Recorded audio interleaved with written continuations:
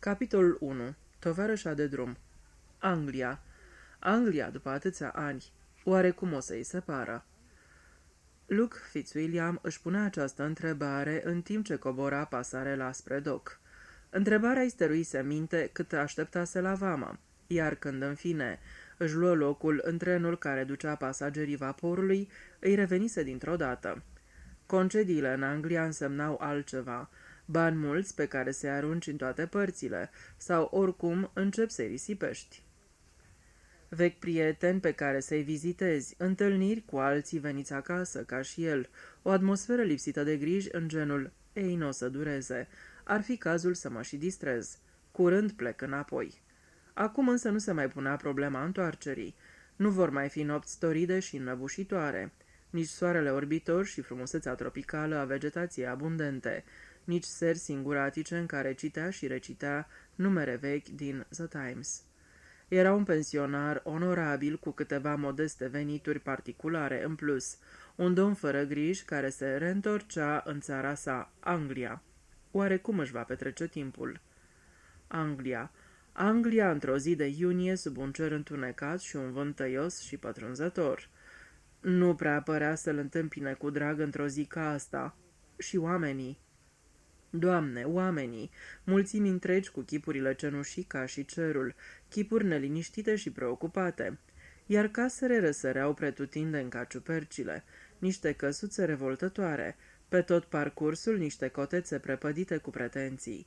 Cu un efort, Luke Fitzwilliam își mută ochii de la peisajul ce se întindea dincolo de fereastra vagonului și se cufundă în lectura ziarelor pe care tocmai le cumpărase.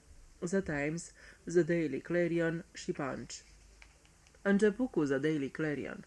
Clarion vorbea despre derbiul de la Epsom. Păcat că n-am ajuns ieri, n-am mai văzut un derby de când aveam 19 ani, se gândi Luke. Sublinie numele unui cal din formația club și se uită să vadă ce pronostica în ziar corespondentul Clarionului despre el. Dintr-o propozițiune îl nimicise. Cât privește ceilalți, Jujube 2, Mark Smile, St. Anthony și Jerry Bloy au puține șanse de calificare. Un posibil învins ar fi și... Dar pe Luke nu-l interesa posibilul învins. Privirile îi se ațintiseră asupra pariului. În dreptul lui Jujube 2 era trecută cota modestă de 40-1. Se uită la ceas. 4 fără un sfert. Ei, acum s-a terminat, se gândi el. Regreta că nu a pariat pe Clerigold, care era al doilea favorit. Deschise The Times și fu absorbit de probleme mai serioase. Totuși, asta nu dură mult, deoarece un colonel cu o înfățișare fioroasă din celălalt colț al compartimentului atât se enervase de ceea ce citise mai înainte, încât ținu să-și împărtășească indignarea tovarășului de drum. Se scurse o jumătate de oră până când colonelul obosi să-și tot exprime părerea despre blestemații ăștia de agitatori comuniști, sir. În cele din urmă, colonelul amuți și a dormit cu gura căscată. Puțin după aceea, trenul încetini și în sfârșit se opri. Luke se uită pe fereastră. Ajunseră într-o gară mare și pustie cu multe peroane. Zări un chioșc ceva mai departe, de care atârna o tăbliță. Rezultatele derbiului. Luke deschise ușa, sări jos din tren și alergă spre chioșc. O clipă mai târziu se uita cu un zâmbet de satisfacție la cele câteva rânduri măzgălite la rubrica Știri de ultimă oră. Rezultatele derbiului. Jujube 2, Mazepa, Clerigold. Luke zâmbi și mai mult. 100 de lire de cheltuit. Buna Jujube 2 respinse cu atâta dispreț de toți. Împături ziarul încă zâmbind în sinea sa și se întoarse trezindu-se în fața liniei goale. În timp ce se bucurase de victoria lui Jujube 2, trenul se strecurase din gară pe neobservate. Când dracu a șters-o trenul ăsta? Întrebă pe un hamal cu înfățișare mohorâtă. Acesta răspunse: Care tren? N-a mai trecut niciun tren de la 3:14. Adinaur a fost un tren aici. Eu m-am dat jos din el. Expresul de Londra. Răspunsul sosi sec. Expresul de Londra nu oprește nicăieri. Dar a oprit, îl asigură Luke. Eu am coborât din el. Nu oprește până la Londra, repetă hamalul netulburat. A oprit chiar la peronul ăsta și eu am coborât din el, să știi. Pus în fața faptului, hamalul schimbă tactica. Nu trebuia să coborâți, spuse el pe un ton de reproș. N-are stație aici. Dar a oprit. A încetinit, asta nu înseamnă că a oprit. Nu mă pricep să fac deosebiri așa subtile. Problema este ce mă fac. Hamalul, care gândea încet, repetă cu reproș. Nu trebuia să coborâți. Să zicem că ar fi așa, spuse Luke. E în zadar, căci ăstneca s-a întâmplat. Noi nu vom plânge iar, fiindcă trecutul-i mort și nu va reînvia, spuse corbul Nevermore. Mâna care se mișcă scrie și după ce a scris se mișcă iar, etc. Și așa mai departe. Ce vreau eu să aflu este ce mă sfătuiesc să fac, având în vedere ca experiență în serviciul companiei căilor ferate. Adică să vă spun ce ar fi mai bine să faceți? Exact, confirmă Luke. Presupun că există trenuri care au stații oficiale aici. Cred că mai bine ați lua pe cel de 4:25. Dacă trenul de 4:25 merge la Londra, m-am și urcat în el. Liniștit din acest punct de vedere, Luke început să se plimbe pe peron. Un panou mare îl informă că se găsea la încrucișarea drumurilor dinspre Fanny Clayton și Wedgwood under Ash și în clipa următoare un tren cu un singur vagon, împins din spate de o locomotivă mică și antică, intră încet în gară, pufăind și trase pe o linie secundară. Cei 6 sau 7 oameni care coborâră traversară podul și veniră lângă Luke pe peron. Hamalul cel mohorât se trezi brusc din moleșală și începu să împingă un cărucior mare cu lăzi și coșuri. Sosi și un alt hamal lângă el, zdrângănind bidoane cu lapte. Gara Fanny Clayton se trezi din toropeală. În cele din urmă, mândru nevoie mare, sosi și trenul de Londra. Vagoanele de clasa a 3-a erau înțesate și nu existau decât 3 vagoane de clasa 1, fiecare cu câte unul sau 2 călători. Luke cercetă acest compartiment. În primul pentru fumători era un domn cu aspect cazon care fuma un trabuc. Luke se gândi că pe ziua de azi ajunsese colonelul anglo-indian. Trecu în compartimentul alăturat, în care se afla o tânără obosită cu un aer distins, probabil guvernanta, și un băiețel de vreo 3 ani care părea neastâmpărat. Trecu repede mai departe. Ușa de la compartimentul următor era deschisă și înăuntru nu se afla decât o singură pasageră, o doamnă în vârstă. Văzând-o, Luke își aminti de una din mătușile sale, Mildred, care consimțise cu curaj ca el, pe atunci de 10 ani, să crească un șarpe de casă. Mătușa Mildred fusese fără îndoială o mătușă bună, așa cum s-ar cuveni să fie orice mătușă. Intră în compartiment și luă loc. După 5 minute de activitate intensă a celor de pe vagoanele de transportat lapte, a celor cu cărucioarele de bagaje și a altor verificări, trenul se puse în mișcare. Luke despături ziarul și-și aruncă privirea asupra știrilor ce ar putea să-l mai intereseze pe un om care a parcurs de acum ziarul de dimineață. Nu își închipuia că o să poată citi multă vreme. Avea multe mătuși și era aproape sigur că plăcuta doamnă în vârstă din colțul compartimentului nu intenționa să călătorească până la Londra în tăcere. Avusese dreptate. Geamul trebuia ridicat, umbrela alunecase și bătrâna doamnă îi și declara ce bun era trenul cu care călătoreau. Numai o oră și 10 minute. E foarte bun, să știți, chiar foarte bun. E mult mai bun decât cel de dimineață, care face o oră și 40 de minute. Continuă. Bineînțeles, aproape toți îl iau pe cel de dimineață, adică e o prostie să călătorești după amiază când celălalt e cu tarif redus. Și eu am vrut să plec de dimineață, dar îl pierdusem pe un chipuh, motanul meu persan, o frumusețe numai că a avut ceva la ureche nu de mult și că nu puteam să plec până nu-l găseam. Luke murmură. Sigur că nu și, în mod ostentativ, își aruncă privirea pe ziar. Stratagema nu-i servi la nimic, torentul de vorbe se porni iar.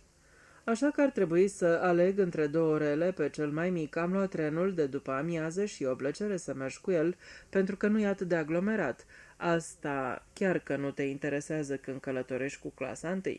Sigur că de obicei nu procedez așa. Adică eu consider că asta e o extravaganță, acum când veniturile au scăzut, impozitele s-au ridicat, iar servitorilor trebuie să le dai salarii mai mari.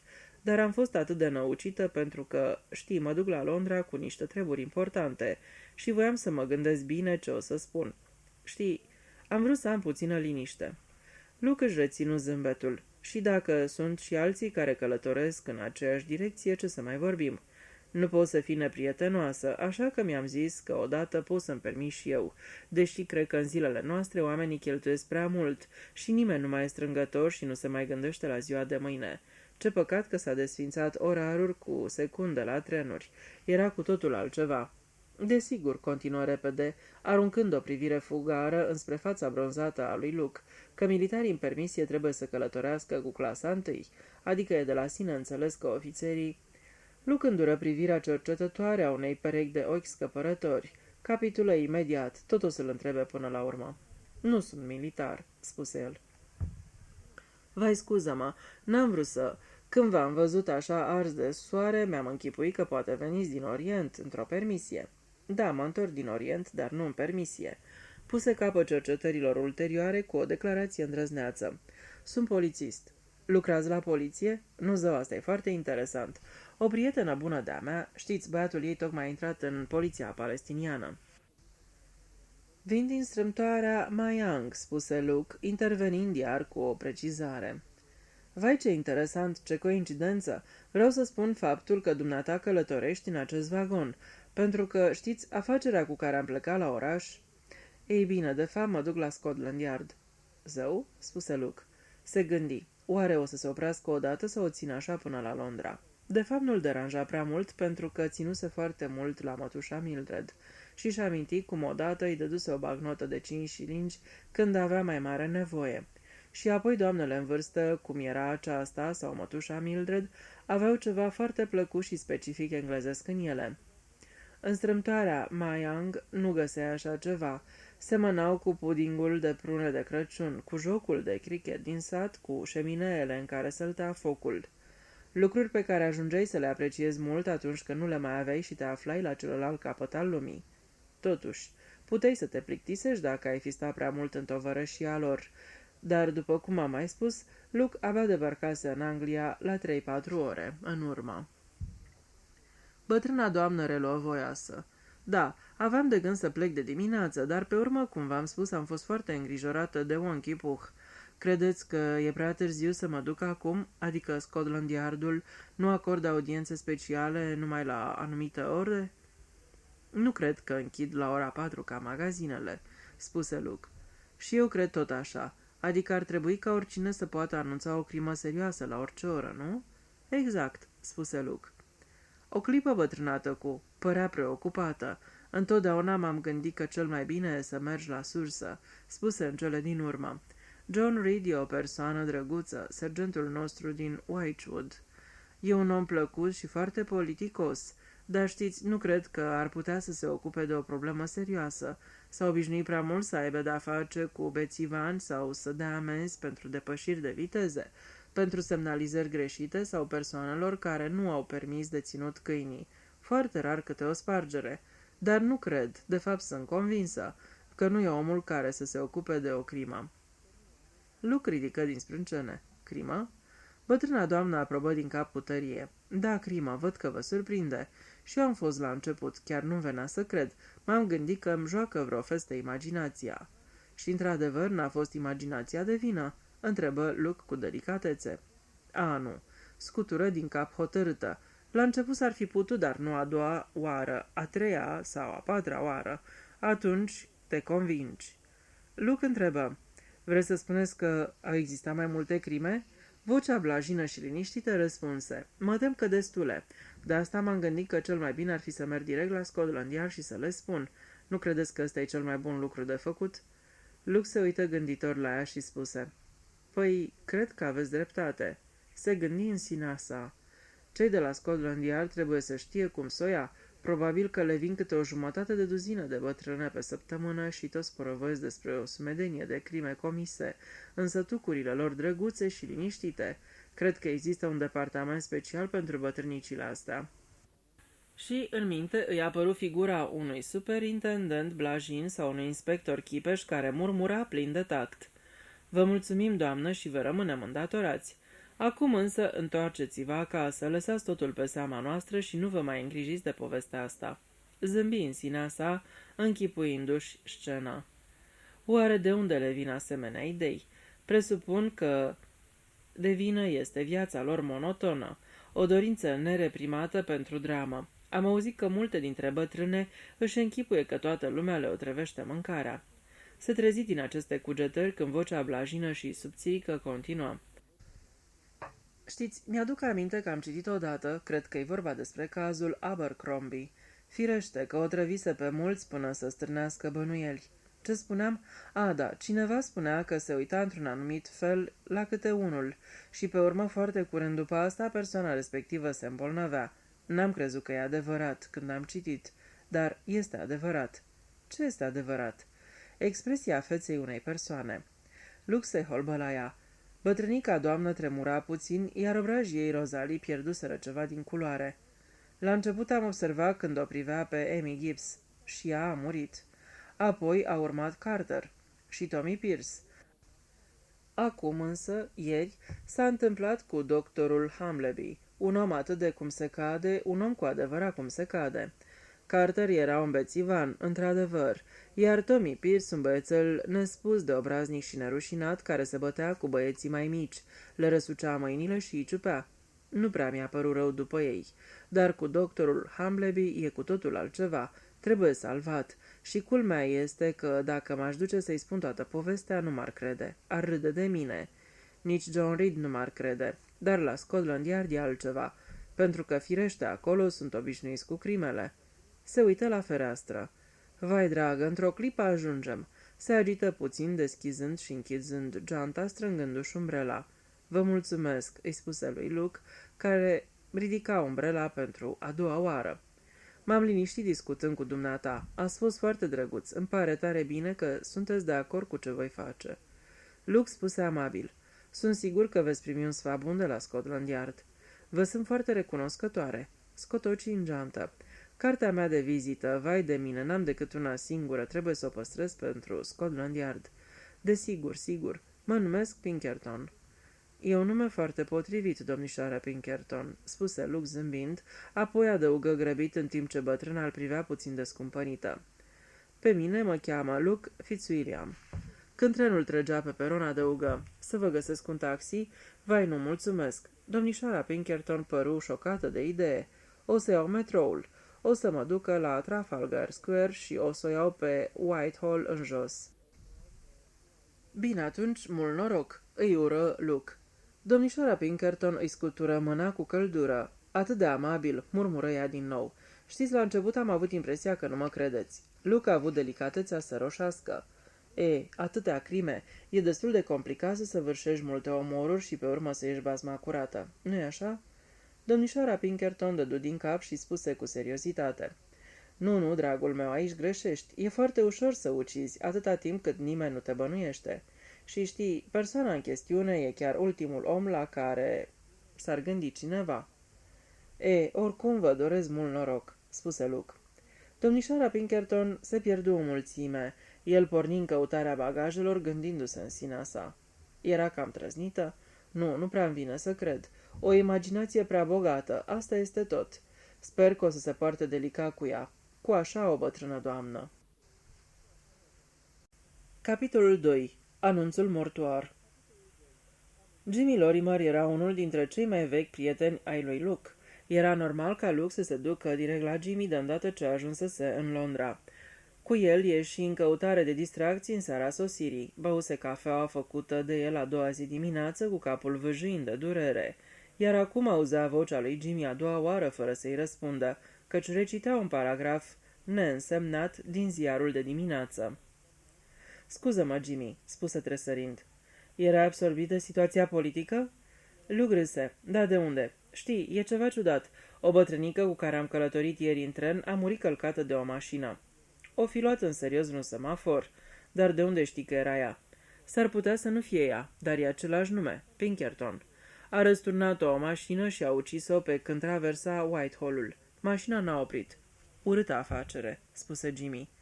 Da, sărmana băbuță, îmi pare rău, îmi amintea de mătușa Mildred. Oricine ar fi șoferul mașinii o să răspundă pentru fapta sa, mai mult ca sigur că o să fie condamnat pentru omucidere. Să-ți spun drept, mi-e grozav de frică să conduc o mașină în ziua de azi. Un Ford de 8 cilindri în V. Să știi, amice, că conversația deveni strict tehnică. Jimmy se întrerupse să întrebe, ce naiba tot fredonezi? Luke fredonase încetișor. Că-i de vină sau nu-i de vină, musca se mărită cu biata albină. Își ceru scuze. Un cântecel de când eram copil. Nu știu de ce mi-a venit în cap. O săptămână mai târziu, Luke, care parcurgea neatent prima pagină din The Times, exclamă brusc: "Ei, firar să fie." Jimmy Lorimer ridică ochii. Ce s-a întâmplat? Luke nu-i răspunsă. Se uită fix la un nume dintr-o coloană. Jimmy repetă întrebarea. Luke înălță capul și privi către el. Avea o expresie atât de neobișnuită încât Jimmy fu surprins. Ce e, Luke? Parcă ai fi o fantomă." Celălalt nu răspunse o minut sau două. Dădu drumul ziarului, se duse până la fereastră și se întoarse. Jimmy îl urmărea din ce în ce mai mirat.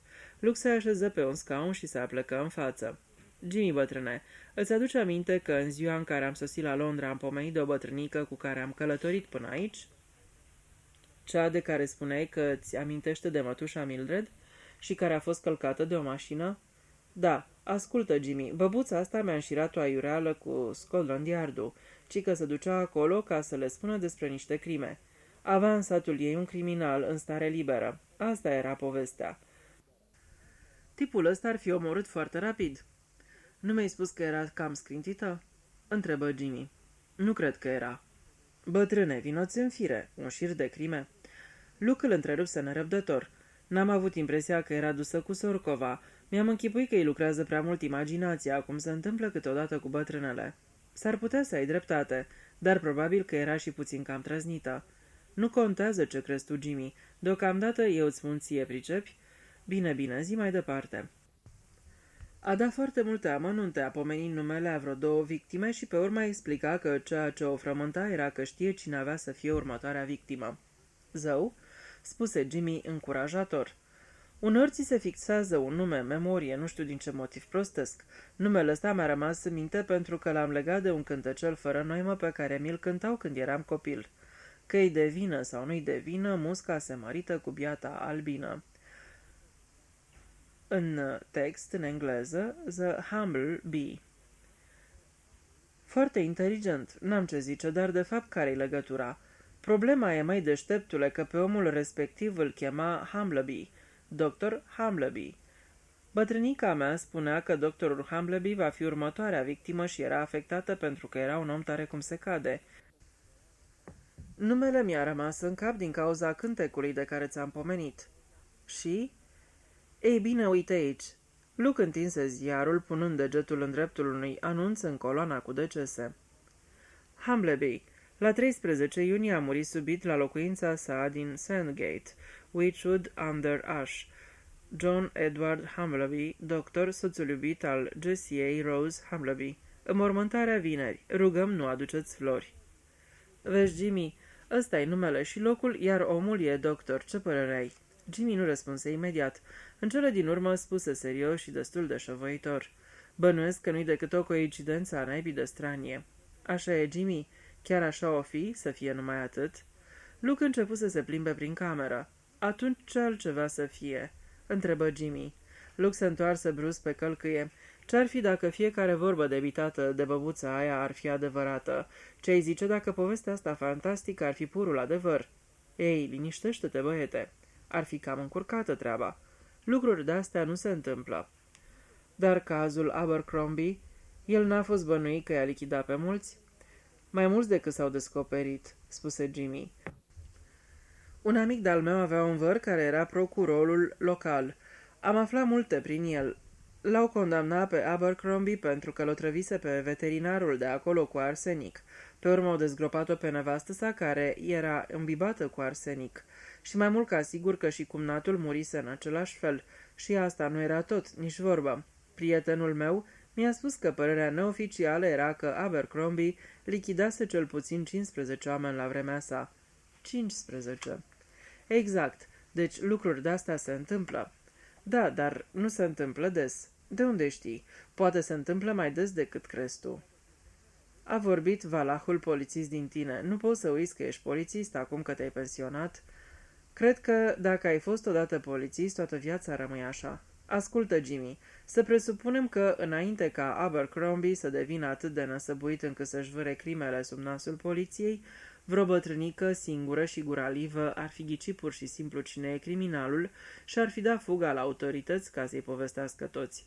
Crezi că ar fi ascultat-o cineva? Jimmy rânji. Aiurea. Exact. Ar fi spus că are gărgăun la cap. Întocmai cum ziceai. Sau ar fi crezut.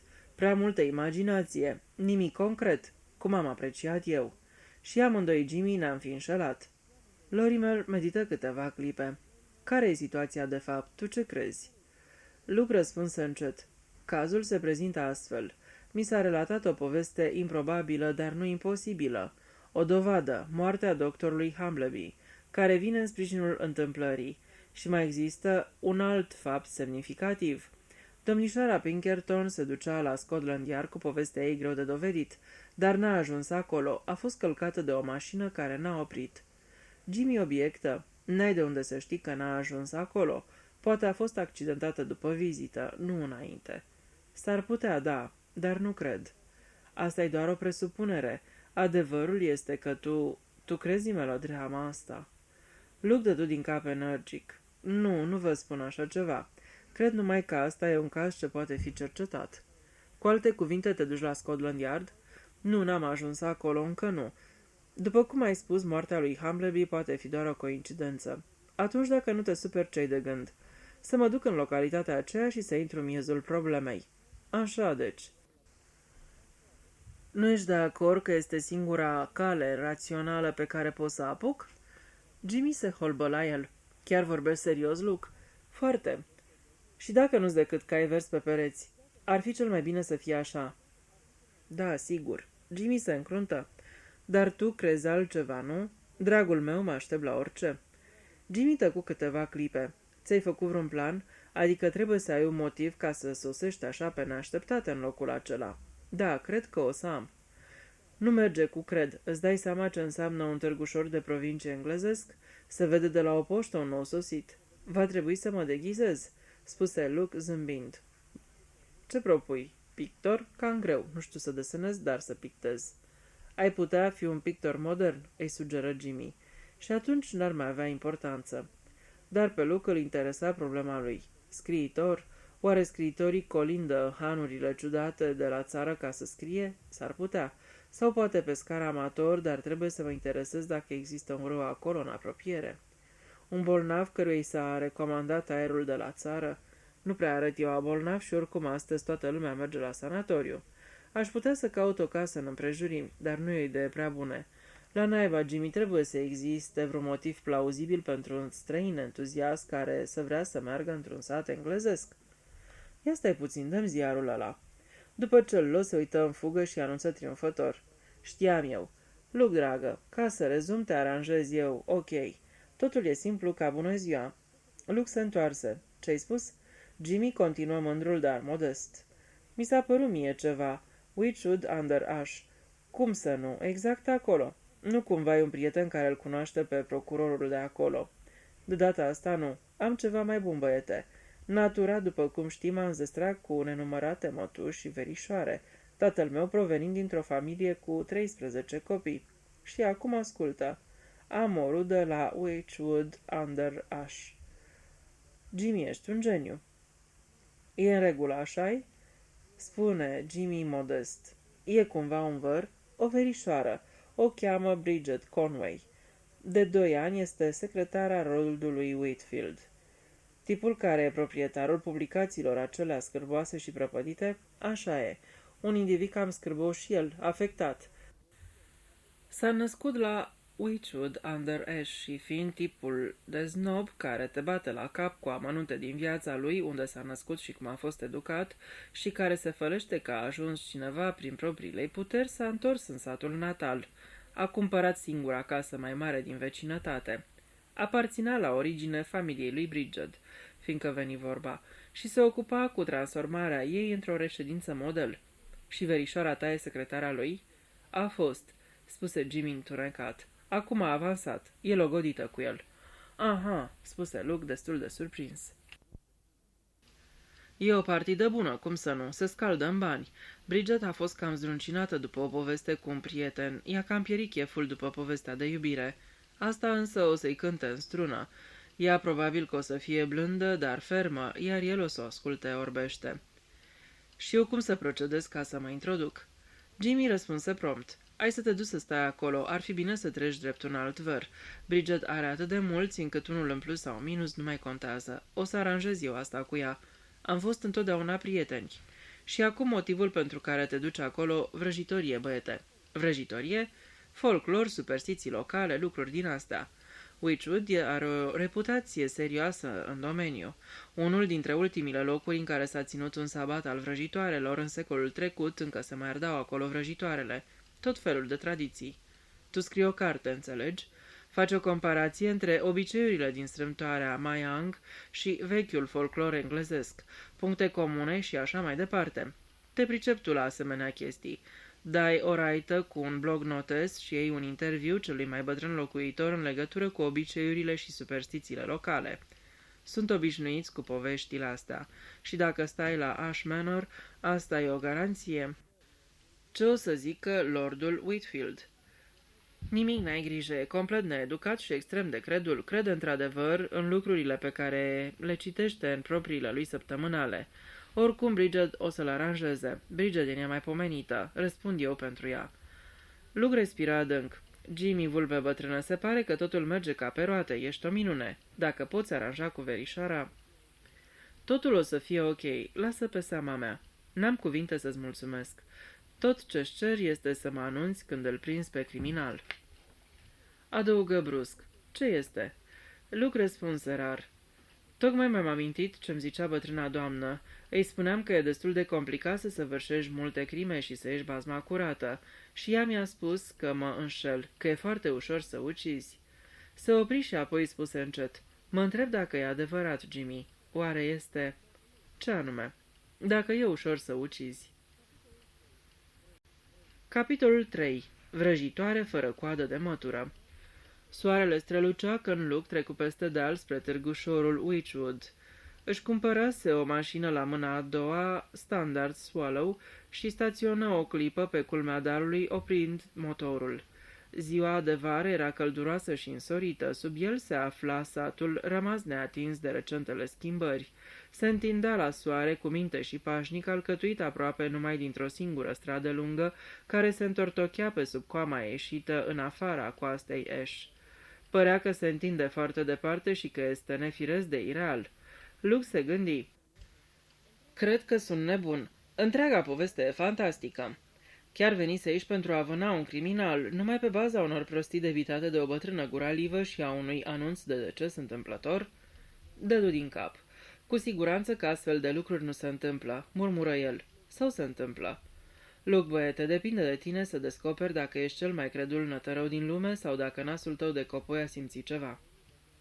Porni motorul, băgă în viteză, conduse cu atenție pe drumul șerpuitor și astfel intră pe strada principală. După cum s-a mai spus, Witchwood e formată aproape numai din strada principală. Pe ea sunt magazine căsuțe în stil georgian, reci și aristocratice, cu treptele albe și ciocănele lucioase, vile pitorești cu grădini de flori. Era și un hotel, The Bell St. Madley, retras de la stradă. Mai era o pajiște a satului și elășteul pentru rațe. Deasupra tuturor trona o casă impunătoare în stil georgian, despre care Luke își închipui imediat că trebuie să fie clădirea unde trebuia să ajungă. Ash Manor. Dar când se apropie, văzu o firmă mare pictată care anunța muzeul și biblioteca. Ceva mai încolo îi sări în ochi un anacronism. O clădire mare, modernă, albă, austeră, distonând cu vecinătatea voioasă a celorlalte locuri. Era, după cum observă Luke, un institut local și clubul tinerilor domni. Ai se opri și întrebă pe unde trebuie să o ia ca să ajungă la conac. I se spuse că Ash Manor se află cam la o jumătate de milă mai departe, că o să vadă porțile pe dreapta. Luke își continuă drumul. Găsi ușor porțile, erau noi, din fier forjat, cu lucrătură frumoasă. Trecu de ele și desluși frânturi de cărămizi roșii printre copaci. Coti la dreapta pe alee și rămase uluit de formidabila și nefireasca îngrămădire, în gen de castel, care îi răsări în fața ochilor. Pe când contempla coșmarul, soarele dispăru. Brusc, deveni conștient de amenințarea pe care o proiecta coasta Ash. O rafală tăioasă de vânt sufla îndărât frunzele copacilor și în clipa aceea o fată apăru de după colțul clădirii stil castel. Părul negru îi fusese ridicat deasupra capului de pala bruscă de vânt și Luke își aminti de un tablou de Nevinson pe care îl văzuse odată intitulat Vrăjitoarea. Fața prelungă, delicată și palidă, părul negru, învolburat spre stele. Putea să o vadă pe fata asta, călare pe mătură zburând spre lună. Se îndreptă direct spre el. Probabil că ești Luke Fitzwilliam. Eu sunt Bridget Conway. Strânse mâna întinsă. Acum putu să o vadă așa cum era, nu într-un moment când își dăduse frâul liber imaginației. Înaltă, zveltă, cu o față prelungă și delicată, cu pomeții ușor proeminenți, sprâncene negre ce-i dădeau un aer ironic, părul și ochii negri. Se gândi că semăna cu o gravură gingașă, bine reliefată și frumoasă. În decursul călătoriei spre Anglia avusese fixată minte o imagine, cea a unei englezoaice îmbujorate și bronzate, mângâind coama unui cal, aplecându-se în fața unui foc de lemn. Fusese o închipuire plăcută și grațioasă. Acum nu-și dădea seama dacă îi plăcea Bridget Conway sau nu, dar știa că imaginea tăinuită s-a destrămat și s-a șters. Nu-și mai avea înțeles și rost.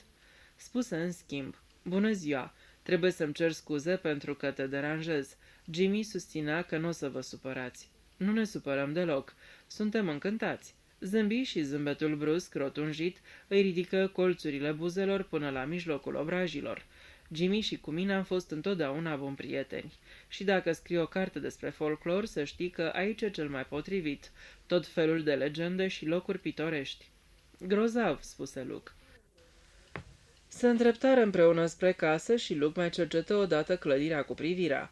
Acum descoperi în ea urme ale unei locuințe sobre, stil Queen Anne, încărcată și îmbâxită de o măreție înzorzonată. Își aminti că Jimmy a atras atenția că locuința aparținuse la origine familiei lui Bridget. Se gândi posomorât că pe vremea aceea casa nu fusese așa de împopoțonată. Se uită pe furiș la însoțitoarea sa și se minună de profilul și de mâinile lungi și frumoase. Presupunea că avea vreo 28 sau 29 de ani și nici nu părea proastă. Era una din acele ființe despre care nu poți ști absolut nimic, decât dacă ele vor ca tu să afli. Înăuntru casa era confortabilă și de bun gust, bunul gust al unui decorator de mâna întâi. Bridget Conway îl conduse într-o cameră plină cu rafturi de cărți și scaune comode. Lângă fereastră, două persoane stăteau la o măsuță pentru ceai. Făcu prezentările. "Gordon, ăsta-i Luke, un fel de vârt al unui verișor de-al meu." Lordul Whitfield era un bărbat scund pe jumătate chel. Avea o față rotundă și sinceră, cu buze răsfrânte și ochii ca două coacăze fierte. Purta haină de țară neîngrijite. Nu-l avantajau, mai ales că se opreau sub stomac. Îl salută pe Luke cu căldură. "Încântat de cunoștință, încântat. Am auzit că abia te-ai întors din Orient. Un loc foarte interesant." Bridget spunea că scrie o carte. Se zice că în zilele noastre se scriu prea multe cărți. Eu nu sunt de aceeași părere.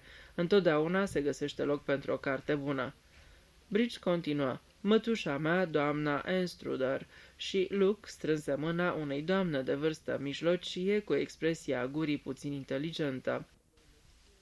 După cum află Luke curând, mătușa se ocupa cu trup și suflet cu grădinăritul. Nu vorbea niciodată despre altceva și mintea era preocupată cu gânduri de soiul dacă vreunei plante rare o să-i priască locul unde intenționa să o planteze. După ce îi strânse mâna, spuse: "Știi, Gordon, locul ideal pentru aranjarea pietrișului e chiar în spatele răzorului trandafirilor și în felul ăsta ai avea cea mai splendidă grădină cu fântână în care apa o să țâșnească prin povârnișul acela." Lordul Whitfield se lăsă pe speteaza scaunului. "Aranjez totul cu Bridget," spuse el cu dezvoltură. "După mine, plantele târătoare sunt niște flecuștețe nearătoase, dar asta n-are importanță." "Plantele târătoare nu sunt destul de impozante pentru tine, Gordon," interveni Bridget. Îi turnă ceai lui Luke și Lordul Whitfield spuse placid: "Ai dreptate, cred că nu merită banii. Niște floricele pe care abia poți să le vezi. Mi-ar plăcea să am o seră arătoasă sau niște straturi sănătoase cu mușcate roșii." Mătușa, care poseda din excelență talentul de a-și continua nestingherită subiectul ei de conversație, spuse: Cred că soiul ăsta nou de trandafiri agățători o să se adapteze foarte bine la clima de aici și se cufundă din nou în lectura catalogelor de flori. După ce își sprijini silueta rotunjoară și îndăsată de speteaza scaunului, lordul Whitfield își sorbi ceaiul și îl cântări pe Luke cu privire apreciativ. Deci scrii cărți, murmură el. Simțindu-se puțin nervos, Luke era cât pe ce să se dea de gol și să înceapă să dea explicații, când își dădu seama că de fapt pe lordul Whitfield nu-l interesau informațiile. Deseori m-am gândit că mi-ar plăcea să scriu și eu o carte, spuse lordul plin de sine. Da, spuse Luke. Aș putea, nicio grijă să n-ai. Și n-ar fi decât o carte foarte interesantă. Am întâlnit o mulțime de oameni interesanți. Partea proastă e că n-am avut timp. Sunt un om foarte ocupat. Fără îndoială, vă cred. Nici nu ți-ar veni să crezi câte am eu pe cap. Mă interesez personal de toate publicațiile mele. Socotesc că sunt răspunzător de modelarea minții cititorilor. Săptămâna viitoare, milioane de oameni vor gândi și vor simți exact cum am intenționat eu să-i fac să simtă și să gândească. E un lucru foarte serios. Asta înseamnă responsabilitate.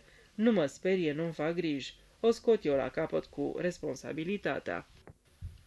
Lordul Whitfield își umflă pieptul, își subse stomacul și îl privi pe Luke prietenos. Bridget Conway spuse dezvolt. Ești un om de seamă, Gordon. Îți mai torn un ceai? Lordul Whitfield replică cu simpatie. Da, sunt fără îndoială un om de seamă. Nu, nu mai vreau ceai. Apoi, coborând din propriile lui înălțime olimpice până la nivelul muritorilor de rând, își întrebă oaspetele cu amabilitate. Cunoașteți pe cineva de pe aici? Luke clătină din cap, apoi brusc, simțind că dacă își începe lucrul mai devreme, e mai bine adăugă. De fapt, este cineva aici pe care am promis că îl voi căuta, un prieten al unor prieteni de-ai mei, un domn pe nume Hamley. E doctor. Ah! Lordul Whitfield se foi pe scaun. Dr. Hamleby. Păcat. Cum adică păcat? A murit acum vreo săptămână. Ei, Doamne, îmi pare tare rău. Nu cred că l-ai fi plăcut. Era un țignit bătrân cu ideea iurite, încăpățânat și trăznit rău. Ceea ce înseamnă, interveni Bridget, că nu se înțelegea cu Gordon. Povestea aia cu rezervorul de apă, spuse lordul Whitfield. Domnule Fitzwilliam, trebuie să-ți spun că sunt un om cu simț civic. Mi-e gândul numai la bunăstarea acestui oraș. M-am născut aici. Da, m-am născut chiar în orașul ăsta. Luke observă cu părere de rău că doctorul Hamleby părăsise subiectul și trecuse la subiectul lordul Whitfield. Nu mi-e rușine de lucrul ăsta și nici nu-mi pasă de cei care știu, continuă lordul. N-am avut parte de niciunul din avantajele pe care dumneata ai fi dispus în mod firesc. Tatăl meu ținea o prăvălioară de pantofi, da, un simplu magazin de pantofi, și eu am servit acolo când eram copil. M-am ridicat prin propria mea muncă, Fitzwilliam. Mă hotărâsem să ies din rutină și am ieșit. Perseverență, muncă zdravănă și ajutorul Domnului, cu asta am învins. Astea m-au făcut ceea ce sunt azi. Urmare detalii complete ale carierei lordului Whitfield oferite în folosul lui Luke, iar lordul încheie triumfător. Iată-mă aici și toată lumea e bucuroasă să știe cum am ajuns aici. Nu mi-e rușine de începuturile mele, nu, domnule. M-am întors în locurile unde m-am născut. Știi ce se găsește acum acolo unde se află prăvălia tatei? O nouă clădire ridicată și înzestrată de mine, Institutul și Clubul Tinerilor. Totul de primă calitate și ultramodern. Am angajat pe cel mai bun arhitect din țară. De fapt a făcut o clădire de-a dreptul urâtă. Aduce azil sau închisoare, dar lumea spune că e grozav, așa că presupun că are dreptate. Fruntea sus, spuse Bridget. Casa asta cel puțin ai făcut-o după gustul tău. Lordul Whitfield chicoti aprobator. Da, au încercat să mă influențeze și aici, să continue stilul original al clădirii. Nu, le-am spus eu, am de gând să locuiesc aici și vreau ceva arătos pentru banii pe care îi dau. Cum nu-mi făcea pe voie cât un arhitect, îl concediam și angajam altul. Individul pe care l-am angajat în cele din urmă mi-a înțeles destul de bine ideile. Ți-a încurajat cele mai rele porniri ale imaginației, spuse Bridget. Știu că ei i-ar fi plăcut ca locul să rămână cum a fost. Lordul Whitfield o mângâie pe braț. N-are rost să trăiești în trecut, dragă. Bătrânii din epoca georgiană nu erau prea pricepuți. N-am vrut să am o casă urâtă din cărămidă roșie. Totdeauna am visat un castel și acum am unul. Știu că n-am gusturi prea rafinate, așa că pentru decorarea interioarelor am dat cartea albă unei firme bune și trebuie să recunosc că n-au lucrat rău, deși unele lucruri le-au făcut cam șterse. De fapt, spuse Luke, ca să participe la conversație, e mare lucru să știi ce vrei. Eu de obicei mă și impun, spuse celălalt, chicotind. Nu prea te-ai impus cu planul de canalizare, îi aminti Bridget. Aia. Humbleby a fost un prost, bătrânii ăștia sunt cam încăpățânați, nu raționează deloc. Domnul Humbleby era un om cu gura mare, nu-i așa? Se aventură Luke. Îmi închipui că și-a făcut o mulțime de dușmani în felul ăsta. Nu știu dacă aș putea să afirm așa ceva, șovăi lordul Whitfield, frecându-și nasul. Tu ce zici, Bridget? De fapt, întotdeauna mi s-a părut că era foarte amabil cu toți. Eu personal l-am consultat numai când am avut odată glezna scrântită, dar mi-era tare drag. Da, în general era simpatizat, admise lordul Whitfield, deși cunosc vreo câteva persoane care nu l-aveau la inimă, tot din cauza încăpățânării. Niște persoane de pe aici? Lordul Whitfield dădu din cap aprobator. Într-un loc ca ăsta se iscă o mulțime de certuri și se formează grupulețe. Da, nu mă îndoiesc, spuse Luke. Ezită nesigur de următorul pas. Și cam ce fel de oameni trăiesc pe aici? Era o întrebare cam șubredă, dar răspunsul sosi prompt. Mai mult niște foști, spuse Bridget. Fiice, neveste și surori de preoți și de doctori. Cam 6 femei la un bărbat. Totuși, sunt și bărbați? Se hazardă Luke. Da, cum să nu? Domnul Abbott, jurisconsultul, și tânărul dr. Thomas, partenerul doctorului Humbleby, domnul Wake, preotul și... Cine mai e Gordon? Da, domnul Ellsworthy, care ține prăvălia cu antichități și care e și extrem de simpatic, precum și majorul Horton cu buldogii lui. Mai e cineva aici despre care am impresia că au pomenit prietenii mei, spuse Luke. Ziceau că e o bătrânică plăcută, dar tare guralivă. Bridget izbucni în râs. Asta se aplică la jumătate din sat. Cum o chema oare? Mi-am adus aminte, Pinkerton. Lordul Whitfield chicoti răgușit. Chiar că n-ai noroc, și ea a murit. A călcat o mașină la Londra mai zilele trecute, a omorât-o pe loc. Am impresia că aveți o mulțime de decese pe aici, spuse Luke degajat. Lordul Whitfield se înfrână pe loc. Dar de unde? Este unul din locurile cele mai sănătoase din întreaga Anglie. Accidentele nu se socotesc. I se pot întâmpla oricui. Dar Bridget Conway spuse gânditoare. De fapt, Gordon, chiar că au fost o mulțime de morți în ultimul an. Tot timpul se fac înmormântări. Prostii, draga mea. Luke interveni. Și moartea doctorului Humbleby a fost un accident? Lordul Whitfield clătină din cap. Nu. Humbleby a murit de septicemie acută. Cum li se întâmplă doctorilor? S-a zgâriat la dege cu vreun cuir ruginit sau așa ceva, n-a dat importanță și s-a infectat. A murit în 3 zile. Așa se întâmplă cu doctorii, spuse Bridget. Am impresia că sunt foarte expuși infecției dacă nu sunt atenți. Totuși a fost trist. Soția e distrusă. N-are rost să te răzvrătești împotriva voinței providenței, spuse calm lordul Whitfield. Dar a fost mâna providenței? Se întrebă Luke în sinea sa ceva mai târziu, în timp ce se schimba pentru masa de seară. Septicemie? Posibil. Totuși, o moarte foarte bruscă. Și cuvintele ușor rostite de Bridget Conway îi răsunară în minte. Au fost o mulțime de morți în ultimul an. Capitolul 4. Luke începe. Luke își elaborase planuri cu oarecare grijă și era pregătit să-l pună în practică fără întârziere când a coborât a doua zi dimineață la micul dejun. Mătușa cu grădinăritul nu-și făcuse încă apariția, dar lordul Whitfield mânca ridic și bea cafea, iar Bridget Conway terminase masa și stătea în picioare lângă fereastră privind afară.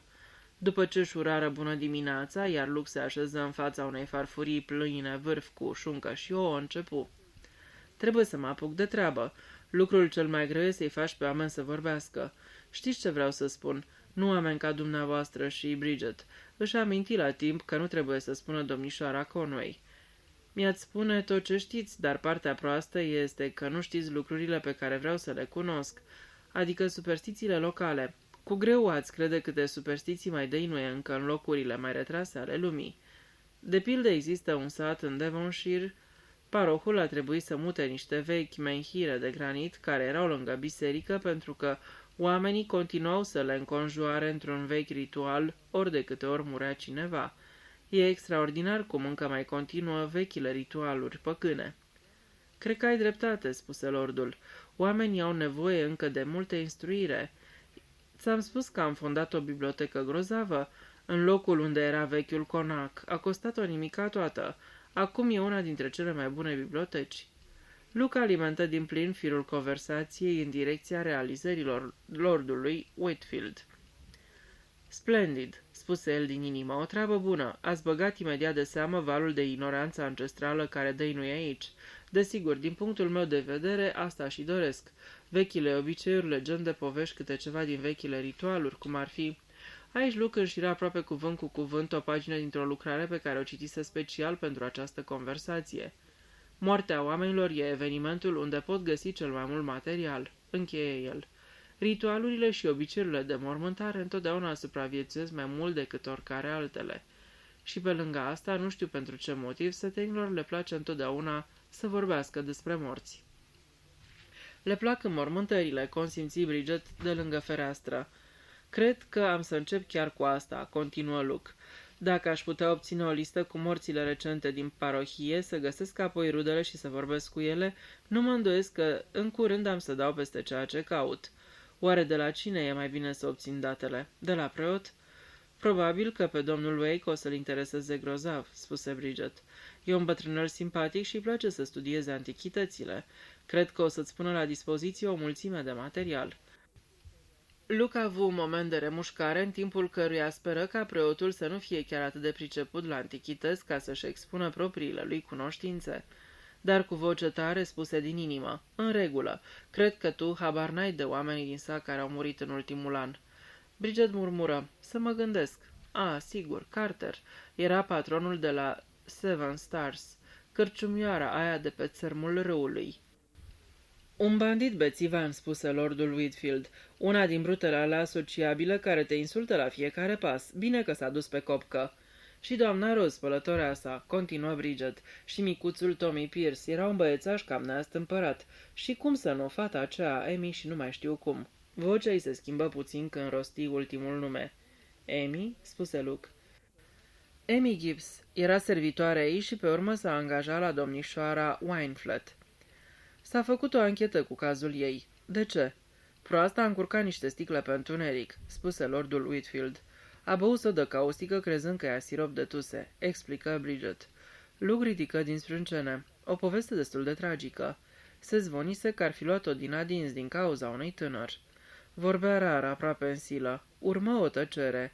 Luke simți instinctiv că plutește o atmosferă apăsătoare. Se gândi. Amy Gibbs?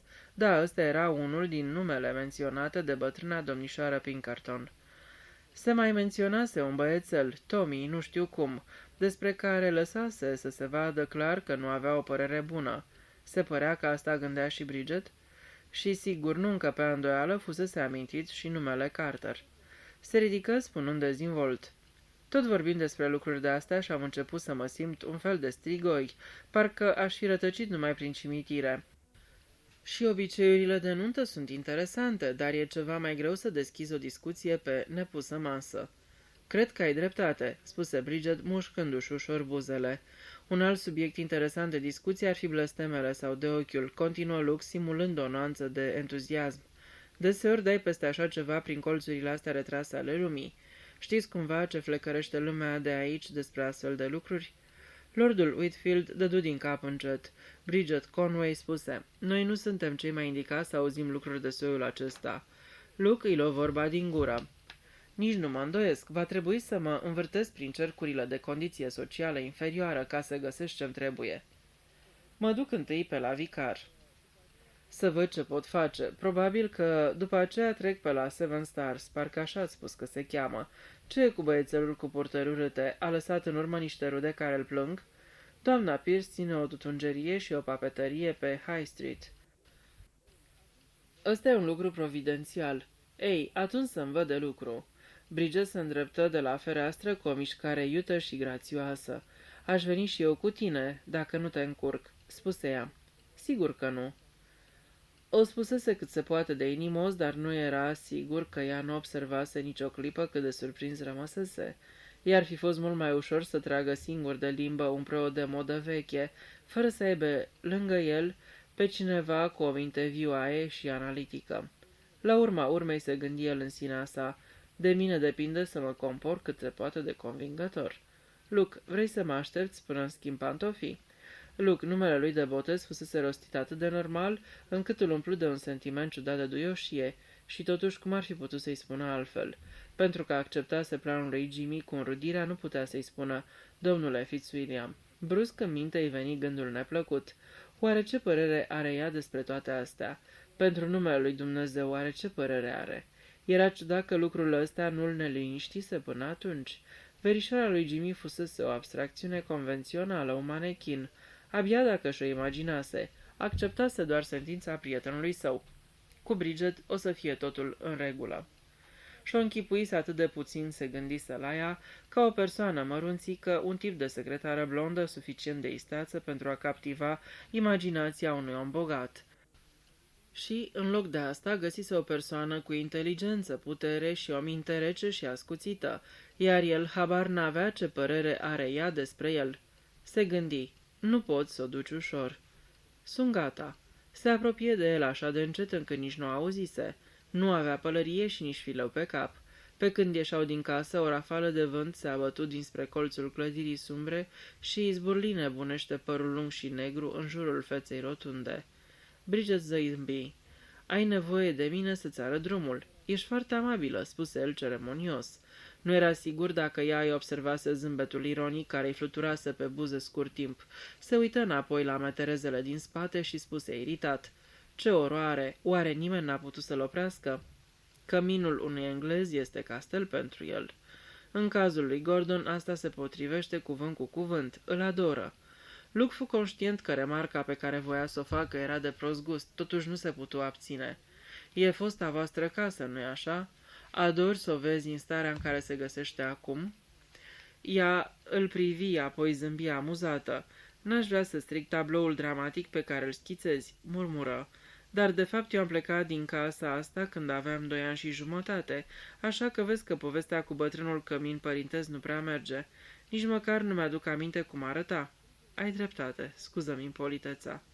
Bridget râse. Adevărul este rareori învăluit în romantism. Luke tresării, auzind nota de dispreț amar care se strecurase brusc în vocea ei. Se înroși puternic sub bronzul pielii, apoi deodată își dădu seama că amărăciunea din glas nu îi era destinată lui. Era propria ei amărăciune, propriul ei dispreț. Luke fu înțelept și tăcu, dar în cap îi se învălmășau nedumeriri în legătură cu Bridget Conway. În 5 minute ajunseră la casa parohială de lângă biserică, îl găsiră pe vicar în camera sa de lucru. Alfred Wake era un bătrânel scund adus de spate, cu niște ochi albaștri, blajin și cu un aer distrat, dar curtenitor. Părea încântat de vizită, dar și puțin mirat. Domnul Fitzwilliam stă cu noi la Ash Manor, spuse Bridget, și vrea să te consulte pentru o carte pe care o scrie. Domnul Wake își îndreptă privirea blajină și întrebătoare către bărbatul mai tânăr și Luke începu să dea explicații. Era nervos, de 2 ori nervos.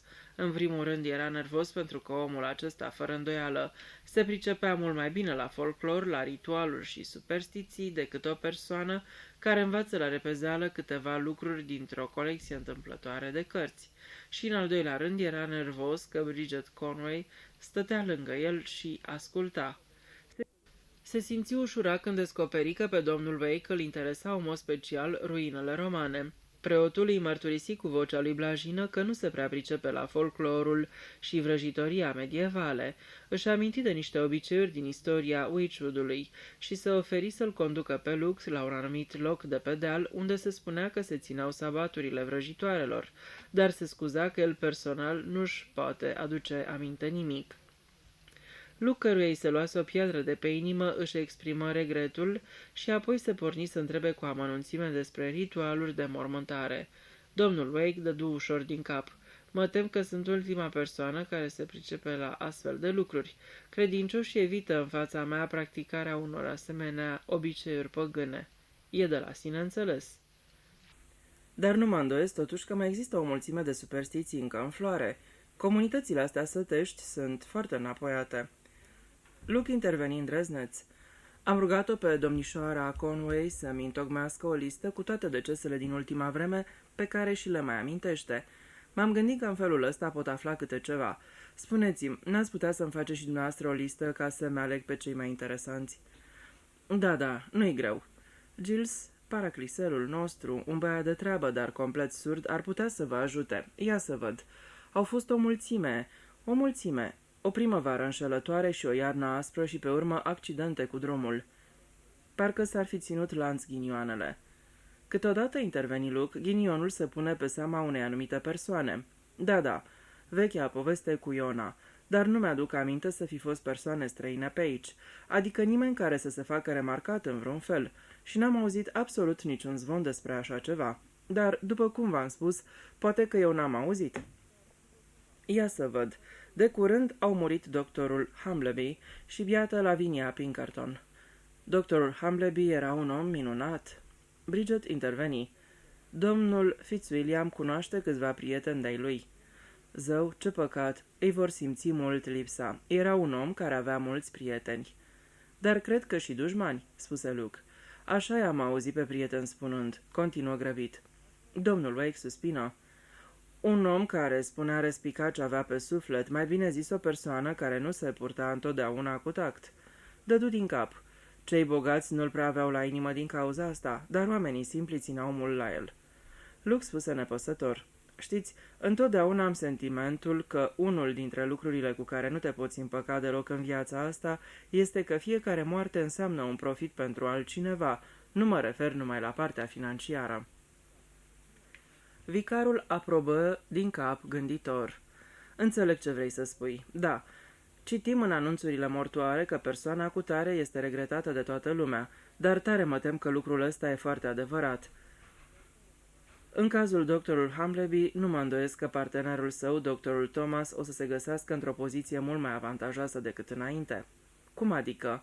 Cred că Thomas este un om foarte capabil și Humbleby spunea asta întotdeauna, dar aici nu-i mergea prea bine. Am impresia că era un brid de Humbleby, care pur și simplu te fermenca. Pe lângă el, Thomas părea puțin cam șters. Nu-și impresiona deloc pacienții. Cred că se necăja mult și din cauza asta, în loc să îndrepte lucrurile, le strica și mai mult. Devenea mai nervos și nu scotea niciun cuvânt. De fapt, am observat că de atunci s-a schimbat simțitor. Are mai mult aplomb, mai multă personalitate. Cred că are mai multă încredere în sine. Părerea mea este că Humbleby și cu el nu se înțelegeau întotdeauna. Thomas era pentru metodele mai noi de tratament, iar Humbleby prefera să nu renunțe la cele vechi. De mai multe ori au avut conflicte din cauza asta și a unei probleme personale, dar în fine, n-ar trebui să flecărească. Bridget spuse încet și limpede, dar cred că domnului Fitzwilliam i-ar face plăcere să flecăriți. Tulburat, Luke îi aruncă o privire furișă. Domnul Wake dădu din cap cu îndoială, apoi continuă zâmbind puțin dezaprobator. Tare mi-e teamă că ne învățăm să ne intereseze prea mult problemele vecinilor. Rose Humbleby este o fată foarte drăguță, nu e de mirare că Geoffrey Thomas și-a pierdut capul. Și bineînțeles că și poziția lui Humbleby a fost cât se poate de normală. Fata e tânără și, stând în sătucul ăsta, n-a prea avut ocazia să întâlnească și alți bărbați. N-a fost de acord? Spuse Luke. S-a opus categoric. Spunea că sunt mult prea tineri și bineînțeles că tinerii nu suportă să li se spună așa ceva. Între cei doi bărbați exista un mod categoric, o anumită răceală. Dar sunt sigur că doctorul Thomas a fost foarte mâhnit de moartea neașteptată a partenerului său. Septicemie, după cum mi-a spus lordul Whitfield. Da, o simplă zgârietură care s-a infectat. Doctorii au de întâmpinat riscuri mari când își exercită profesiunea, domnule Fitzwilliam. Într-adevăr, spuse Luke. Domnul Wake tresări brusc. Dar n-am îndepărtat prea mult de tema discuției noastre. Mă tem că sunt un bătrân prea guraliv. Vorbeam despre supraviețuirea obiceiurilor de mormântare păgână și despre decesele recente. Printre ele, Lavinia Pinkerton, unul dintre cele mai milostive ajutoare ale bisericii. Apoi au urmat lucruri care te interesează, domnule Fitzwilliam. Știi, s-a presupus că a fost sinucidere și în legătură cu acest tip de deces există anumite ritualuri stranii. Are o mătușă care, în fine, Nu e o femeie foarte onorabilă și nici nu a îndrăgit-o prea mult pe nepoata sa, dar e foarte vorbăreață." "Grozav," spuse Luke. Apoi a fost Tommy Pierce. Într-o vreme cânta ancor, o voce minunată de tenor, îngerească, dar în alte privințe mă tem că nu era prea îngeraș. A trebuit să renunțăm la el până la urmă, avea o influență proastă asupra celorlalți băieți. Sărmanul copil, cred că nu prea era simpatizat nicăieri. A fost dat afară și de la oficiul poștal, unde i-am procurat o slujbă de telegrafist. Un timp a lucrat la biroul domnului Abbott, dar curând a fost din nou concediat. Presupun că își băgase nasul în niște documente confidențiale. Pe urmă, cum să nu, a stat un timp și la Ash Manor. Nu-i așa, domnișoară Conway? Fusese angajat ca ajutor de grădinar, dar lordul Whitfield a trebuit să-l dea afară pentru că a fost obraznic la culme. Mi-a părut nespus de rău pentru maică sa, o ființă decentă și muncitoare. Domnișoara Wineflet a fost cum se cade și l-a angajat să spele geamuri. La început, lordul Whitfield a obiectat, dar brusc a fost de acord. De fapt, păcat că a acceptat. De ce? Pentru că băiatul a murit în felul ăsta. Spăla geamurile de sus de la bibliotecă, sala veche, dacă știți, și se prostea dansând pe marginea ferestrei sau așa ceva, și-a pierdut echilibrul sau a amețit și a căzut. Urâtă treabă. Nu și-a mai revenit niciodată și a murit la câteva ore după ce l-au dus la spital. "L-a văzut cineva căzând?" întrebă Luke curios. "Nu, era în aripa dinspre grădină, nu cea frontală. Au socotit că zăcuse întins acolo cam o jumătate de oră până a fost găsit." "Cine l-a găsit?" "Domnișoara Pinkerton. Dacă ți amintești de doamna despre care ți-am vorbit că murise într-un accident nefericit de circulație mai zilele trecute. Biata femeie a fost extrem de necăjită. O experiență cumplită. Căpătase permisiunea să-și taie niște plante și l-a găsit pe băiat zăcând acolo. Probabil că a fost un șoc neplăcut," spuse Luke gânditor. Își spuse în sinea lui, "Un șoc cu mult mai mare decât îți închipui." Bătrânul scutură din cap. "O viață fragedă care se sfârșește brusc este un lucru foarte trist. Poate că Tommy se ținea de năzbâtii pentru că era o fire veselă." "Era o pacoste," spuse Bridget. "Doar știți ce făcea domnule Wake. Întotdeauna chinuia pisicile și javrele vagabonde. Ciupea băiețașii." Știu," dădu domnul Wake din cap cu tristețe. "Dar vezi tu, draga mea, domnișoară Conway, câteodată cruzimea nu este născută, ci se datorește faptului că imaginația se încheagă cu greutate. Iată de ce, dacă ne închipuim că un adult posedă mentalitatea unui copil, ne dăm seama că viclenia și brutalitatea unui nebun pot să treacă neobservate de omul respectiv. Sunt convins că în zilele noastre cea mai mare parte din cruzimea și brutalitatea prostească are la bază lipsa unei dezvoltări normale dintr-un anumit punct de vedere. Trebuie să renunțăm la copilării." Clătină din cap și întinse mâinile. Bridget răspunse brusc, cu un glas răgușit. "Da, aveți dreptate, știu ce vreți să spuneți. Cel mai înspăimântător lucru din lume este adultul copilăros." Luke o privi oarecum curios. Era convins că ea se gândea la o persoană anume și cu toate că lordul Whitfield era extrem de copilăros în anumite privințe, nu credea că Bridget se gândea la el. Lordul Whitfield era puțin ridicol, dar fără îndoială că nu era înspăimântător. Luke Fitzwilliam se gândea foarte mult cine ar fi persoana la care se gândea Bridget. Capitolul 5. Vizită la domnișoara Wineflet. Domnul Wake murmură câteva nume pentru sine. Ia să văd, biata doamnă Rose și bătrânul Bell, copilul Elkin, Harry Carter, știți, nu sunt toți înuriașii mei.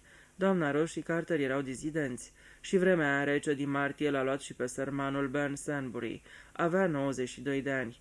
Amy Gibbs a murit în aprilie, spuse Bridget. Da, sărmana fată, a făcut o greșeală de neiertat. Luke ridică privirea și o surprinse pe Bridget urmărindu-l. Când îl văzu, își lăsă repede ochii în jos. Luke se gândi agasat. Aici trebuie să fie ceva în neregulă, trebuie să fie ceva cu fata asta, Amy Gibbs. După ce își luară rămas bun de la vicar și plecară, îi spuse, cine și ce făcea Amy Gibbs? Bridget nu răspunse imediat. Luke simți o ușoară reținere în glasul ei. Amy era una dintre cele mai nepricepute servitoare pe care le-am cunoscut vreodată. De asta au dat-o afară? Nu. După orele de program, obișnuia să plece și să se distreze cu un tânăr. Gordon are niște concepții foarte morale și de școală veche. După părerea lui, păcatul nu se întâmplă decât după orele 11 seara, iar atunci ia proporții grave. Așa că a prevenit-o pe fată, iar ea i-a răspuns obraznic.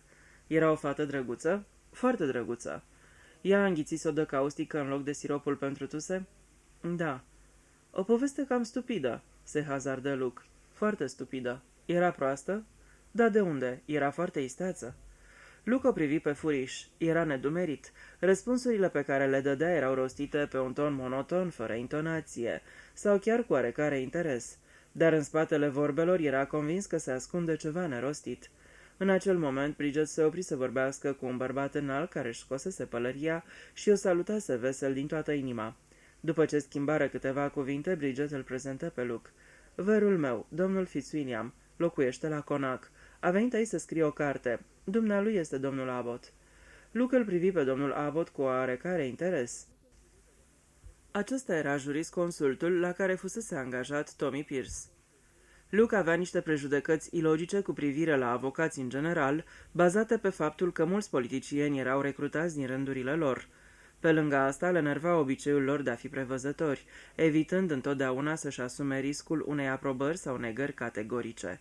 Domnul Abbott totuși nu era nici pe departe tipul convențional de avocat. Nu era nici subțirel, nici slăbuț și nici rezervat. Era un bărbat robust și înfloritor, îmbrăcat cu un costum de tweed și avea un fel inimos și jovial de a se purta. La colțurile ochilor îi se iviseră mici riduri, iar privirea era mult mai ageră decât îți puteai da seama la prima vedere. Scrieți o carte, deci? Un roman? O carte despre folclor, spuse Bridget. Ați venit unde trebuie pentru astfel de lucruri. Aici e o regiune extrem de interesantă. Așa mi s-a spus, spuse Luke. Chiar m-aș încumeta să afirm că mă puteți ajuta. Probabil că ați întâlnit obiceiuri vechi și ciudate sau poate cunoașteți câteva care sunt interesante și încă mai supraviețuiesc. Păi, eu nu prea știu. Poate există, poate... Lumea de pe aici crede în stafii? Întrebă Luke. N-aș putea să vă spun, chiar că n-aș putea. Nici despre case bântuite de stafii? Nu cunosc nimic în genul ăsta. Trebuie să existe superstiții pentru copii. După moartea unui băiat, adică o moarte violentă, stafia băiatului întotdeauna cutreiere locurile. Dar e interesant, niciodată nu se întâmplă lucrul ăsta cu stafia unei fetițe. Foarte interesant. N-am mai auzit niciodată de așa ceva până acum. Era și de așteptat întrucât Luke o inventase pe loc. Se pare că există un băiat pe aici, Tommy, nu știu cum, într-o vreme a lucrat în biroul dumneavoastră. Am motive să cred că oamenii își închipuie că băiatul cutreieră orășelul. Chipul roșcovan al domnului Abbott se făcu stacojiu. Tommy Pierce, un pierdevar, o pușlama băgăreață și obraznică. Se pare că spiritele rătăcitoare sunt întotdeauna oamenii care au avut firi răutăcioase. Cetățenii cu frica lui Dumnezeu rareori supără lumea aceasta după ce au părăsit-o. Cine l-a văzut? Ce-i cu povestea asta? Sunt lucruri greu de deslușit. Oamenii nu fac deschis o afirmație. Totul plutește în aer, după cum se spune. Luke schimbă subiectul cu dibăcie. Persoana cea mai indicată pentru asta este doctorul comunal. Află multe de la pacienții mai săraci pe care îi îngrijește. Tot felul de superstiții și farmece. Probabil elixire de dragoste și toate celelalte. Trebuie să mergeți la Thomas. Thomas e băiat bun, un tip modern din cap până în picioare, nu ca sărmanul Humbleby bătrânul. Era cam conservator, nu-i așa? Încăpățâna la culme, un catâr fără pereche. Ați avut un scandal în toată regula cu planul de canalizare, nu-i așa? Întrebă Bridget. Chipul lui Abbott fu din nou inundat de un val de roșață. Humbleby se opunea din calea progresului, spune el tăios. Se împotrivea planului. S-a și exprimat cam grosolan. A spus ce a venit la gură. Mi-a aruncat niște lucruri bune de-a dreptul să intentez proces. Dar judecătorii nu apelează niciodată la lege, nu-i așa? Murmură Bridget. Știu ei ce știu. Abbott râse cu poftă. Mânia ei pierise la fel de repede cum apăruse. Ești grozavă, domnișoară Bridget, și nici nu greșești prea mult. Noi ăștia care lucrăm cu legile le cunoaștem bine de tot. Ha, ha, ha. Trebuie să vă las. Dați-mi un telefon dacă vreți să vă ajut cu ceva, domnule... Fitzwilliam, spuse Luke, vă mulțumesc, am să vă telefonez. În timp ce își continua plimbarea, Bridget spuse, după cum observ, metoda ta e să faci o afirmație și să vezi ce stârnești cu ea. Metodele mele nu sunt cele mai nimerite, dacă asta te referi. Am observat. Puțin cam stingherit, Luke ezită să mai spună ceva, dar înaintea lui i-a spuse, dacă vrei să afli mai multe despre Amy Gibbs, aș putea să te duc la cineva care să-ți fie de ajutor. Cine anume? O anume domnișoară Wineflat. Amy a stat acolo după ce a plecat de la Conac. Acolo a murit." "Da, înțeleg." Fusese luat prin surprindere. "Ei, îți mulțumesc foarte mult. Locuiește la 2 pași." Traversară părculețul satului. Bridget înclină capul în direcția clădirii înalte în stil georgian pe care Luke observase cu o zi înainte. "Ăsta este Whitehall. Acum e bibliotecă." Lângă clădire mai era o construcție care, față de celelalte, părea mai curând o casă de păpuși. Avea treptele uluitor de albe, ciocănașul de la ușă strălucea, iar draperiile de la ferestre se vedeau albe și dichisite. Bridget deschise poarta și se îndreptă spre trepte. În acea clipă, ușa de la intrare se deschise și o femeie în vârstă își făcu apariția. Luke se gândi că femeia reprezenta tipul de fată bătrână de la țară.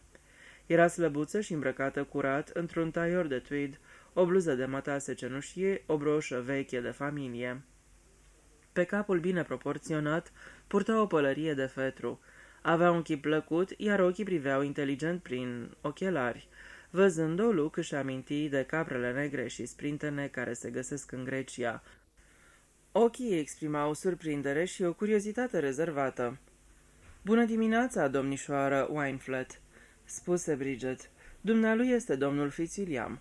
Luke se înclină. "Scrie o carte despre obiceiurile sătești de mormântare și, în general, despre lucrurile legate de ritualuri." "Vai de mine," spuse domnișoara Wineflet. "Ce interesant." Și chipul radios se îndreptă încurajator spre Luke. Lui Fitzwilliam îi amintea de domnișoara Pinkerton.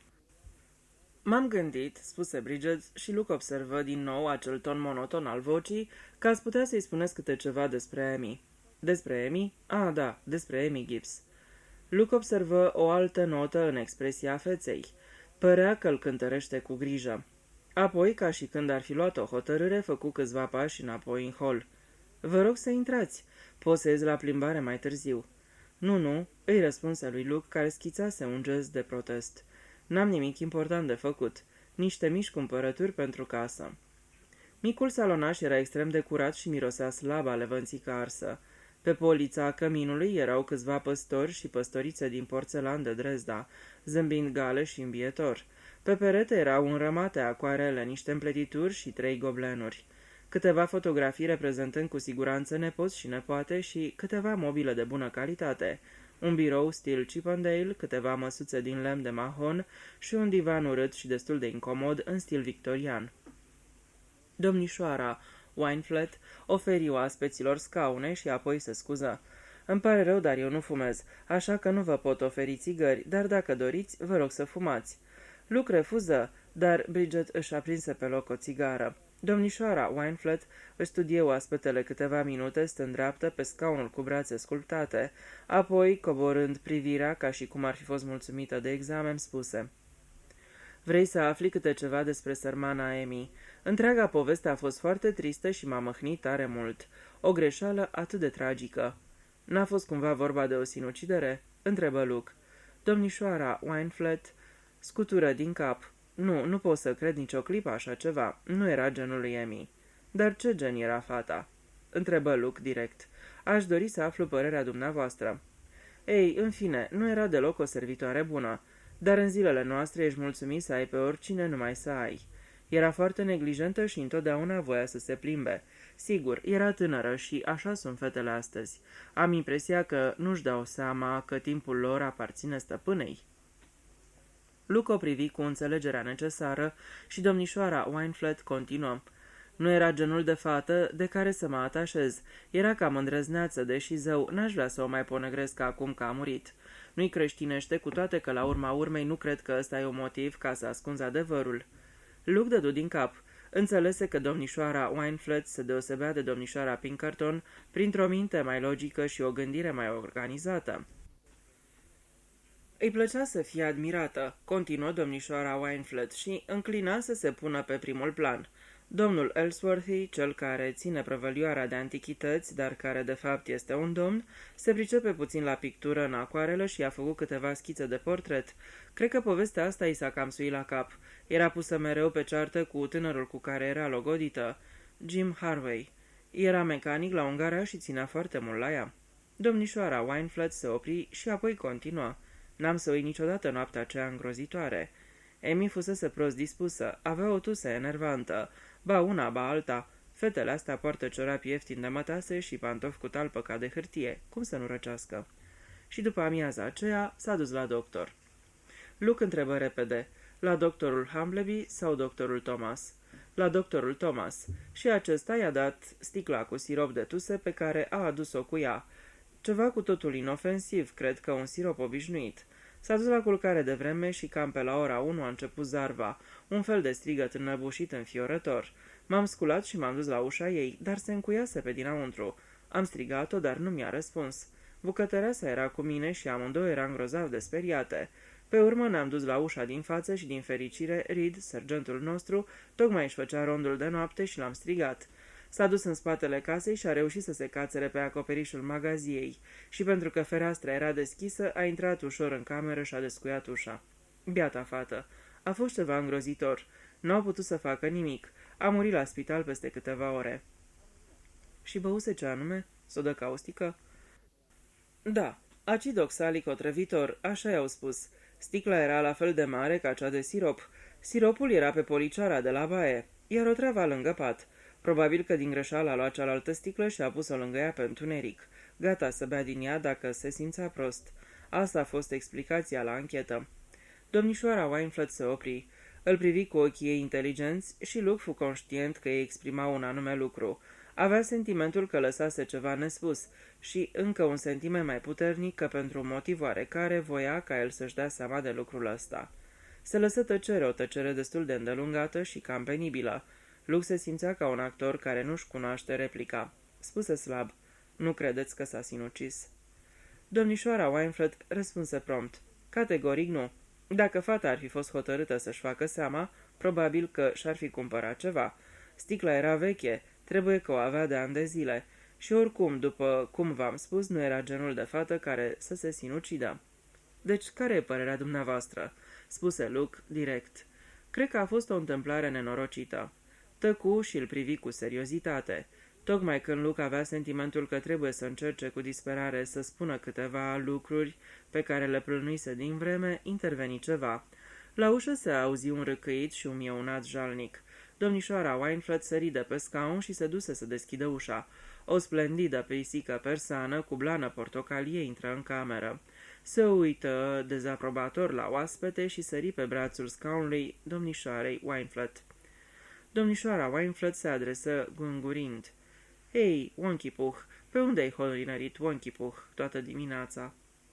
Numele făcu să vibreze o coardă a memoriei lui Luke. Unde mai auzise despre o pisică persană numită Wonchipuh? E o pisică foarte frumoasă, o aveți de mult?"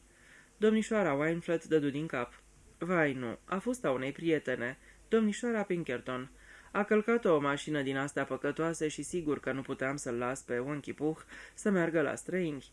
Lavinia ar fi fost foarte supărată. Pur și simplu îl adora. Nu-i așa că-i frumos?" Luke admiră motanul cu gravitate. Ai grijă să-i ferești urechile. L-au durut în ultima vreme," spuse domnișoara Weinfeld. Luke mângâie animalul cu grijă. Bridget se ridică. Trebuie să plecăm." Domnișoara Weinfeld dădu mâna cu Luke. Poate ne vom revedea curând." Luke îi spuse bine dispus. Sigur că da, precis." O văzu nedumerită și puțin dezamăgită. Privirea ei lunecă spre Bridget, o privire rapidă, întrucâtva întrebătoare. Luke simți că între cele două femei există o anumită înțelegere la care nu putea fi părtaș. Lucrul ăsta îl supără, dar își promise în sinea lui să afle totul în cel mai scurt timp. Domnișoara Weinfeld ieși să-i conducă. Luke rămase o clipă în capul scării privind aprobator frăgezimea neștirbită a părculețului și eleșteului. Locul ăsta e de o puritate rar întâlnită," spuse el. Domnișoarei Weinfeld îi se lumină chipul. Într-adevăr," spuse ea energic, este tocmai cum era pe vremea copilăriei mele. Știi, locuiam la Whitehall, dar când a rămas ca moștenire fratelui meu, el n-a vrut să locuiască acolo. De fapt nu-și mai putea permite, așa că l-a pus în vânzare. Un constructor a făcut o ofertă și, după câte cred eu, chiar avea intenția să extindă clădirea.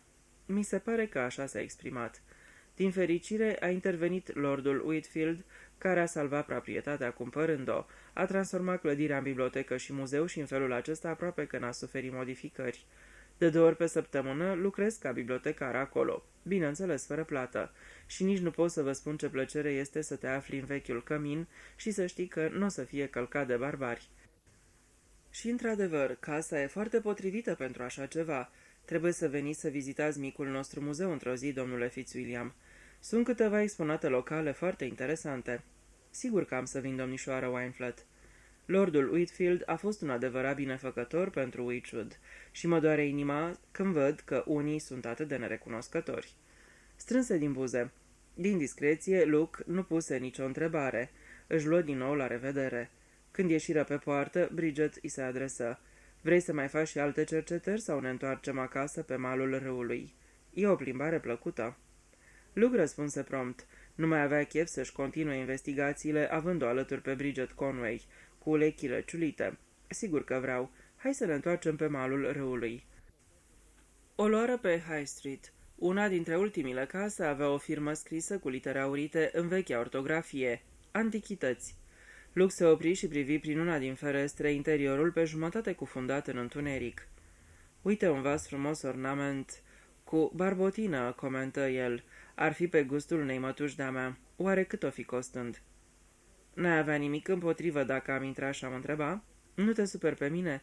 Mie încă îmi place să colim magazinele cu antichități. Câteodată poți să închei un târg foarte convenabil. Mă îndoiesc că ai putea să închei și aici, spuse Bridget sec. Pot să spun că Ellsworthy cunoaște la perfecție valoarea mărfii. Ușa era deschisă. În hol se aflau scaune, canapele, servante, având pe ele vase de porțelan și cositor. De fiecare parte a holului se deschidea câte o încăpere plină cu diferite mărfuri. Luke intră în încăperea din stânga și luă vasul cu barbotină.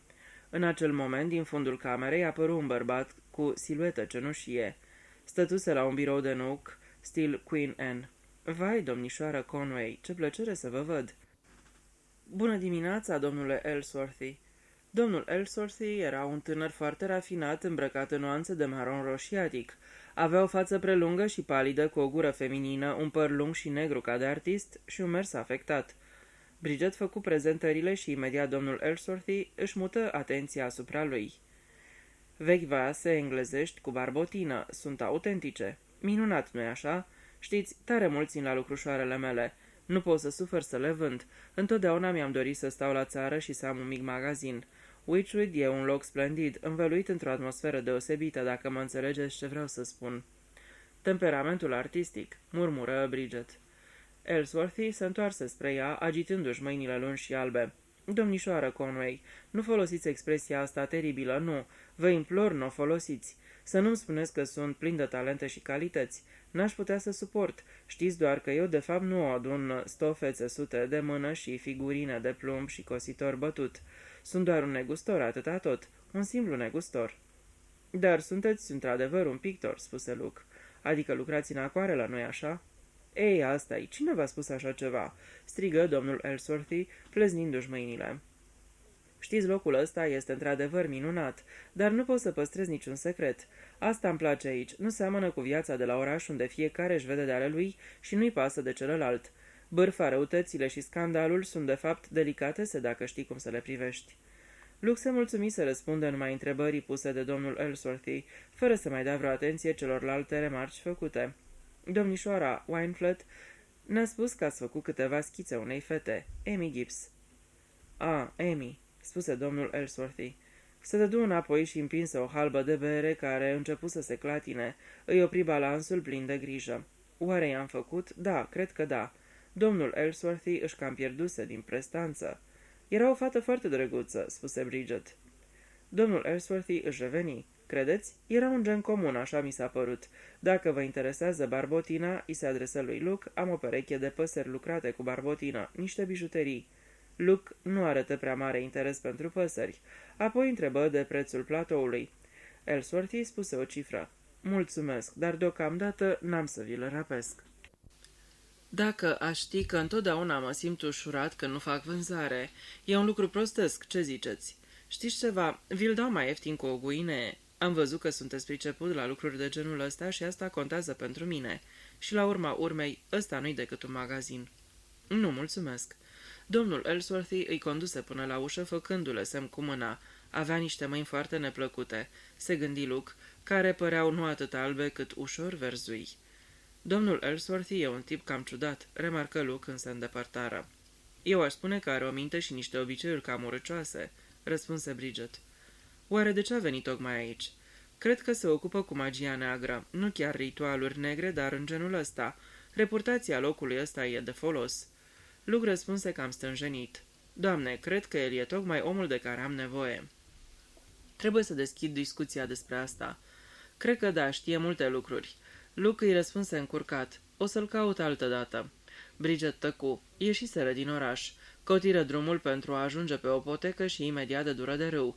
Trecură pe lângă un om scund cu o mustață țeapănă și ochi holbați. Avea 3 buldogi la care țipa pe rând cu o voce răgușită. Nero, vino încoace, domnule. Nelly termină. Dă-i drumul când îți spun. Augustus.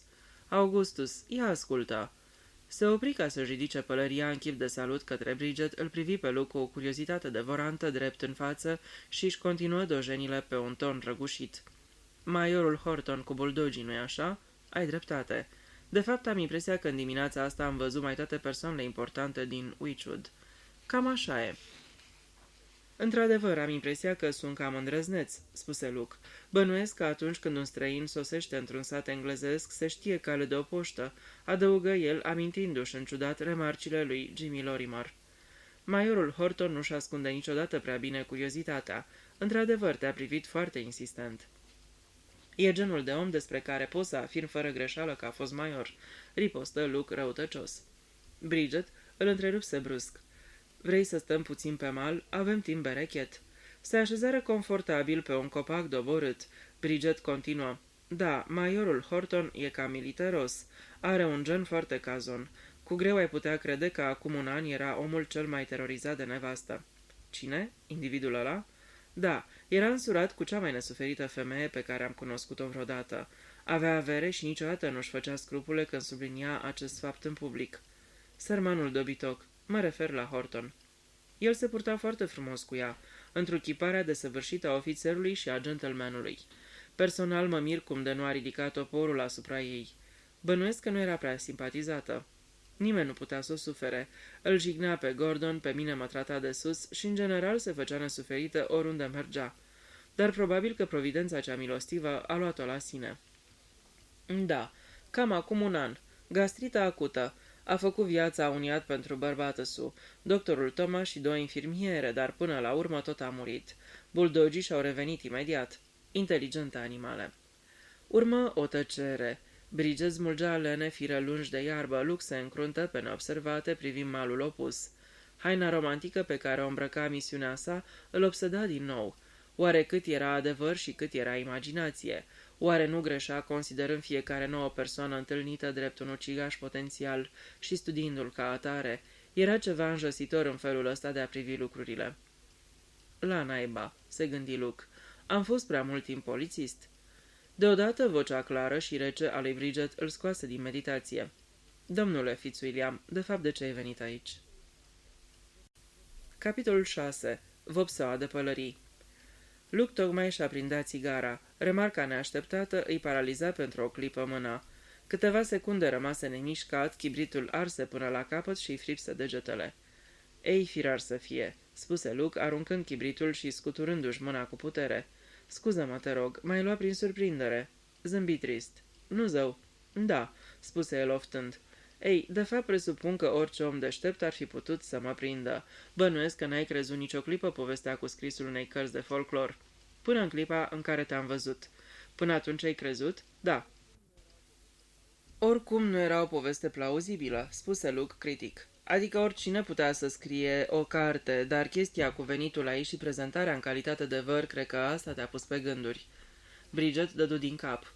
Nu, aveam o explicație pentru asta. Mai bine zis, credeam că o duci greu și am o mulțime de prieteni. De altfel ca și Jimmy, care sunt în situația asta și m-am gândit că el ți-a sugerat povestea cu vărul ca să nu te simți stânjenit. Dar când am sosit, înfățișarea mea ți-a sugerat atât bunăstare, încât explicația anterioară nu mai era plauzibilă. Gura lui Bridget schiță obișnuitul zâmbet. A, nu, n-a fost așa. Pur și simplu m-am gândit că nu ești omul potrivit pentru un scriitor. Adică nu mă duce capul să scriu o carte? Nu mă cruța, prefer să mi-o spui în față. Ai putea să scrii, dar nu cărți de genul ăla. Vechi superstiții, scormonirea trecutului, nu așa ceva. Nu ești omul potrivit pentru care trecutul să însemne prea mult.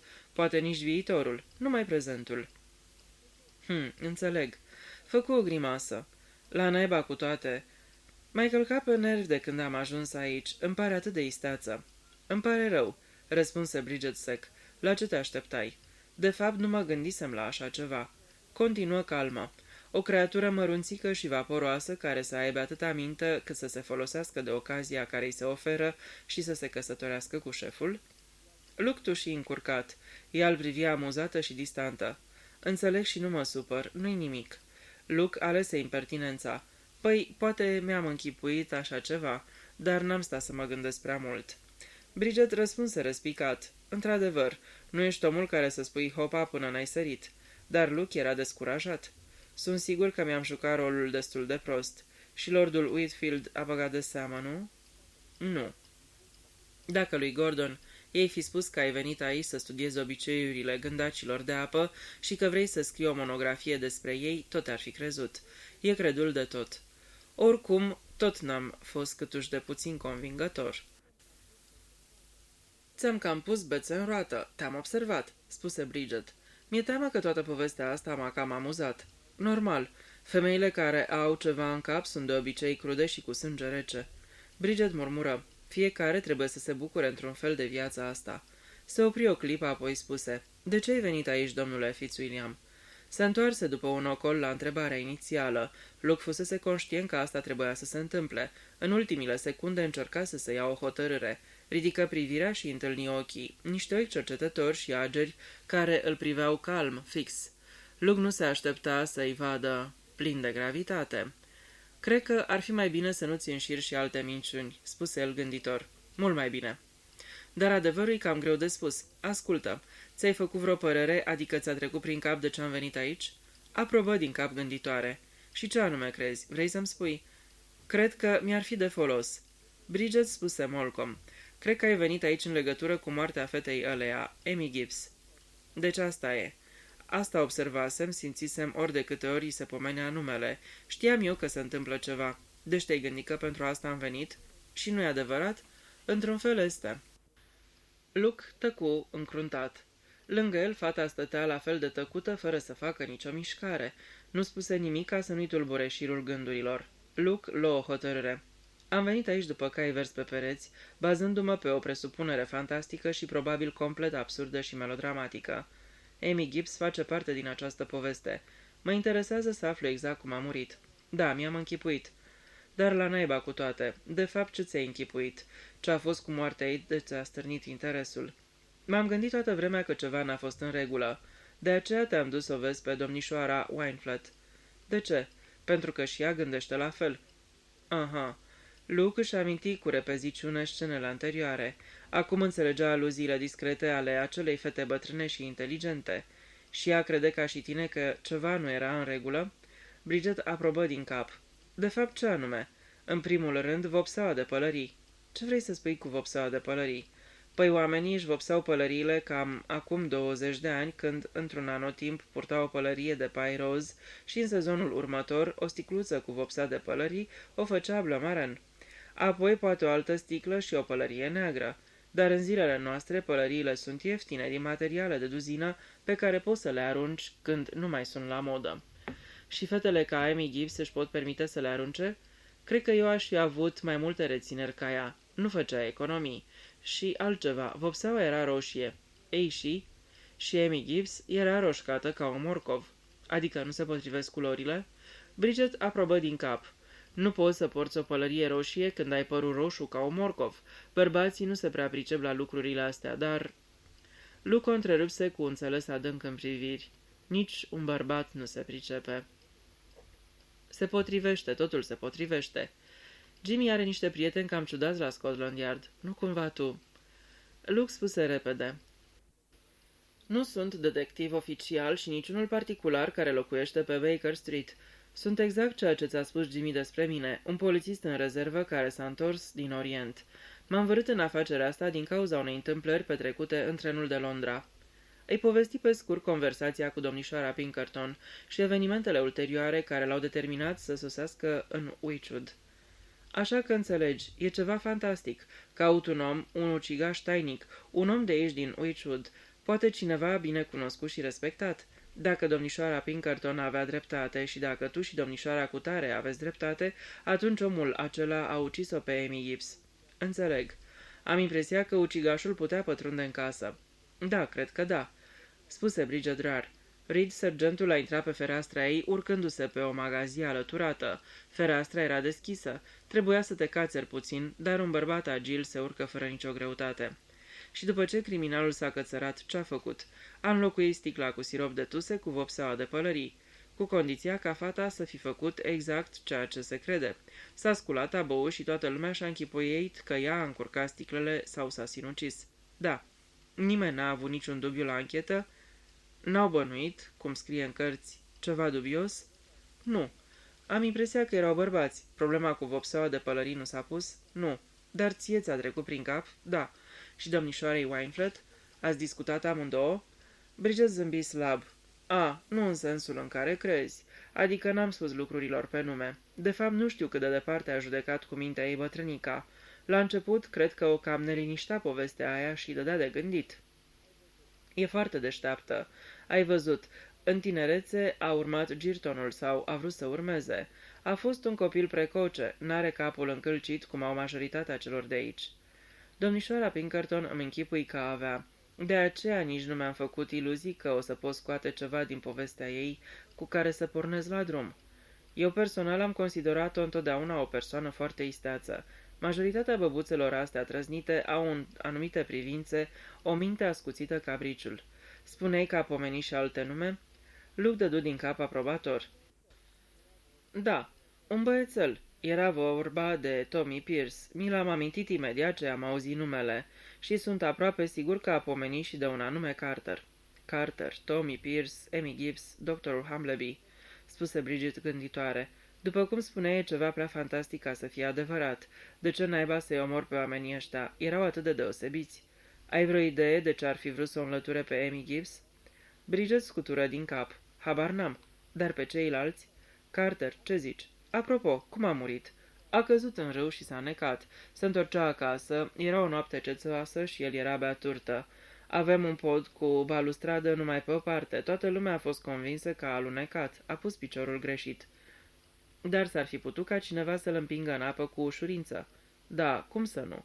Și tot cineva ar fi putut ușor să-i dea un brânci năzdrăvanului de Tommy când spăla geamurile. Și de data asta s-ar fi putut. Deci am ajuns la concluzia că este destul de ușor să lichidezi 3 ființe fără să te bănuiască nimeni. Domnișoara Pinkerton avea bănuieli, aminti Bridget. Avea sărăcuța de ea și eu care credeam că ia lucrurile în tragic sau că își închipuie fel de lucruri. Întotdeauna îmi repeta că lumea este un colțișor plin de păcate. Și-mi închipui că tu zâmbeai atunci îngăduitoare, chiar cu superioritate. Îți propun ceva. Cine în stare să-și imagineze 6 lucruri imposibile până la micul dejun, câștigă jocul. Bridget aprobă din cap. Luke spuse.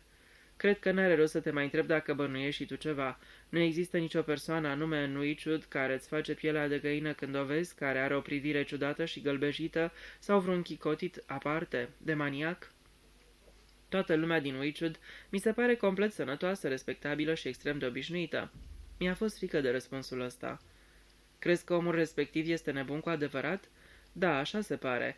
Un nebun adevărat, dar unul viclean. Probabil ultima persoană la care te-ai gândit. Un stâlp al societății, cum este de pildă directorul de la bancă. Domnul Jones, mi-e imposibil să mi-l închipui ucigând cu nemiluita. Atunci probabil că e tocmai cel pe care îl căutăm. Ar putea fi oricine, măcelarul, brutarul, băcanul, un lucrător la fermă, un muncitor la drumuri sau chiar cel care distribuie laptele.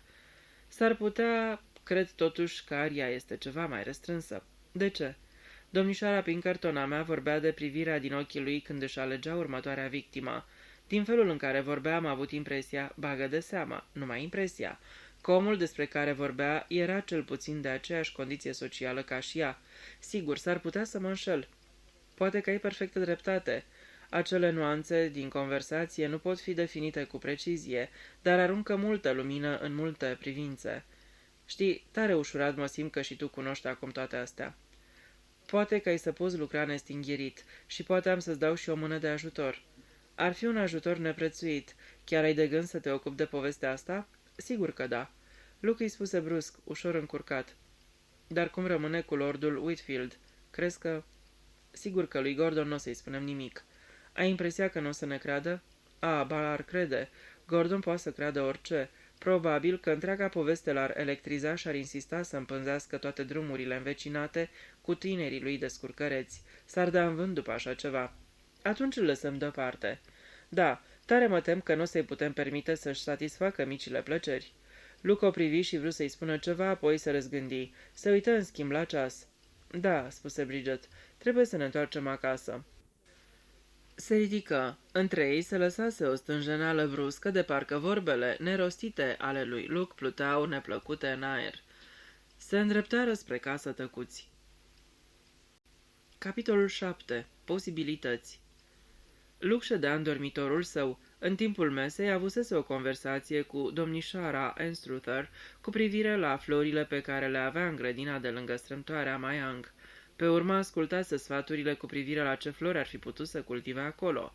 Ascultase chiar după aceea discuții avute cu tinerii despre persoana mea de la Lordul Whitfield. Acum, slavă Domnului, era singur. Luă o foaie de hârtie și scrise câteva nume. Sunau cam așa. Doctorul Thomas, domnul Abbott, Majorul Horton, domnul Ellsworthy, domnul Wake, domnul Jones, tânărul lui Emmy, măcelarul, brutarul, lumânăralul, etc. Apoi mai luă o foaie de hârtie și scrise pe ea victime. Sub acest titlu scrise: Emmy Gibbs, otrăvită. Carter, împins de pe pod. Bat, drogat. Doctorul Hambleby, septicemie. Domnișoara Pinkerton, călcată de mașină. Adăugă: doamna Rose, bătrânul Ben, apoi după un spațiu liber: doamna Horton. Se mai uită odată pe listă, fumă un timp, apoi luă din nou creionul. Doctorul Thomas, învinuire posibilă.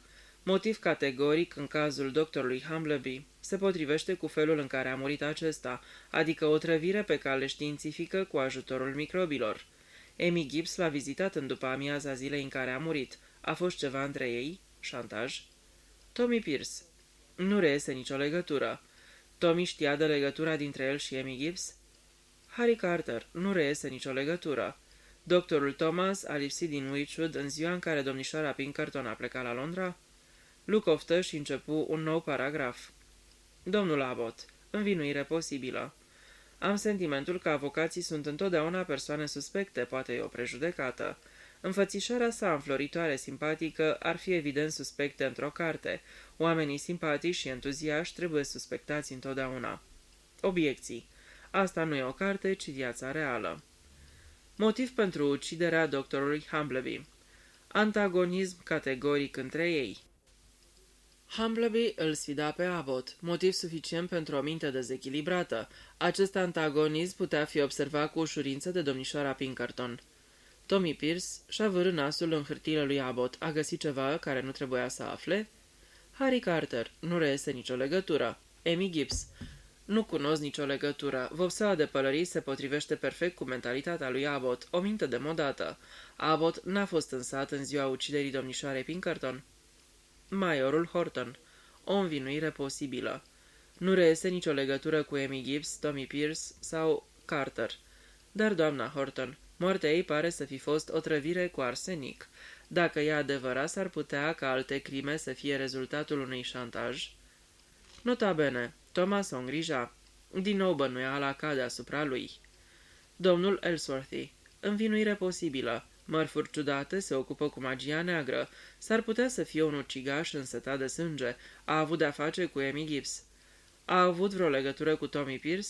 Carter? Nu reiese. Hambleby? Poate că a descoperit starea mentală a lui Ellsworthy. Domnișoara Pinkerton? Ellsworthy nu era în Wychwood când a fost ucisă domnișoara Pinkerton? Domnul Wake. Învinuire posibilă. Foarte puțin probabilă. Poate vreo manie religioasă, o misiune de omor. În cărți cei vizați sunt preoți, bătrâni și sfinți, dar, ca mai sus, aici e vorba de realitate. Notă. Carter, Tommy, Amy, toți sunt evidenți niște persoane dezagreabile. Mai bine să fie îndepărtați dintr-un decret divin. Domnul Jones, dată niciuna. Tânărul lui Amy. Poate are toate motivele să o ucidă pe Amy, dar n-are temei pentru celelalte crime. Ceilalți? Nu-mi pot imagina. Reciti tot ce scrisese, apoi scutură din cap. Murmură încet. Ceea ce este absurd. Cât de frumos a demonstrat Euclid. Rupse foile și le arse. Își spuse în gând. Nu o să fie prea ușor. Capitolul 8. Doctorul Thomas. Doctorul Thomas se sprijini de speteaza scaunului și-și trecu mâna lungă și fină prin părul blond și des. Era un bărbat a cărui înfățișare nu te lăsa să-i ghicești vârsta, deși avea peste 30 de ani. Dacă îl priveai în fugă, ei fi dat vreo 20 și ceva, dar nu chiar sub 20. Chica de păr blond răvășit, expresia de ușoară mirare și tenul alb trandafiriu îi oferea o înfățișare irezistibilă de școlar. Dar oricât de nematurizat ar fi putut să pară, diagnosticul pe care îl pronunțase pentru genunchiul reumatic al lui Luke se potrivi la perfecțiune cu cel dat cu o săptămână în urmă de un specialist eminent din Harley Street. Vă mulțumesc, spuse Luke.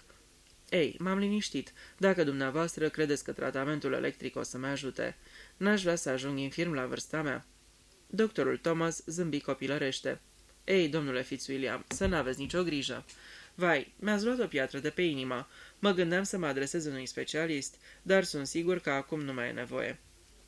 Doctorul Thomas zâmbi din nou. Duceți-vă dacă vreți să fiți cu cugetul împăcat. La urma urmei nu strică niciodată să cer și părerea unui expert. Nu, am deplină încredere în dumneavoastră. Vă spun sincer că aveți ceva foarte simplu la genunchi. Dacă mi urma sfatul, sunt sigur că nu o să vă mai necăjească. Nici nu știți cum m-ați liniștit, doctore. Îmi închipuiam că o să fac artroză și, nu peste mult timp, o să mă lege buștean și n-am să mă mai pot mișca. Doctorul Thomas dădu din cap, zâmbind îngăduitor. Luke spuse repede. Oamenii se sperie foarte ușor, cred că v-ați dat seama. Întotdeauna mi-am închipuit că un doctor trebuie să se simtă vraci, un fel de vrăjitor pentru majoritatea pacienților. Elementul încredere are un mare rol. Știu, așa a spus doctorul, este o remarcă ce se rostește întotdeauna cu respect. Doctorul Thomas ridică din umeri. Dacă aș ști pacienții, murmură el cu umor în glas. Apoi continuă. Scrieți o carte despre magie, nu-i așa, domnule Fitzwilliam? Ei, cum d-ați aflat? Exclamă Luke, poate pe un ton preexagerat de surprins. Doctorul Thomas păru amuzat. Vai, domnule dragă, știrile se răspândesc repede într-un loc ca ăsta. Avem așa de puține subiecte de discuție. Probabil că se și exagerează. O să auziți că am stârnit duhurile și că am întrecut-o pe vrăjitoarea din Endor. Afirmați niște lucruri foarte ciudate. De ce? Păi s-a iscat zvonul că a stârnit stafia lui Tommy Pierce. Pierce? Ăsta e băiețelul care a căzut de pe fereastră? Da. Dar cum s-a ajuns să... Sigur, am făcut niște comentarii față de avocat. Cum îl cheamă? Abbott. Da, povestea a pornit de la Abbott. Să nu-mi spuneți că am convertit un avocat realist să creadă în stafii. Deci dumneavoastră credeți în stafii? După ton s-ar părea că dumneavoastră nu credeți, doctore. Nu pot să spun că într-adevăr cred în stafii, ca să vorbim pe șleau. Dar am cunoscut fenomene curioase legate de moartea violentă sau bruscă. Mă interesează diferitele superstiții legate de morțile violente, de exemplu, că un om asasinat nu-și găsește odihna în mormântul lui, și credința interesantă că sângele victimei începe să curgă dacă îl atinge ucigașul. Mă întreb cum s-au născut asemenea superstiții. Foarte curios, spuse Thomas. Dar cred că puțini oameni își mai aduc aminte de lucrurile astea în zilele noastre. Nici nu vă închipuiți ce mulți își amintesc. Sigur, cred că n-ați avut prea multe crime pe aici, așa că e greu să judecați. Luke zâmbise în timp ce vorbea, ochii rămaseră ațintiți pe chipul doctorului cu o nepăsare prefăcută, dar doctorul Thomas păru netulburat și îi zâmbi și el. Nu cred că am avut vreo crimă de foarte mulți ani și fără îndoială nu de când sunt eu aici. Sigur că nu. Ăsta e un colțișor liniștit, nu îndeamnă la mărșăvii. Doar că Tommy, nu știu dacă n-a fost împins cumva de la fereastră. Luke râse. Din nou, doctorul Thomas îi răspunse cu un zâmbet firesc plin de o undă de uimire copilărească. Mulți ar fi dorit să sucească gâtul puștului, dar nu cred că au ajuns chiar până acolo încât să-l arunce de pe fereastră. Se pare că a fost un copil extrem de obraznic. Îndepărtarea ar fi fost considerată ca o datorie publică. Păcat că teoria asta nu se poate aplica suficient de des. Întotdeauna mi-am închipuit că întreaga comunitate ar profita de pe urma unor crime comise în serie, spuse Luke. Un pisălog care frecventează cluburile, de exemplu, ar trebui să fie dat gata cu un pahar de brandy otrăvit. Pe urmă sunt femeile care se entuziasmează când te văd și ștoacă toate prietenele cu limbile lor ascuțite. Fete bătrâne bârfitoare, conservatori înrăiți, care se pun de-a curmezișul progresului. Dacă ar fi îndepărtați fără să sufere, ce schimbat ar fi viața societății. Zâmbetul doctorului Thomas se transformă în rânjet. De fapt, pledați pentru crimă pe scară largă? Eliminare judicioasă. Nu sunteți de acord că ar fi folositoare? Da, fără îndoială. A, nu sunteți serios, spuse Luke. Eu sunt. Nu respect viața omenească măsura în care o respectă englezul obișnuit. Orice om care stă ca un bolnav în calea progresului ar trebui să fie eliminat. Așa văd eu lucrurile. Trecându-și mâna prin părul blond și scurt, doctorul Thomas spuse: Da, dar cine să judece dacă omul trebuie sau nu să moară? Sigur, asta e greutatea, recunosc Luke. Catolicii consideră că un agitator comunist nu merită să trăiască. Agitatorul comunist l-ar condamna pe preot la moarte ca pe un protector al superstiției. Doctorul ar elimina pe cel bolnav. Pacifistul ar condamna soldatul și așa mai departe. Ar trebui ca judecătorul să fie un om de știință, cineva care să judece fără părtinire și să aibă o minte extrem de specializată, de exemplu un doctor. Fiindcă veni vorba, cred că dumneavoastră ați fi un bun judecător, doctore. Să judec pe cei care nu merită să mai trăiască? Da. Doctorul Thomas dădu din cap. Meseria mea este să-i fac pe cei inapți apți. Recunosc că nu întotdeauna e o muncă ușoară. Ei, ca să avem subiect de discuție, spuse Luke, să luăm pe cineva, de exemplu, răposatul Harry Carter. Doctorul Thomas spuse tăios: Carter? Vă referiți la proprietarul de la Seven Stars? Da, chiar el. Nu l-am cunoscut personal, dar verișoara mea, domnișoara Conway, mi-a povestit de el. Se pare că într-adevăr a fost un ticălos de ultimă speță. Păi, spuse celălalt, era bețiv. Se purta urât cu nevastă sa și își bătea fiica. Se certa cu toată lumea, insulta și se ținea de scandaluri. De fapt, fără el lumea pare mai bună, nu? Da, s-ar părea că așa este. Iar dacă l-a împins cineva în rău în loc să-l lase să moară singur, acel cineva e o persoană care a acționat în interesul public? Doctorul Thomas spuse sec: În strântoarea mea, Young, presupun că ați aplicat metodele astea pe care le susțineți aici? Luke râse. Vai, nu, eu nu fac decât teorii, nu pun nimic în practică. Într-adevăr, nu cred că aveți stofă de criminal. De ce nu? Am fost destul de cinstit când mi-am exprimat părerile. Exact, prea cinstit. Vreți să spuneți că dacă eram într-adevăr o persoană care ia legea în propriile mâini, nu și-ar fi împărtășit nimic din teoriile mele? Exact. Dar s-ar putea să am o anumită credință după care să mă conduc. Aș putea să fiu fanatic al crimei. Chiar și în acest caz ar lucra instinctul de conservare. De fapt, când cauți un criminal, trebuie să ai în atenție genul de om care n-ar omorî nicio muscă. Poate e puțin cam exagerat, dar în orice caz nu e foarte departe de adevăr. Luke spuse brusc: Spuneți-mi, vă rog, mă interesează. Ați dat vreodată peste un om pe care l-ați bănuit de crimă? Doctorul Thomas spuse tăios: Nu, zău, ce întrebare neobișnuită. Credeți? La urma urmei, doctorii întâlnesc atâtea persoane ciudate. De exemplu, ar putea să descopere mai bine semnele incipiente de manie ucigașă la un om atunci când nu sunt încă vizibile pentru ceilalți. Thomas îi răspunse destul de enervat: Dumneavoastră v-ați format o anume imagine de profan despre un maniac ucigaș, un om care aleargă cuprins de amoc, cu un cuțit în mână, cu sau fără spume la gură. Dacă vreți să mă ascultați, lucrul cel mai greu din lume este să descoperi un nebun criminal. După înfățișare ar putea să fie confundat cu oricare altă persoană normală, posibil un om care se sperie ușor, care poate se plânge că are dușmani. Nimic mai mult, o persoană liniștită, inofensivă. Într-adevăr, bineînțeles, un nebun criminal omoară după cum gândește el pentru a se apăra, dar fără îndoială că mulți criminali sunt indivizi obișnuiți și sănătoși ca dumneavoastră și ca mine. Doctore, mă alarmați.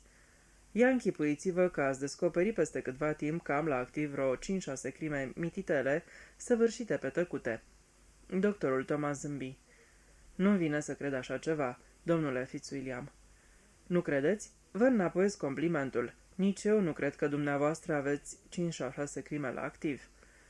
Doctorul Thomas spuse voios: "N-ați spus la socoteală eșecurile profesionale." Râseră amândoi. Luke se ridică și își luă rămas bun. "Tare mă tem că v-am răpit mult timp," se scuză. Nu sunt ocupat. Witchwood e un loc destul de sănătos. E o plăcere să discuți cu cineva din afară." "Tocmai mă întrebam," spuse Luke și se opri. "Ce anume?" "Domnișoara Conway mi-a spus când m-a trimis la dumneavoastră ce om minunat sunteți. Mă întrebam dacă n-aveți senzația că aici sunteți singur ca și îngropat. Nu prea se ivește ocazia să vă desfășurați talentul." "Dimpotrivă, medicina generală pe care o practic aici e tocmai ceea ce trebuie pentru început. Capeți o experiență valoroasă. Dar cred că n-ați fi mulțumit să vă închideți aici toată viața." Fostul dumneavoastră asociat, doctorul Humbleby, era o persoană neambițioasă, după cum am auzit. Era mulțumit de postul lui. Presupun că se stabilise aici de mulți ani." "De fapt, pentru totdeauna. Am auzit că era un doctor priceput, dar de modă veche. Uneori era cam dificil. Era foarte reținut față de toate inovațiile moderne, dar era un bun exemplu al vechii școli de doctori." "Mi s-a spus că are o fată foarte drăguță," spuse Luke glumeț. A avut plăcerea să observe cum chipul doctorului Thomas trece de la roz spre purpuriu. Da." Luke îl privi cu duioșie. Era mulțumit la gândul că îl va șterge pe doctorul Thomas de pe lista suspecților.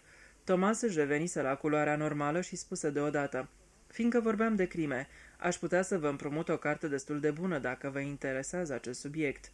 E o traducere din germană, Inferioritatea și crima, de Kreutzhammer." "Vă mulțumesc," răspunse Luke.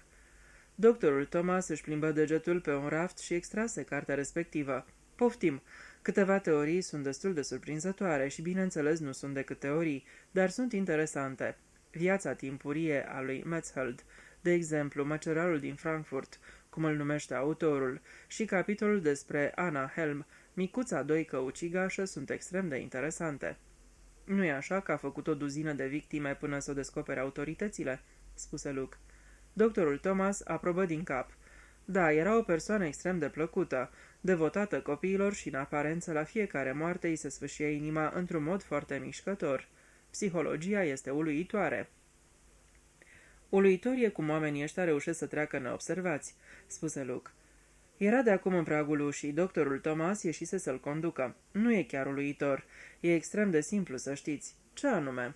"Să omor fără să trezești bănuieli." Zâmbea din nou, un zâmbet de băiețandru încântător. "Cu condiția să fii prudent. Trebuie să fii prudent, asta e tot. Doar cine e deștept are grijă să nu facă vreo greșeală. Ăsta e tot secretul." Zâmbi și se întoarse în casă. Luke rămase privind fix scările. Zâmbetul doctorului avusese o nuanță condescendentă. Tot timpul conversației, Luke fusese conștient că, în comparație cu el, un om maturizat pe deplin, doctorul Thomas era un tânăr plin de avânt și ingeniozitate. Dar pentru o clipă simțise că rolurile se inversaseră. Zâmbetul doctorului fusese cel al unui adult pe care îl amuza istețimea unui copil. Capitolul 9. Vorbește doamna Pierce. Luke cumpărase din micul magazin de pe High Street un pachet de țigări și numărul de azi al neobositului săptămânal Good Cheer, cu care lordul Whitfield își întregea în mod substanțial venitul. Citind rubrica campionatelor de fotbal, Luke mormăi pentru sine părerea de rău că scăpase un câștig de 120 de lire. Doamna Pierce își arătă numai decât înțelegerea și îi vorbi despre dezamăgirea similară suferită de soțul ei. Relațiile de prietenie fiind stabilite, lui Luke nu-i fu greu să prelungească conversația. "Domnul Pierce e mare amator de fotbal," spuse soția sa. "Când citește ziarul, întâi la asta se uită. Și după cum vă spuneam, a avut mare supărare, dar nu se poate să câștige toți. Eu așa cred și vă spun că norocului nu poți să-i comanzi." Luke o aprobă din inimă și trecu la un alt subiect ceva mai profund, și anume că necazurile nu vin niciodată singure. "Vai, nu, domnule Fitzwilliam, într-adevăr, asta o știu pe pielea mea," suspină doamna Pierce. "Și când o femeie are un soț și 8 copii, 6 în viață și 2 în pământ, apoi asta înseamnă că știe ce e la necaz." "Cred și eu că știe. Ce mai? Spuneați că ați îngropat 2? "N-a trecut nicio lună de când l-am îngropat pe unul din ei," spuse doamna Pierce cu un fel de însuflețire amestecată cu tristețe. Vai de mine, ce păcat! N-a fost numai păcat, domnule. M-a lovit ca trăznetul, așa am simțit, ca trăznetul. Mi s-au tulburat mințile când mi-au spus. Nu m-am așteptat niciodată ca Tommy să pățească așa ceva. Când un copil îți face necazuri, nu-i fire să te gândești că poate îl ia Domnul Dumnezeu. Și Emma Jane, puișorul meu drag, nu o să mai apus o crești. Așa mi-au spus. Dumnezeu ia la sine pe cei dragi. Și a fost adevărul Golgolus, domnule. Dumnezeu le știe pe ale lui. Luca aprobă și asta și se strădui să-și mute conversația de la subiectul cu îngerașul de Emma Jane la cel al drecușorului de Tommy. Băiatul a murit de curând? A fost un accident? Da, un accident, domnule. Spăla geamurile la vechea sală a conacului, care acum e bibliotecă, și probabil că s-a clătinat nițel și a căzut de sus de pe fereastră. Așa s-a întâmplat. Doamna Pierce vorbi pe larg și dădu amănunte cu privire la accident. Nu cumva a circulat povestea că țopăia pe pervazul ferestrelor. Doamna Pierce spuse că băieții sunt băieți, dar fără îndoială că l-a pus pe gânduri pe Maior, care și așa este un domn cam agitat. Maiorul Horton? Da, domnule, domnul cu buldogii. După ce s-a petrecut accidentul, s-a întâmplat să pomenească că l-a văzut pe Tommy al nostru lucrând foarte neatent și bineînțeles că dacă l-ar fi speriat cineva, ar fi putut să cadă foarte ușor. Necazul cu Tommy e că a fost o fire prea veselă. Nu odată mi-a dat bătaie de cap, dar vina nu avea decât firea lui. Nimic decât o fire veselă, așa cum poate să aibă orice băiat, dar n-avea inima rea, să știți. Nu, sunt sigur că nu avea, dar știți uneori, doamnă Pierce, oamenilor mai în vârstă și serioși, le vine foarte greu să-și amintească că au fost și ei tineri odată. Doamna Pierce suspină. Niște vorbe tare adevărate, domnule. Nu pot să mă abțin să nu sper că anumitor domni, pe care aș putea să-i numesc, dar nu vreau, le-a părut rău că s-au purtat urât cu băiatul, numai pentru că era o fire veselă. Le juca feste stăpânilor, nu? Întrebă Luke, zâmbind cu indulgență. Doamna Pierce răspunse repede. Se distra și el, domnule, atât. Tommy se pricepea tare bine să imite. Ne făcea să ne strâmbăm de râs când îl imita pe domnul Ashworthy de la prăvălia cu antichități sau pe bătrânul Hobbs, paznicul de la cimitir. Și tocmai când făcea pe stăpânul de la conac, de râdeau cele două ajutoare ale grădinarului, hop că a sosit Tiptil și stăpânul și l-a dat afară pe Tommy chiar atunci. Știu eu că nici nu se putea aștepta la altceva. A fost drept, dar stăpânul nu i-a purtat pică și l-a ajutat pe Tommy să-și găsească altă slujbă. Dar alții nu au fost la fel de mărinimoși, nu? Nu prea, domnule. Nu vreau să dau nume și nici nu v-ar trece prin cap că domnul Abbott poate să se poarte în felul ăsta, când e vorba de un om atât de simpatic și întotdeauna are câte o vorbă bună sau câte o glumă la îndemână. Tommy l-a supărat. Sunt sigură că băiatul n-a avut niciun gând rău și la urma urmei, dacă ai acte secrete și nu trebuie citite de toată lumea, apoi nici nu trebuie lăsate pe masă. Eu așa cred. Chiar așa, spuse Luke. Într-un birou de avocat, documentele persoanelor ar trebui păstrate în safe. Da, domnule, eu așa cred și soțul meu e de acord cu mine. Și Tommy nici măcar n-a citit mult din ele. Ce era, un testament? Se gândise probabil pe bună dreptate că întrebarea cu privire la natura documentului respectiv ar fi jenat-o pe doamna Pierce. Dar întrebarea pusă direct declanșă un răspuns instantaneu. A, nu, domnule, nici vorbă, nimic important. Doar o scrisoare personală de la o doamnă și Tommy nici n-a văzut ce doamnă era. Prea multă zarvă pentru un fleac, eu așa zic. Probabil că domnul Abbott e o persoană care se supără foarte repede. Ei, cam așa s-ar părea, nu? Deși, după cum ziceam, e un domn cu care îți face plăcere să stai de vorbă. Mereu îți spune câte o glumă sau te îmbărbătează, dar e adevărat că am auzit că nu-i prea bine să-i te pui contra. El și cu doctorul Hamleby erau la cuțite, după cum se spune, numai că bătrânul domn a murit. Și nici domnului Abbott nu i-a venit prea bine după aia când se gândea cum se aveau.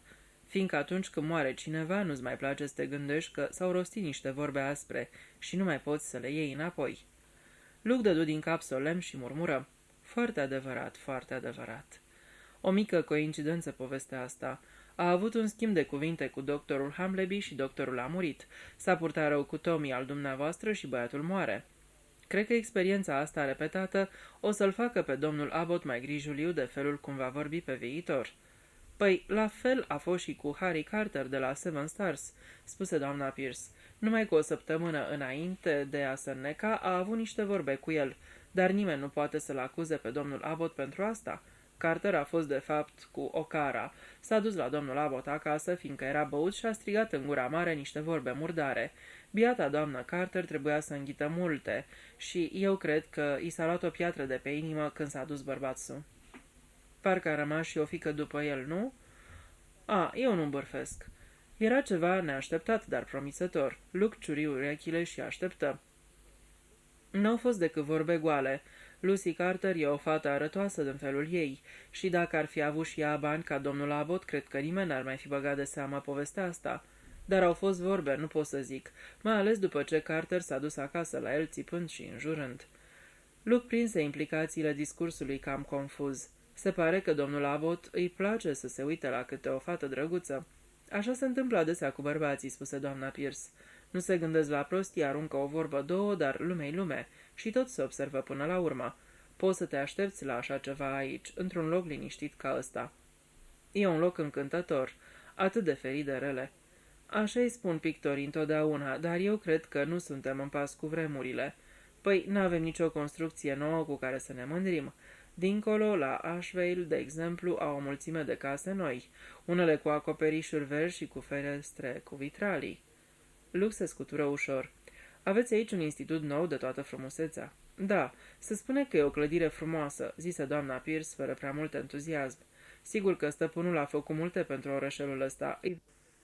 Îi vrea numai binele, asta o știm cu toții. Dar nu credeți că strădanile lui sunt încununate de succes? Spuse Luke amuzat. Păi sigur, domnule, dumnealui nu face parte din lumea bună, nu-i ca domnișoara Wineflat, de exemplu, sau ca domnișoara Conway. Păi tatăl lordului Whitfield a avut o prăvălioară de încălțăminte la numai câteva case mai încolo. Maica mea își aduce aminte de Gordon Reg, care servea în prăvălie și l-amintește foarte bine. Ei, acum e lord și e bogat, dar nu e niciodată același lucru. Nu-i așa, domnule? Sigur că nu. Mă scuzați că am amintit de asta, domnule, știu că locuiți la Conac și scrieți o carte, dar mai știu că sunteți vărul domnișoarei Bridget și asta schimbă lucrurile. Tare ne-am bucurat să devină stăpână la Ash Manor. Nu mă îndoiesc. Plătiți țigările și ziarul foarte brusc. Se gândi. Elementul personal. Trebuie să-l lasă să strecoare. La naiba, sunt în căutarea unui criminal. Ce contează dacă vrăjitoarea aia cu părul negru se mărită sau nu? Ea n-are niciun amestec. Mergea încet pe stradă, făcu un efort să nu se mai gândească la Bridget. Ei, și acum Abbott. Zarurile se întorc asupra lui Abbott. L-am legat de 3 victime. S-a certat cu Hamleby, cu Carter și cu Tommy Pierce și toți 3 au murit. Dar ce-i cu fata, Amy Gibbs? Oare ce scrisoare intimă a văzut băiatul ăla zăpăcit? Știa de la cine a fost primită? Sau nu știa? S-ar putea să nu-i fi spus maicăsii. Dar dacă știa, dacă Abbott s-a gândit că era necesar să închidă gura, s-ar putea. Deci asta e tot ce pot să spun. S-ar putea. Nu mă mulțumește. Luke grăbi pasul, uitându-se în jur cu o exasperare subită. Satul ăsta blestemat mă scoate din minți. Atât de zâmbitor și liniștit, atât de inocent și tot timpul nebunia asta cu crima trece prin el. Sau sunt eu cel nebun. Sau Lavinia Pinkerton a fost zmintită. La urma urmei, toată povestea ar putea fi o coincidență, da, moartea lui Hamleby și toate. Se uită în josul străzii principale și fu cuprins de sentimentul puternic că plutește undeva în ireal. Își spuse în sine, lucrurile astea nu se întâmplă. Apoi ridică ochii spre marginea lungă și apăsătoare a coastei Ash și deodată senzația de ireal se spulberă. Coasta Ash era reală, cunoștea lucrurile stranii, vrăjitorie, cruzime și pofte de sânge uitate, ritualuri drăcești. Privirea-i rămasă nemișcată. 2 siluete mergeau pe culmea dealului. Le recunoscu cu ușurință, Bridget și Ellsworthy. Tânărul gesticula cu mâinile lui curioase și neplăcute. Capul îi era aplecat spre Bridget. Arătau ca 2 siluete desprinse dintr-un vis. Parcă ar fi călcat prin iarbă cu pași ușor de pisică. Îi văzu părul negru învolburându-se în spate din cauza unei rafale de vânt. Din nou fu cuprins de stranie ei vrajă. Sunt vrăjit, ce mai? Sunt vrăjit, își spuse în gând. Stătu nemișcat, învăluit de o senzație de moleșală. Se gândi cu părere de rău. Cine o să rupă vraja? Nu e nimeni. Capitolul 10. Rose Hamleby. Un zgomot ușor din spate îl făcuse să se întoarcă brusc. Era o fată deosebit de drăguță, cu păr castaniu buclat și cu ochi albastru închis, care priveau timid. Se înroși stânjenită înainte de a vorbi. Sunteți domnul Fitzwilliam, nu-i așa? Da, eu. Eu sunt Rose Humbleby. Bridget mi-a spus că ați cunoscut niște prieteni de-ai tatei. Luke a avut bunul simț să roșească ușor sub bronzul pielii. A, de mult, spuse el neconvingător. L-am cunoscut, când era tânăr, înainte de a se căsători. Aha, înțeleg. Rose Humbleby păru puțin dezamăgită, dar continuă. Scrieți o carte, nu-i așa? Da, îmi strâng însemnări despre superstițiile locale, tot felul de lucruri de genul ăsta. Înțeleg, pare grozav de interesant. O să fie probabil o carte plictisitoare la culme, o asigură Luke. A, nu, sunt sigură că nu va fi. Luke zâmbi, se gândi. Doctorul Thomas e un om norocos. Apoi spuse, există oameni care pot face subiectul cel mai captivant, infernal de plictisitor. Tare mă tem că eu fac parte dintre aceștia. Vai, dar de ce? Nu știu, dar am convingerea asta. Rose Humbleby spuse, s-ar putea să faceți parte dintre acei oameni care fac subiectele plictisitoare extrem de captivante. Sunteți drăguță, vă mulțumesc. Rose Humbleby îi înapoiase zâmbetul, apoi spuse, credeți în superstiții și în lucruri de-astea? Asta e o întrebare complicată și grea și de fapt nu este esențială. Se poate să te intereseze anumite lucruri în care să nu crezi. Da, cred că da, spuse fata cu oarecare îndoială. Sunteți superstițioasă? Nu prea, dar am credința că lucrurile ți se întâmplă valuri. Valuri? Da, valuri de noroc sau ghinion. Vreau să spun, am senzația că în ultima vreme Witchwood a fost parcă sub o vrajă aducătoare de nenorociri. Tata a murit, pe domnișoara Pinkerton a călcat-o o mașină și băiețelul ăla a căzut de pe fereastră. Am sentimentul... Nu știu, dar parcă aș urâ locul ăsta, parcă ar trebui să plec de aici. Începu să respire repede. Luke o privi dus pe gânduri. Deci, aveți acest sentiment? Da, știu că e o prostie. Cred că e numai din cauza morții neașteptate a bietului meu tată. Totul s-a petrecut atât de brusc. Se cutremură. Și apoi domnișoara Pinkerton spunea... Fata se opri. Ce spunea? Era o bătrânică încântătoare, așa cum am cunoscut-o eu. Semăna foarte bine cu una din mătușile mele preferate. Ați cunoscut-o? Chipul îi se lumina. O îndrăgeam foarte mult și ea era foarte devotată tatei, dar uneori mă întrebam dacă nu cumva era ceea ce scoțienii numesc fei. Sortit morții, pe punctul de a muri, dezechilibrat, adesea nutrind o încredere exagerată în sine. De ce? Pentru că ciudat, dar ei era frică să nu-i se întâmple ceva aici. Aproape m-a prevenit, mai ales să-l ferez de accidente. Și pe urmă, în ziua aceea, chiar înainte de a pleca la Londra, s-a purtat tare ciudat. Era agitată la culme. Domnule Fitzwilliam, eu personal cred că făcea parte dintre oamenii care au presimțit. Cred că știa că îi se va întâmpla ceva. Probabil știu că și tatei o să-i se întâmple ceva. Este înspăimântător. Făcu un pas către el. Uneori poți să prevezi viitorul, spuse Luke, dar asta nu ține totdeauna de supranatural.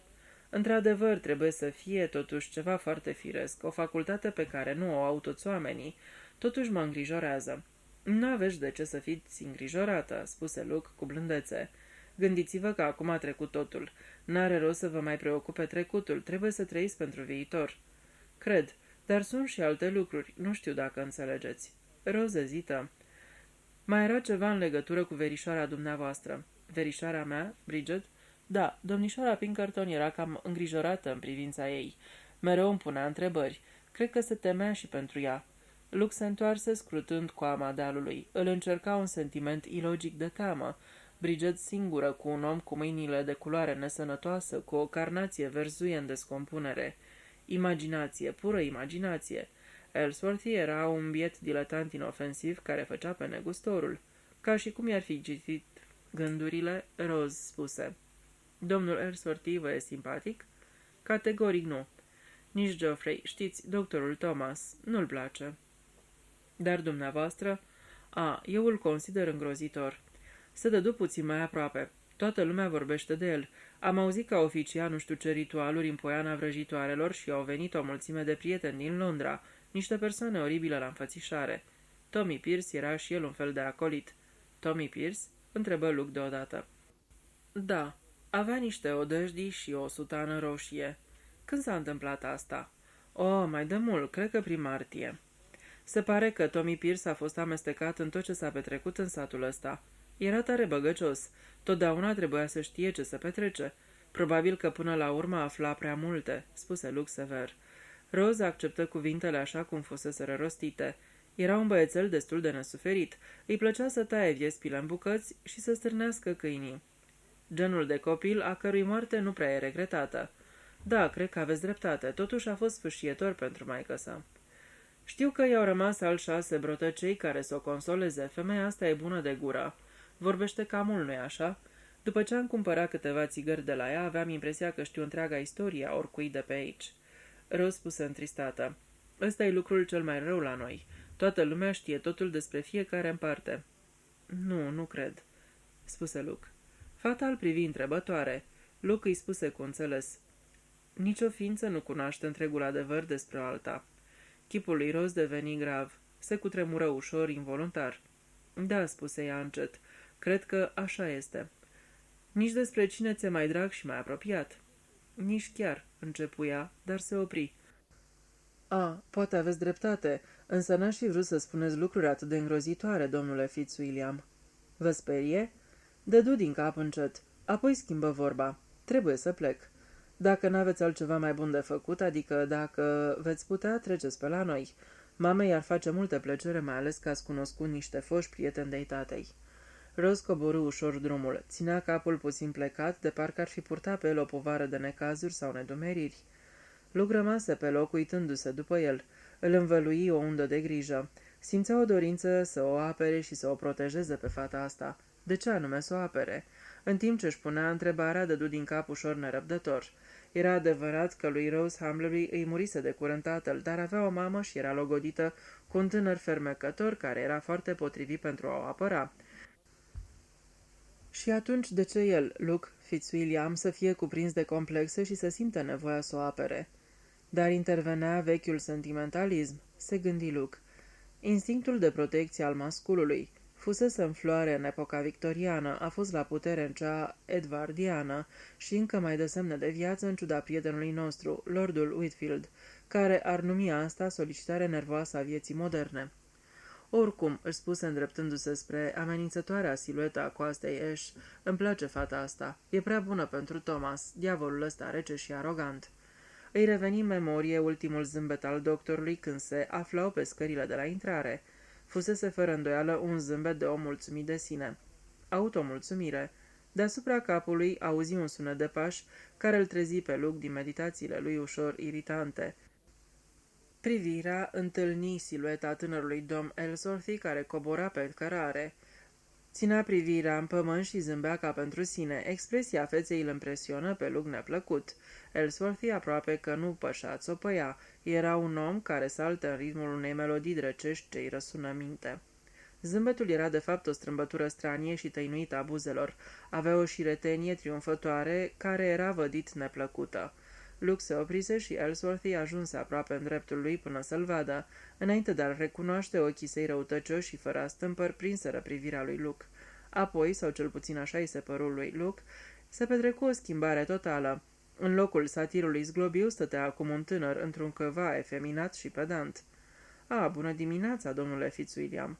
Bună dimineața!" spuse Luke. Ați admirat frumusețile naturii?" Mâinile lungi și palide ale domnului Ellsworthy se ridicară într-un gest de reproș. Vai, nu, vai de mine, nu, urăz natura. E o stricată, vulgară și fără pic de imaginație. Întotdeauna am fost de părere că nu te poți bucura de viață până nu pui natura în locul ei. Și dumneavoastră cum a sugerat să procedăm? Sunt fel de căi. Într-un loc ca ăsta, un colțișor de provincie delicios, poți să găsești cele mai plăcute distracții dacă ai acel flair. Eu mă bucur de viață, domnule Fitzwilliam. Și eu la fel, spuse Luke. Mensana in corpore sano, spune domnul Ellsworthy. Vocea sa capătă slabe inflexiuni ironice. Sunt convins că dumneavoastră urmați întocmai zicala, continuă el. Sunt și alte lucruri mai grave.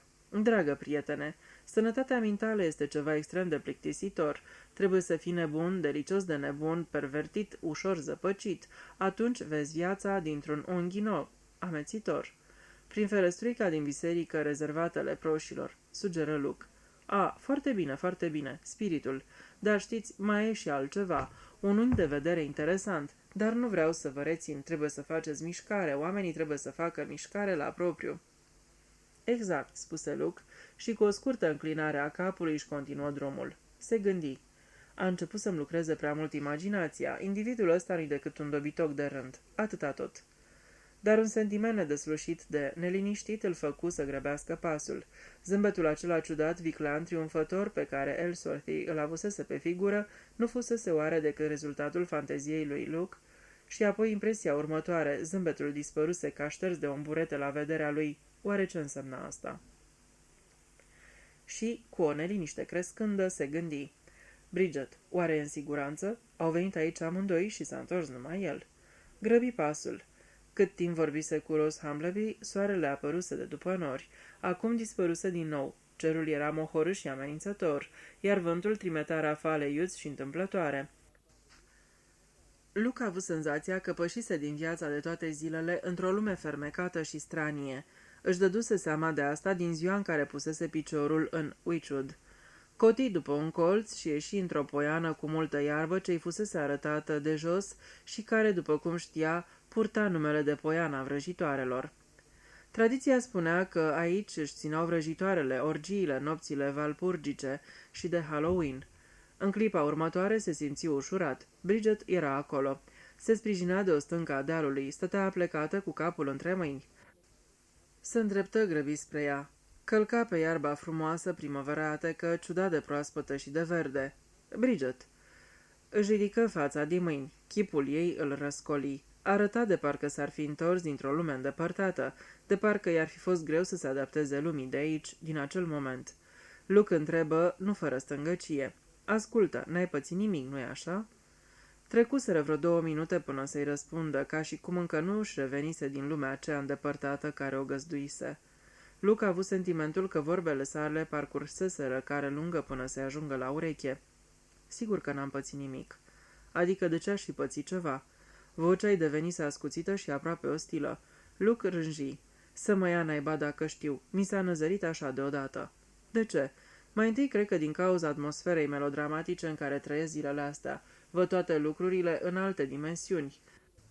Dacă te scapi din vedere, o oră sau 2, în mod firesc îmi închipui că-ți voi găsi cadavrul însângerat în vreun șanț, parcă ar fi dintr-o piesă sau într-un roman. Eroinele nu sunt ucise. Da, dar... Luke se opri la timp. Ce-ai vrut să spui? Nimic. Slavă Domnului că se oprise la timp. Parcă nu prea îți vine să spui unei tinere atrăgătoare. Dar tu nu ești eroină. Bridget continuă. Eroinele sunt răpite, întemnițate, lăsate să moare, asfixiate, cu gaze sau necate în pivniță. Sunt tot timpul în pericol, dar nu mor niciodată. Nici nu se topesc în aer. Apoi continuă. Deci asta e poiana vrăjitoarelor? Da. O privi. Îți lipsește coada de mătură, spuse el cu brândețe. Îți mulțumesc, domnul Ellsworthy s-a exprimat cam la fel. Tocmai m-am întâlnit cu el. Asta de vorbă? Da. Cred că a vrut să mă scoată din sărite. Și a reușit? A folosit metode cam copilărești. Se opri apoi continuă brusc. E un individ ciudat, o clipă ai senzația că nu e decât un zăpăcit și pe urmă brusc te întreb dacă totuși nu e altceva, mai mult decât atâta. Bridget îl privi. Deci și tu ai simțit. Nu cumva gândim la fel? Da. Luke așteptă. Bridget spuse. Are ceva straniu în el, știi, m-am tot întrebat azi noapte, n-am închis un ochi, tot frământându-mi mintea. M-am gândit la întreaga poveste. Dacă într-adevăr e vorba de un criminal, cred că eu ar trebui să știu cine anume e. Adică așa ar fi firesc, având în vedere că locuiesc aici și toate celelalte. M-am gândit și m-am răzgândit și am tras concluzia că dacă într-adevăr există un criminal, atunci el trebuie să fie fără discuție nebun. Aducându-și aminte de cuvintele doctorului Thomas, Luke o întrebă. Nu crezi că respectivul criminal ar putea fi la fel de sănătos ca noi toți? Genul ăsta de criminal nu. După părerea mea, criminalul ăsta trebuie să fie nebun. Și asta, cum vezi, m-a îndreptat spre Ellsworthy. Dintre toți cei care stau aici, el e singurul care este categoric un tip ciudat. Și este ciudat. Nu poți să negi. Luke spuse cu îndoială. Sunt mulți ca el, diletanți, pozări, care de obicei sunt total inofensivi. Da, dar el cred că e altfel. Are niște mâini atât de scârboase. De ce ai băgat de seama? Ce caragios lucru și eu observasem. De fapt nu sunt albe, sunt verzi. Da, asta e senzația pe care o încerci. Totuși nu poți să învinovățești pe cineva de crimă pentru nuanțele pielii. Într-adevăr, avem nevoie de dovezi. Dovezi? Mormăi Luke. Este exact ceea ce ne lipsește cu desăvârșire. Individul a fost prea prevăzător. Un criminal prevăzător, un nebun prevăzător. Am încercat să te ajut, spuse Bridget. În cazul Ellsworthy? Da, m-am gândit că eu aș putea să-l trag mai bine de limbă. Am reușit puțin. Povestește-mi. Ei bine, se pare că are o mică coterie, o gașcă de prieteni nesuferiți. Vin din când în când aici să-și desfășoare ritualurile. Adică fac ceea ce se numește orgii de neînchipuit. Nu știu dacă sunt de neînchipuit, dar fără discuție că sunt orgii. În realitate totul sună extrem de prostesc și pueril. Presupun că divinizează pe necuratul și execută dansuri obscene. Cam așa ceva. După câte s-ar părea, se distrează grozav. Aș putea să adaug și eu ceva. Tommy Pierce a luat parte la una din ceremonii. Era un acolit. Avea o sutană roșie. De știa? Da. Și asta ar putea să explice moartea. Vrei să spui că a vorbit despre ce a văzut? Da, sau poate a încercat un soi de șantaj. Bridget spuse gânditoare. Știu că toate sunt atât de rupte de realitate, totuși când le aplic la Ellsworthy, nu mai par așa de fantastice. Da, sunt de acord. Toată povestea se transformă din una ireală într-una posibilă. Am făcut deci legătura cu două dintre victime, spuse Bridget, Tommy Pierce și Amy Gibb. Și unde mai plasăm pe Humbleby și pe cărciumar? Pentru moment nicăieri. Poate cărciumarul, dar în cazul lui Humbleby mă gândesc la un motiv pentru care a fost îndepărtat. Era doctor și probabil că descoperise starea anormală a sănătății lui Ellsworthy. Da, e posibil. Apoi Bridget izbucni în râs. M-am descurcat bine dimineața asta. Se pare că am mari posibilități psihice, iar când i-am spus că una dintre străbunicile mele a scăpat ca prin urechile acului să nu fie arsă pentru vrăjitorie, mi-au crescut acțiunile. Cred chiar că voi fi invitată la una dintre orgiile de la întrunirea viitoare cu prilejul jocurilor satanice. Bridget, pentru numele lui Dumnezeu, ai grijă. Îl privi surprinsă. Luke se ridică. Tocmai m-am întâlnit cu fiica doctorului Humbleby. Am vorbit despre domnișoara Pinkerton și ea mi-a spus că domnișoara Pinkerton era tare îngrijorată în privința ta. Bridget, care tocmai se scula în picioare, încremeni ca și cum ar fi fost imobilizată. Cum adică? Domnișoara Pinkerton să fie îngrijorată în privința mea? Așa mi-a spus Rose Humbleby. Rose Humbleby? Da. Și ce a mai spus? Atât. Precis? Absolut precis.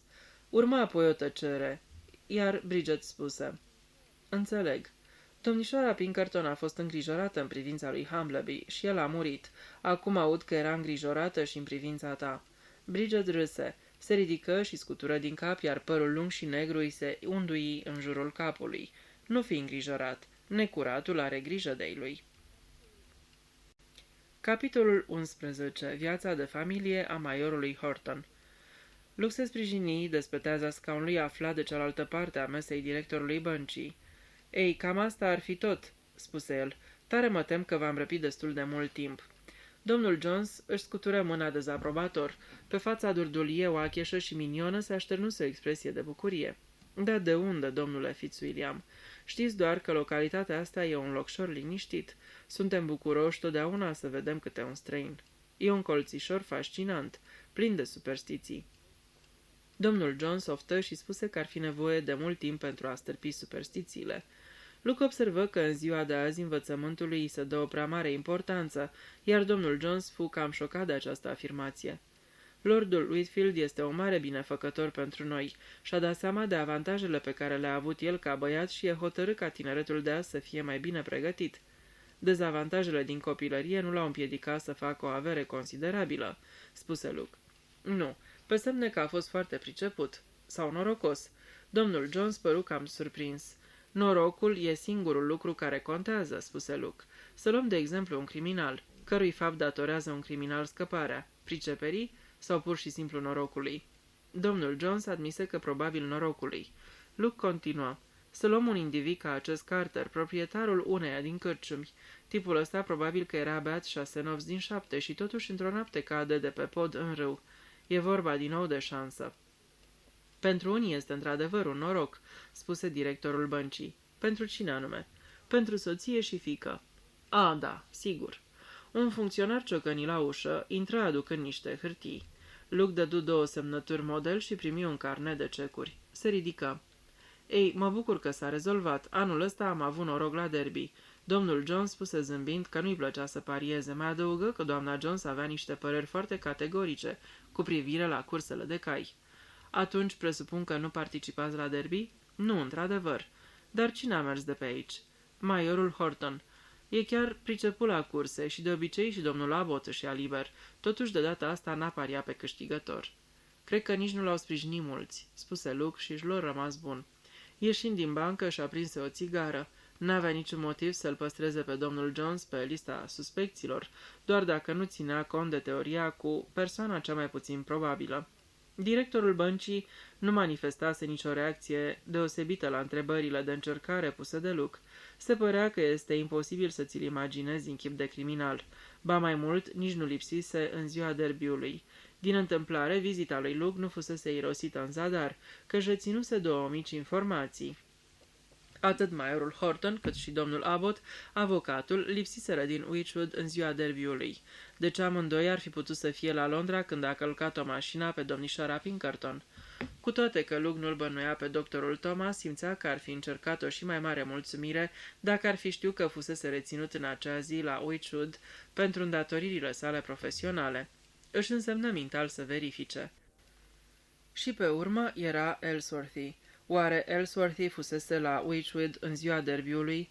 Dacă da, presupunerea că el ar fi criminalul cădea de la sine. Totuși, se gândi Luke, era posibil ca moartea domnișoarei Pinkerton să nu fi fost nimic altceva decât un simplu accident, așa cum de altfel se presupusese. Dar respinse această teorie. Moartea survenise prea la timp. Luke se urcă în mașina sa trasă lângă bordură și porni spre garajul Pipwell, care se afla în celălalt capăt al străzii principale. Voia să discute niște probleme mărunte cu privire la mașină. Un mecanic tânăr și chipeș, plin de pistrui, îl ascultă privindu-l cu ochi inteligenți. Cei doi oameni ridicară capota și se adânciră într-o discuție tehnică. Se auzi o voce. Jim, vino puțin încoa." Mecanicul cel pistruia se supuse. Jim Harvey. Era într-adevăr Jim Harvey, prietenul lui Emmy Gibbs. Se întoarse într-o clipă cerându-și scuze și discuția luă din nou o întorsătură tehnică. Luke consimți să lase mașina acolo. Pe când se pregătea să plece, întrebă ca din întâmplare. Ți-a mers bine cu derbiul anul ăsta?" Nu, domnule. Am pariat pe Clerigold. Am impresia că puțin au pariat pe Jujube 2. Într-adevăr, cred că nici ziarele n-au socotit că are vreo șansă." Luke aprobă din cap. Cursele de cai sunt jocuri nesigure. Ai văzut vreodată vreun derby?" Nu, domnule, dar tare mi-ar plăcea. Am cerut și eu o zi liberă anul ăsta.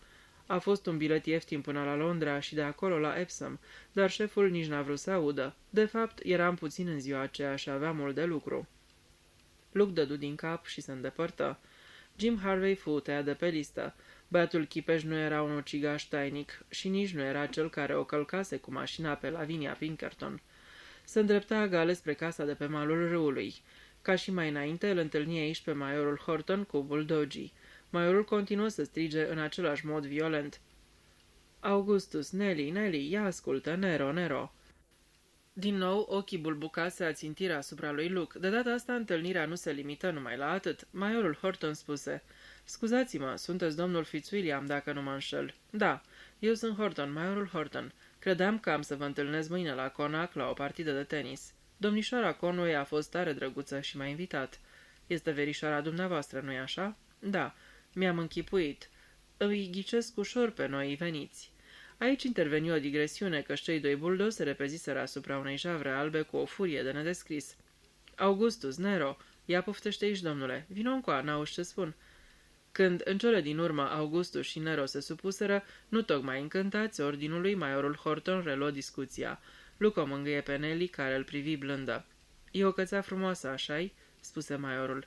Îmi plac buldogii, întotdeauna am ținut câțiva. Îi prefer oricărei alte rase. Locuiesc prin apropiere. Hai să bem ceva."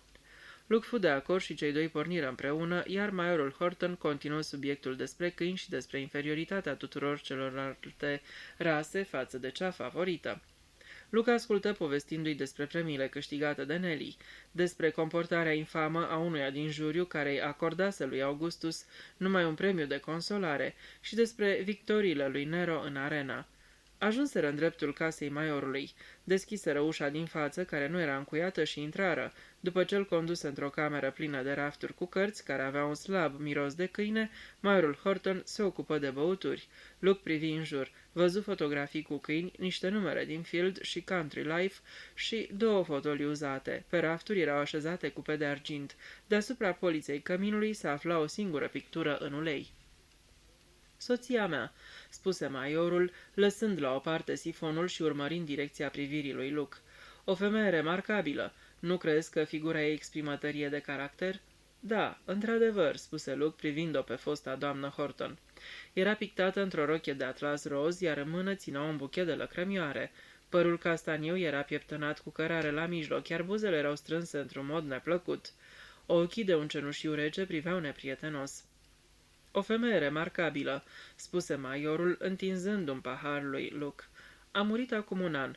De atunci nu mai sunt același om. Cred, spuse Luke, puțin cam încurcat. Ia loc, spuse maiorul, arătându-i unul din scaunele de piele. Se așeză și el pe celălalt și continuă să vorbească în timp ce își bea whisky-ul cu sifon. Nu mai sunt același. Probabil că îi simțiți lipsa, spuse Luke încurcat. Maiorul Horton dădu din cap cu un aer întunecat. Bărbatul are nevoie de o soție care să-l mențină la linia de plutire. Altfel se prostește. Da, se prostește. Se lasă la voia întâmplării. Dar, sigur că... Dragă domnule, eu știu ce spun. Bagă de seamă. Eu nu susțin că la început căsătoria nu te pune rău la încercare. Te pune. Bărbatul își spune, la dracu cu toate, nu mai e nimic al tău. Dar se obișnuiește. Totul ține de disciplină.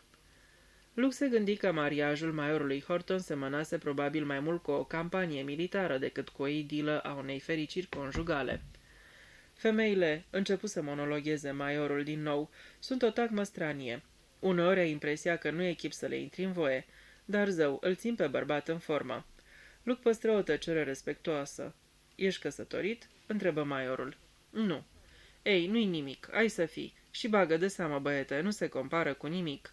Este foarte încurajator să auzi pe cineva vorbind frumos despre mariaj, mai ales în zilele noastre când toți divorțează așa de ușor. Tinerii îmi provoacă silă. N-au rezistență, n-au pic de răbdare, nu pot să suporte nimic. N-au deloc curaj. Lui Luke îi stătea pe limbă să întrebe de ce era nevoie de un curaj atât de mare, dar se stăpâni. Și nu uita, spuse maiorul. Lydia era o femeie dintr-o mie. Dintr-o mie. Toți de aici o respectau și o stimau. Da, nu se încurca cu toate prostiile. Avea obiceiul să fixeze pe cineva cu privirea și acel cineva se făcea mic. Într-adevăr se împuțina. Niște fete de-astea necoapte care azi își dau numele de cameriste. Au impresia că le treci cu vederea orice obrăznicie. Le-a arătat ea Lydia. Știi că am avut 15 bucătărese și slujnice într-un singur an? 15. Luke a avut sentimentul că asta nu prea aducea omagiu pentru simțul gospodăresc al doamnei Horton, dar deoarece nu păreau a avea aceeași părere cu a gazdei, murmură ceva nedeslușit. Le lua de guler și le zvârlea afară dacă nu erau bune. Asta e. Totdeauna s-a întâmplat așa? Unele au plecat singure. Călătorie sprâncenată, așa le ura Lydia. Era un suflet ales, spuse Luke, dar nu era cumva cam greu de suportat uneori? Nu-mi bat eu capul cu fleacuri și nici nu mă dau înlături de la o treabă. Sunt un bucătar destul de bun, iar când e vorba de făcut focul, pot să-mi iau la întrecere cu oricine. Nu prea-mi place mie să spăl vasele, da, trebuie să o faci și pe asta, n-ai ce face. Luke îl aprobă. Îl întrebă dacă doamna Horton fusese pricepută la treburile gospodărești. Nu sunt genul de bărbat care să-și lase toate treburile pe seama soției. Și oricum Lydia era mult prea delicată pentru gospodărie. Deci nu era prea rezistentă. Maiorul Horton dădu din cap. Avea un spirit încântător, nu se lăsa bătută, dar câte a avut de suferit femeia asta, iar doctorii nu o înțelegeau.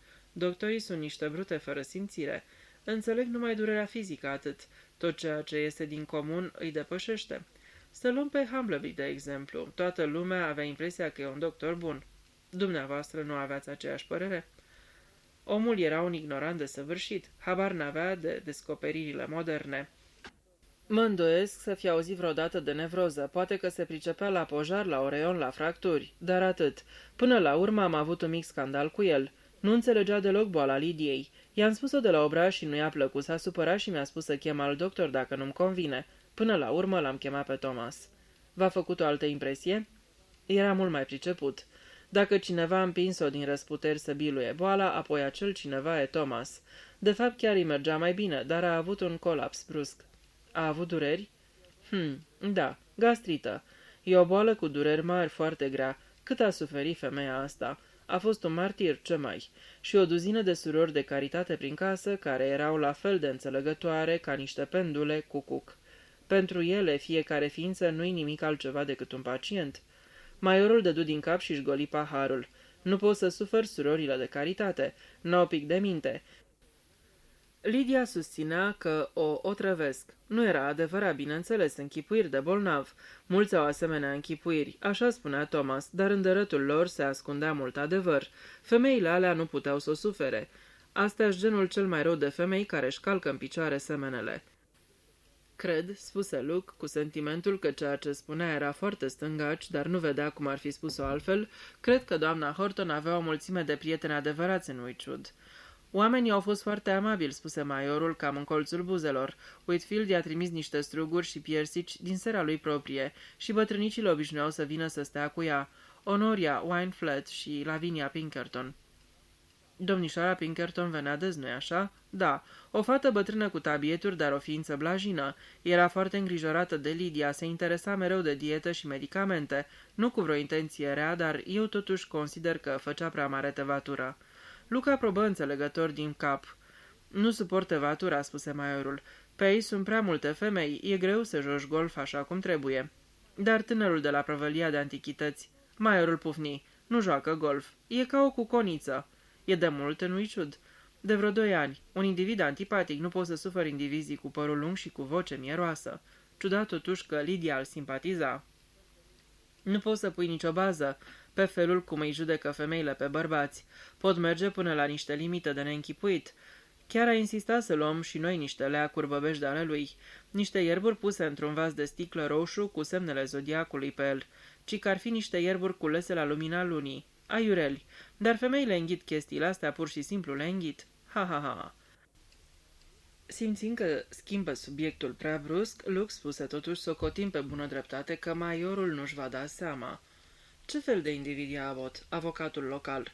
Cunoaște bine legile? Am nevoie de o consultație juridică și mă gândeam să mă adresez lui. Se spune că e foarte priceput, recunosc cu maiorul Horton. Eu personal nu știu. De fapt, am avut o discuție cu el. Nu l-am mai văzut de când a venit aici să întocmească testamentul nevestimii, chiar înainte de a muri. După părerea mea, individul e un ticălos.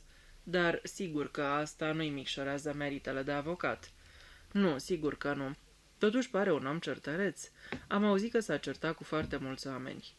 Partea proastă este că e grozav de susceptibil. Are impresia că e Dumnezeu atotputernic și că cine nu-i de acord cu el se vârșește lez majeste. Ai auzit de scandalul cu Hamleby? De ce au avut un scandal? Clasa 1. De fapt, să știi că nu mă miră. Hamleby era un notărău încăpățânat. Asta e. A avut o moarte foarte tristă. Hamleby? Da, cred că da. I-a lipsit cea mai elementară prudență. Infecția sângelui e un lucru al naibii de periculos. Întotdeauna trebuie să pui iod pe rană. Eu pun. E un mijloc simplu de precauție. Hamleby, care era doctor, nu făcea așa. S-a văzut. Luke nu prea înțelese ce anume s-a văzut, dar nu întrebă. Uitându-se la ceas, se ridică. Maiorul Horton îi spuse: te duci la masă? Ai dreptate. Ei, mă bucur că am stat puțin de vorbă. Îmi place să cunosc oamenii care au colindat prin lume. Altădată poate o să discutăm mai mult. Pe unde ai fost? În strântoarea Mayang? N-am fost pe acolo niciodată. Am auzit că scrie o carte despre superstiții și lucruri de-astea. Da, eu... Dar maiorul Horton nu-l băga în seamă. Aș putea să spun câteva lucruri foarte interesante. Când eram în India, dragul meu... Luke reuși să scape abia după 10 minute, timp în care suportă obișnuitele istorii cu fachiri, trucuri cu frânghia și mangotierul atât de dragi unui anglo-indian în retragere. Ieșind din casă, Luke auzi vocea maiorului care tuna și fulgera împotriva lui Nero. Se minună de miracolul mariajului. Se părea că maiorul Horton regreta cu adevărat o soție care, după toate probabilitățile, inclusiv ipotezele sale proprii, semăna cu un tigru mâncător de oameni. Sau poate Luke își puse brusc întrebarea, poate era un bluff extrem de abil?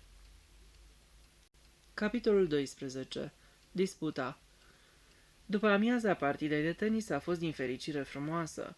Lordul Whitfield era într-o dispoziție excelentă, îndeplinindu-și rolul de gazdă cu multă plăcere. Mereu aducea aminte de descendența sa modestă.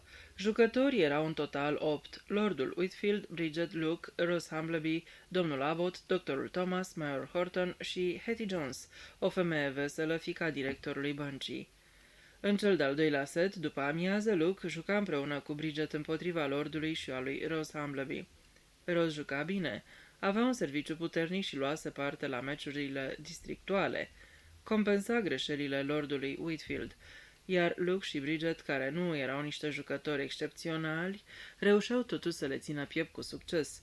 Scorul era de 3, dar Luke, prinzând o ocazie neașteptată, împinse scorul împreună cu Bridget la 3-5. Abia observă că lordul Whitfield începuse să-și iasă din fire. Se certă pentru o minge care atinsese tușa, susținu că un serviciu era greșit în ciuda lui Rose, care tăgădui și se comportă ca un copil urâcios. Egalaseră, dar Bridget trimise o lovitură ușoară în plasă și imediat după aceea servi greșit. Ghinion. Mingea următoare le fu servită spre mijlocul liniei și când Luke se pregăti să o ia, se lovi de Bridget. Apoi Bridget mai servi de 2 ori greșit și partida fu pierdută. Bridget își ceru scuze. Îmi pare rău, dar nu mai puteam să-mi controlez mișcările. Se părea că ăsta era adevărul. Loviturile ei erau la întâmplare și parcă nu mai putea să facă nimic. Partida se încheie cu victoria lordului Whitfield și a partenerei sale cu scorul de 8-6. Urmă o discuție scurtă cu privire la componența pentru următoarea partidă. În cele din urmă, Rose jucă din nou alături de domnul Abbott, având ca adversar pe doctorul Thomas și domnișoara Jones. Lordul Whitfield, căruia îi revenise voia bună, luă loc pe un scaun, tamponându-și fruntea și zâmbind cu vanitate. Începu o discuție cu Majorul Horton, cu privire la niște articole din ziarul său care se ocupau intens de problema pregătirii fizice în Marea Britanie. Luke îi se adresă lui Bridget. Vrei să-mi arăți grădina de legume? Pasiunea mea e varza. Mazărea nu-ți place? Și mazărea merge. Se îndepărtară de terenul de tenis și ajunseră în grădina de legume, împrejmuită cu un gard. În după amiaza aceea de sâmbătă, grădinarii nu erau acolo și totul părea pașnic și tihnit în lumina soarelui. Uită-ți mazărea, spuse Bridget. Luke nu dădu nicio atenție obiectului în chestiune. De ce naiba le-ai dat partida? Pentru o fracțiune de secundă, Bridget se ridică din sprincene. Îmi pare rău, nu puteam să-mi controlez mișcările. Joc prost tenis. Nu chiar atât de prost ca azi. Serviciul acela greșit de 2 ori n-ar fi dus de nas niciun copil. Și loviturile alea la întâmplare, trimeteai mingea la o jumătate de milă. Bridget spuse calm. Pentru că sunt o jucătoare de tenis nepricepută. Dacă aș fi mai bună, poate că aș fi reușit să fac jocul mai plauzibil. Dar așa când trimit mingea în afara tușei, se vede atât de clar că mi se reproșa imediat. Deci recunoști. În mod evident, dragul meu, Watson. Și care e motivul? Cred că e la fel de evident. Lui Gordon nu-i place să piardă. Dar eu, dacă mie mi-ar plăcea să câștig. Tare mă tem, dragă Luke, că lucrul ăsta nu e la fel de important. N-ai vrea să vorbești ceva mai deslușit? Ba da, dacă ține apărat. Nu trebuie să te pui rău niciodată cu pâinea de toate zilele. Gordon e pâinea mea de toate zilele. Tu nu ești. Luke respira adânc, apoi izbucni. Și ce vrei să dovedești dacă te măriți cu pipernicitul ăla caragios? De ce te măriți? Pentru că în calitate de secretară am 6 lire pe săptămână, iar ca soție o să am 100.000 de puși pe numele meu, o casetă de bijuterii plină cu perle și diamante, o rentă minunată și alte prerogative ale unei căsătorii. Dar pentru cu totul alte îndatoriri. Bridget spuse rece. Oare trebuie să ne luăm în viață atitudinea asta melodramatică față de fiecare lucru în parte? Dacă ți închipui că Gordon este tipul soțului atent cu soția lui, te înșeli. După cum ți-ai dat seama, Gordon este un băiețel care n-a crescut încă. Are nevoie de o mamă, nu de o soție. Din nefericire, mama lui a murit când avea 4 ani. Are nevoie de cineva apropiat în fața căruia să se laude, cineva care să îi spulbere micile necazuri și care este pregătit să-l asculte la nesfârșit pe lordul Whitfield, cuvântând despre el însuși. Vorbești cu amărăciune, nu-i așa? Bridget îi replică tăios. Eu nu mă încânt cu bazme, dacă la asta te referi. Sunt o femeie cu oarecare inteligență, nu sunt prea drăguță și cu nicio lețcaie. Am intenția să-mi câștig cinstit existența. Slujba mea în chip de soția lui Gordon va fi categoric aceeași cu cea de secretară a lui. Mă îndoiesc dacă peste un an de zile mă va mai săruta înainte de culcare. Singura deosebire constă în salariu. Se priviră. Amândoi erau paliți de mânie. Bridget spuse batjocoritor: "Dă-i drumul. Sunteți cam demodat, domnule Fitzwilliam, nu-i așa? N-ar fi mai bine să-mi azvârl în obraz vechile clișee, să spunem că mă vând pentru bani? Cred că asta are succes întotdeauna. Ești un diavol cu sânge rece. E mult mai bine decât să fii un prostănac cu sânge fierbinte. Crezi?" "Da, știu precis." Luke rânji batjocoritor: "Ce știi?" "Știu ce înseamnă să ții la cineva. L-ai întâlnit vreodată pe Johnny Cornish?" "Am fost logotită cu el 3 ani. Era un om minunat și eram nebună după el, atât de nebună încât mă durea inima cu adevărat. Ei bine, m-a aruncat cât colo și s-a căsătorit cu o văduvă durdulie și nostimă, care vorbea cu accent nordic și avea 3 rânduri de guși și un venit de 30.000 pe an. Lucrurile de genul ăsta e pofta de romantism, nu crezi?" Luke se întoarse mormăind în sine. Spuse: "S-ar putea. S-a putut." Tăcură. Liniștea devenia apăsătoare. În cele din urmă Bridget rupse tăcerea. Vorbea cu o ușoară notă de nesiguranță. "Cred că îți dai seama că n-ai absolut niciun drept să-mi vorbești în felul ăsta. Stai în casa lui Gordon și pur și simplu nu se cade." Luke își impuse să fie calm. "Oare asta nu-i altă formulă?" întrebă el politicos.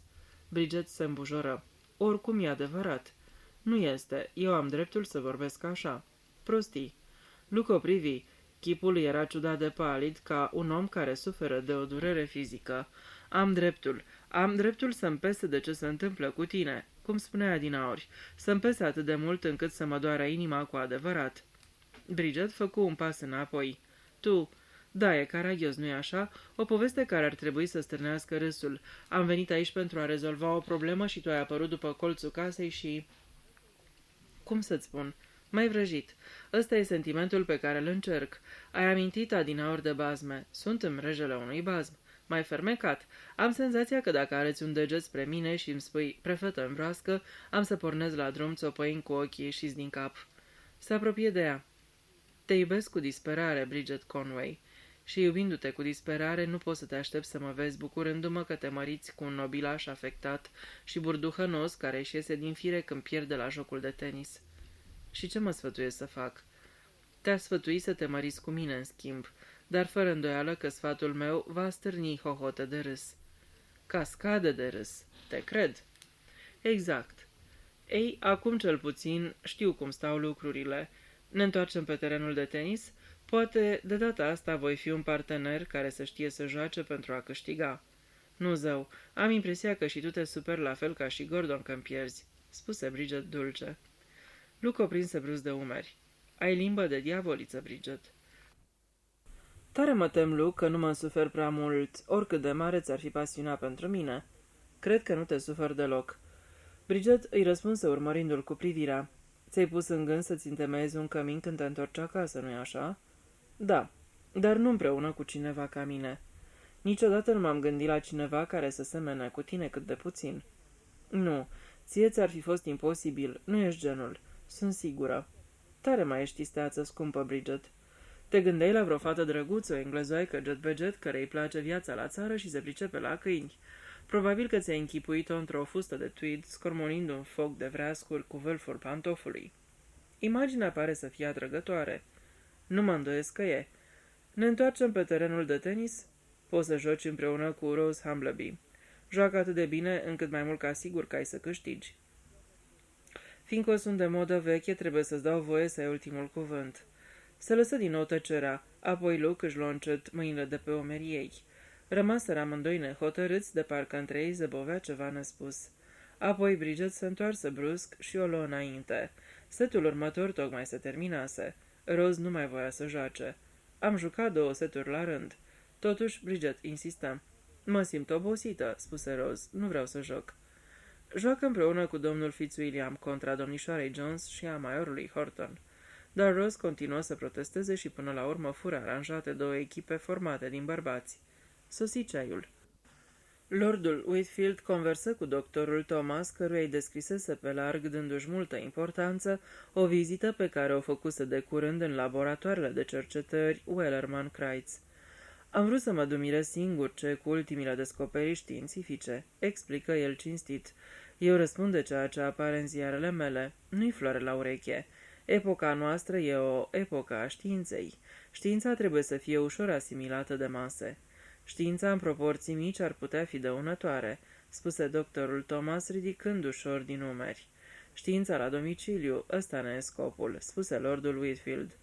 Mintea științifică... Conștiința în epruvetă, spuse Bridget cu gravitate.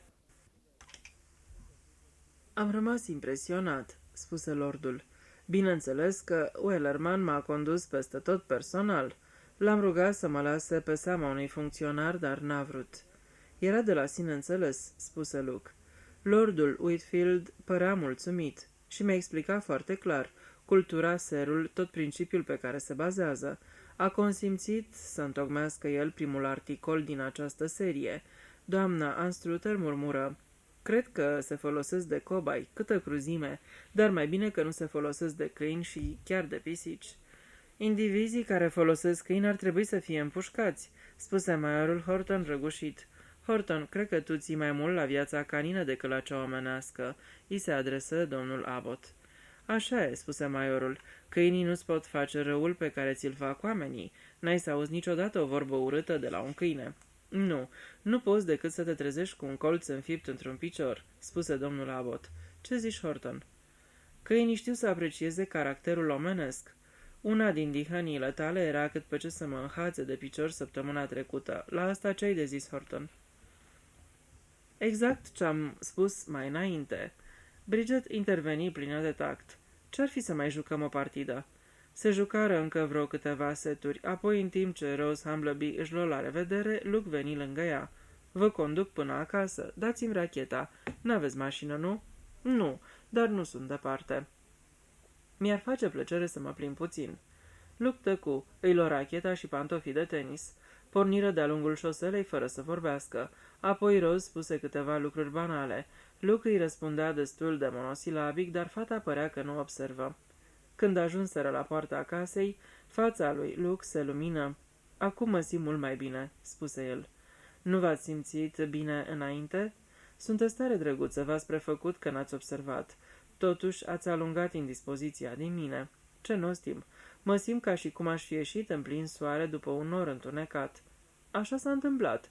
Un nor acoperise soarele când am plecat de la Conac și acum s-a destrămat.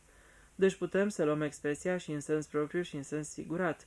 Ei, la urma urmei, lumea nu-i chiar atât de imposibilă. Sigur că nu. Domnișoară Humbleby, îmi dați voie să fiu mai îndrăzneț? Sunt sigură că nu puteți fi. Nu fiți prea sigură. Voiam să spun că doctorul Thomas e un om foarte norocos. Rose se înroșii și zâmbi. Deci ați auzit și dumneavoastră. Era o taină? Îmi pare rău. Aici nu se poate păstra un secret, spuse Rose cu necaz. Deci e adevărat, sunteți logodiți. Rose aprobă din cap. Numai că n-am anunțat oficial. Știți, tata n-a vrut și mi se pare că nu-i frumos să o facem acum când tata nu mai e. Tatăl dumneavoastră nu era de acord? Ei, nu cred că nu era de acord. De fapt, dacă mă gândesc, poate că ăsta era adevărul. Luke spuse blând. Se gândea că sunteți prea tineri? Da, așa spunea. Luke interveni tăios. Dar dumneavoastră credeți că mai era și altceva la mijloc? Rose dădu din cap încet și cu inima îndoită. Da, mă tem că partea proastă era că tata... Ei, de fapt nu-l plăcea pe Geoffrey. Nu se prea înțelegeau. Uneori tata era o ființă dragă, dar cu multe prejudecăți. Și presupun că vă iubea foarte mult și nu putea să se împace cu gândul că vă va pierde. Roza aprobă, totuși a avut o umbră de rezervă. Se opunea mai serios? Chiar nu voia sub niciun chip ca Thomas să vă fie soț? Nu. Știți, tata și Geoffrey erau foarte deosebiți și într-un fel discutau mereu în contradictoriu. Geoffrey avea multă răbdare și bunătate, dar știind că tata nu-l plăcea, devenise mai reținut și mai timid, așa că tata n-a ajuns să-l cunoască mai bine. E foarte greu să te lupți cu prejudecățile, spuse Luke. Era absolut ceva ilogic. Tatăl dumneavoastră nu va da nicio explicație? Nu. Nu putea. Sigur, de fapt, n-avea ce să spună împotriva lui Geoffrey în afară de faptul că nu-l agrea. Vorba cântecului. Nu te plac, doctorașule, însă n-aș putea să-ți spun de ce. Întocmai. N-aveți nimic precis de care să vă legați? Adică Geoffrey nu era nici băutor, nici nu joacă la curse? Nu. Nu cred că știe cine a câștigat la derby. Nostim, spuse Luke. Știți ceva, aș putea să jur că l-am văzut pe doctorul Thomas la Epsom în ziua derbiului. O clipă rămase cam încurcat pentru că nu și amintea dacă spusese întreagăt că sosise în Anglia chiar în ziua derbiului. Dar Rose răspunse pe loc fără nicio bănuială. Aveați impresia că l-ați văzut pe Geoffrey la derby? Nu se poate. N-ar fi putut să ajungă. A stat la Ashwold aproape toată ziua ocupat cu cazul ăla greu de naștere. Ce memorie! Rose râse. Am ținut minte pentru că Geoffrey spunea că au poreclit copilașul Jujube. Luke dădu din cap absent. Oricum, spuse Rose, Geoffrey nu merge la cursele de cai. S-ar plictisi la culme. Adăugă cu vocea schimbată. Nu vreți să intrăm puțin? Cred că mamei i-ar face plăcere să vă vadă. Sunteți sigură? Rose îl conduse într-o cameră unde amurgul de afară atârna în umbre triste. Într-un fotoliu o femeie stătea încovoiată într-o poziție curioasă. Mamă, dumnealui este domnul Fitzwilliam. Doamna Humbleby tresări și întinse mâna. Rose ieși ușor din cameră. Mă bucur că te văd, domnule Fitzwilliam. Rose mi-a spus că niște prieteni de-ai dumitare l-au cunoscut pe soțul meu. Da, doamnă Humbleby. Aproape îi făcea rău să repete minciuna în fața văduvei, dar n-avea încotro. Doamna Humbleby spuse: Tarea și rus să-l fi cunoscut și dumneata. Era un om deosebit și un mare doctor. A vindecat pe mulți care pierduseră orice speranță numai datorită personalității lui deosebite. Luke spuse cu blândețe: Am auzit mult vorbindu-se despre el, de când am sosit aici. Multă lume se gândește la el. Nu putea să deslușească precis figura doamnei Humbleby. Avea o voce monotonă, dar tocmai această lipsă de nuanțe emoționale părea să întărească faptul că adevăratele sentimente se găseau în interior înfrânate puternic. Spuse pe neașteptate: Domnule Fitzwilliam, e multă ticăloșie pe aici. Știai? Da, s-ar putea.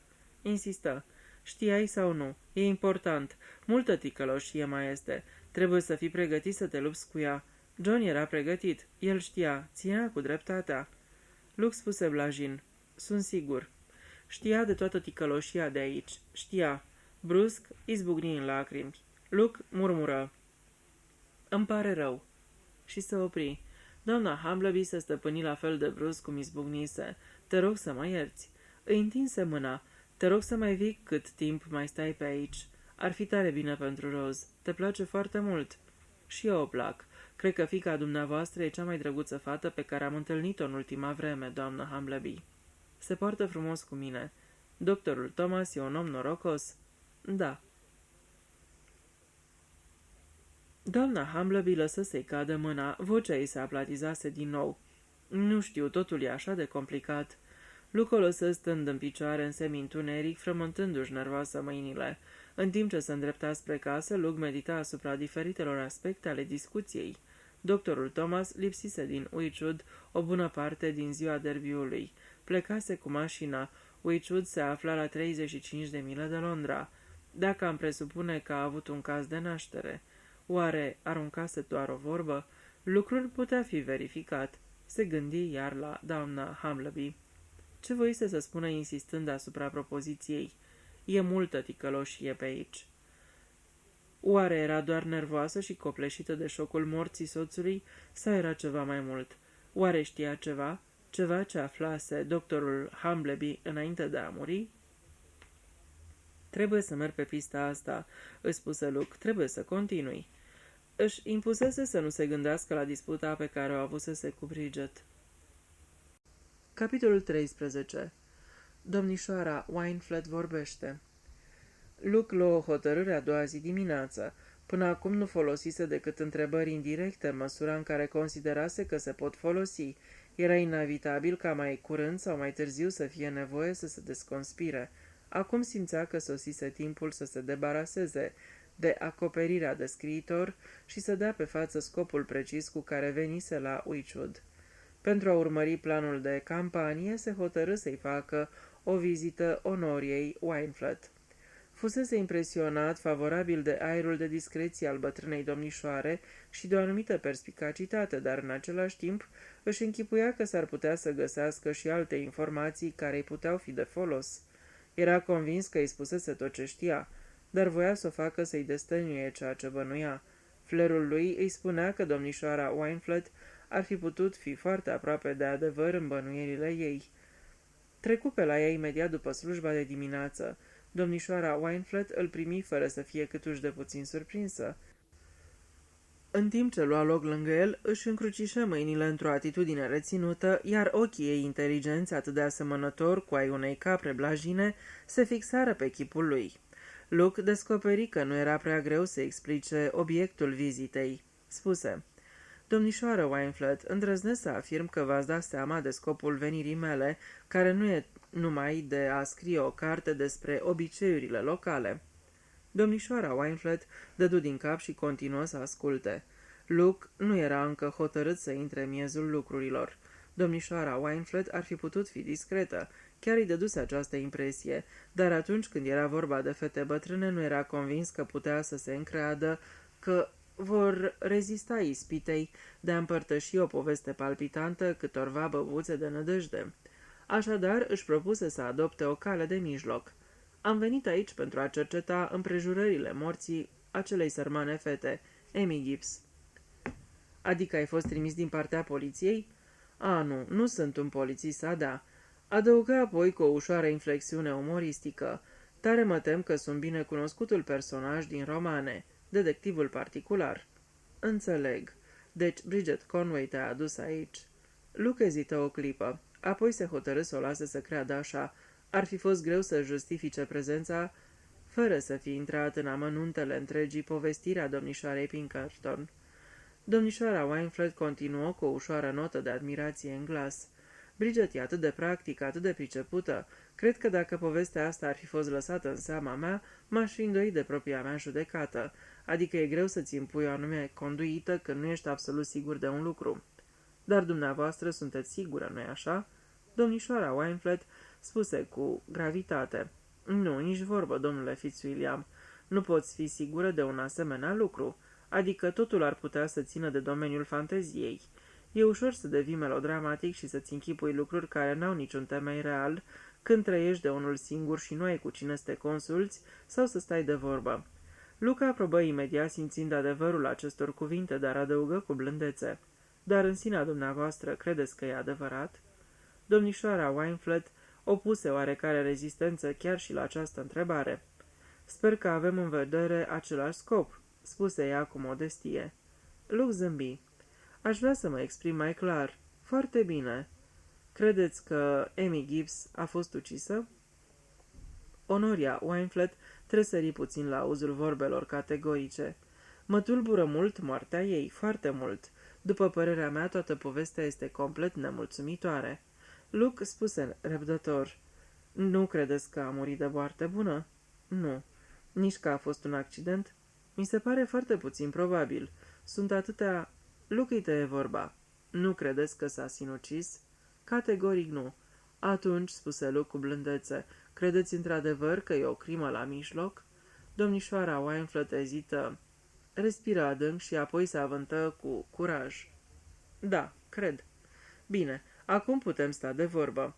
Dar n-am realmente nicio dovadă pentru presupunerea mea, explică îngrijorată domnișoara Wynfleth.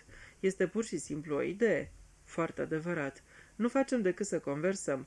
Vorbim doar despre ceea ce credem și ceea ce bănuim. Bănuim că Amy Gibbs a fost ucisă.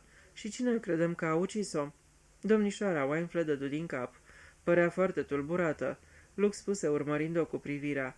Cine avea vreun motiv să o omoare? Domnișoara Wynfleth îi răspunse rar. Cred că se certase cu prietenul ei la garaj. Jim Harvey e un tânăr serios, superior ei.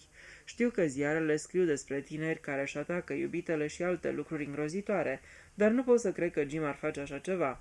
Luke dădu din cap. Domnișoara Wynfleth continuă. Apoi, nu pot să cred că ar fi făcut-o în modul acela, să se cațere pe fereastra ei și să înlocuiască sticla de sirop cu cea de otravă. Adică, nu pare... Luke o ajută să nu mai ezite. Nu-i opera unui iubit înfuriat? De acord. După părerea mea, putem să-l ștergem pe Jim Harvey de pe listă. Amy a fost ucisă. Am fost de acord că a fost ucisă de cineva care a vrut să o elimine și care a plănuit crima cu grijă ca să apară ca un accident. N-aveți vreo idee, nu adulmecați, ca să zicem așa, cine ar putea fi persoana aceea? Nu. Într-adevăr, nu știu. N-am nici cea mai mică idee. Precis? Da, precis. Luke o privi gânditor. Simțise că negarea ei nu sunase prea adevărat. Continuă. Nu cunoașteți niciun motiv? Absolut niciunul. Sunase ceva mai hotărât. A lucrat pe la multă lume în Wychwood. A fost în serviciu la familia Horton un an, apoi a plecat la Lordul Whitfield. Luke rezumă rapid. Deci lucrurile stau așa. Cineva a vrut să înlăture fata. Din datele pe care le avem, presupunem că în primul rând e vorba despre un bărbat, și anume unul de vârstă potrivită cu concepții învechite, ținând cont de vopseaua de pălării, iar în al doilea rând, probabil că e vorba de un atlet serios, deoarece e clar că a urcat pe acoperișul vecin până la fereastra fetei. Sunteți de acord până aici? Întru totul, spuse domnișoara Wynflett.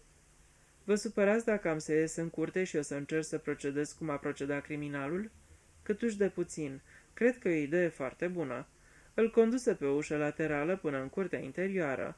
Luke reuși să ajungă pe acoperișul magaziei alăturate fără prea multă greutate. De acolo putu să ridice ușor cadrul ferestrei și cu puțin efort sări în cameră. Câteva minute mai târziu, i se alătură domnișoarei Wynflett pe cărarea din curte, ștergându-și mâinile cu o batistă. În realitate e mai ușor decât pare, spuse el. Ai nevoie de mușchi puternici, atât. Nu s-au găsit urme pe pervazul ferestrei sau în afară? Domnișoara Wynflett scutură din cap. Nu cred, dar de fapt și sergentul nostru s-a urcat pe acolo.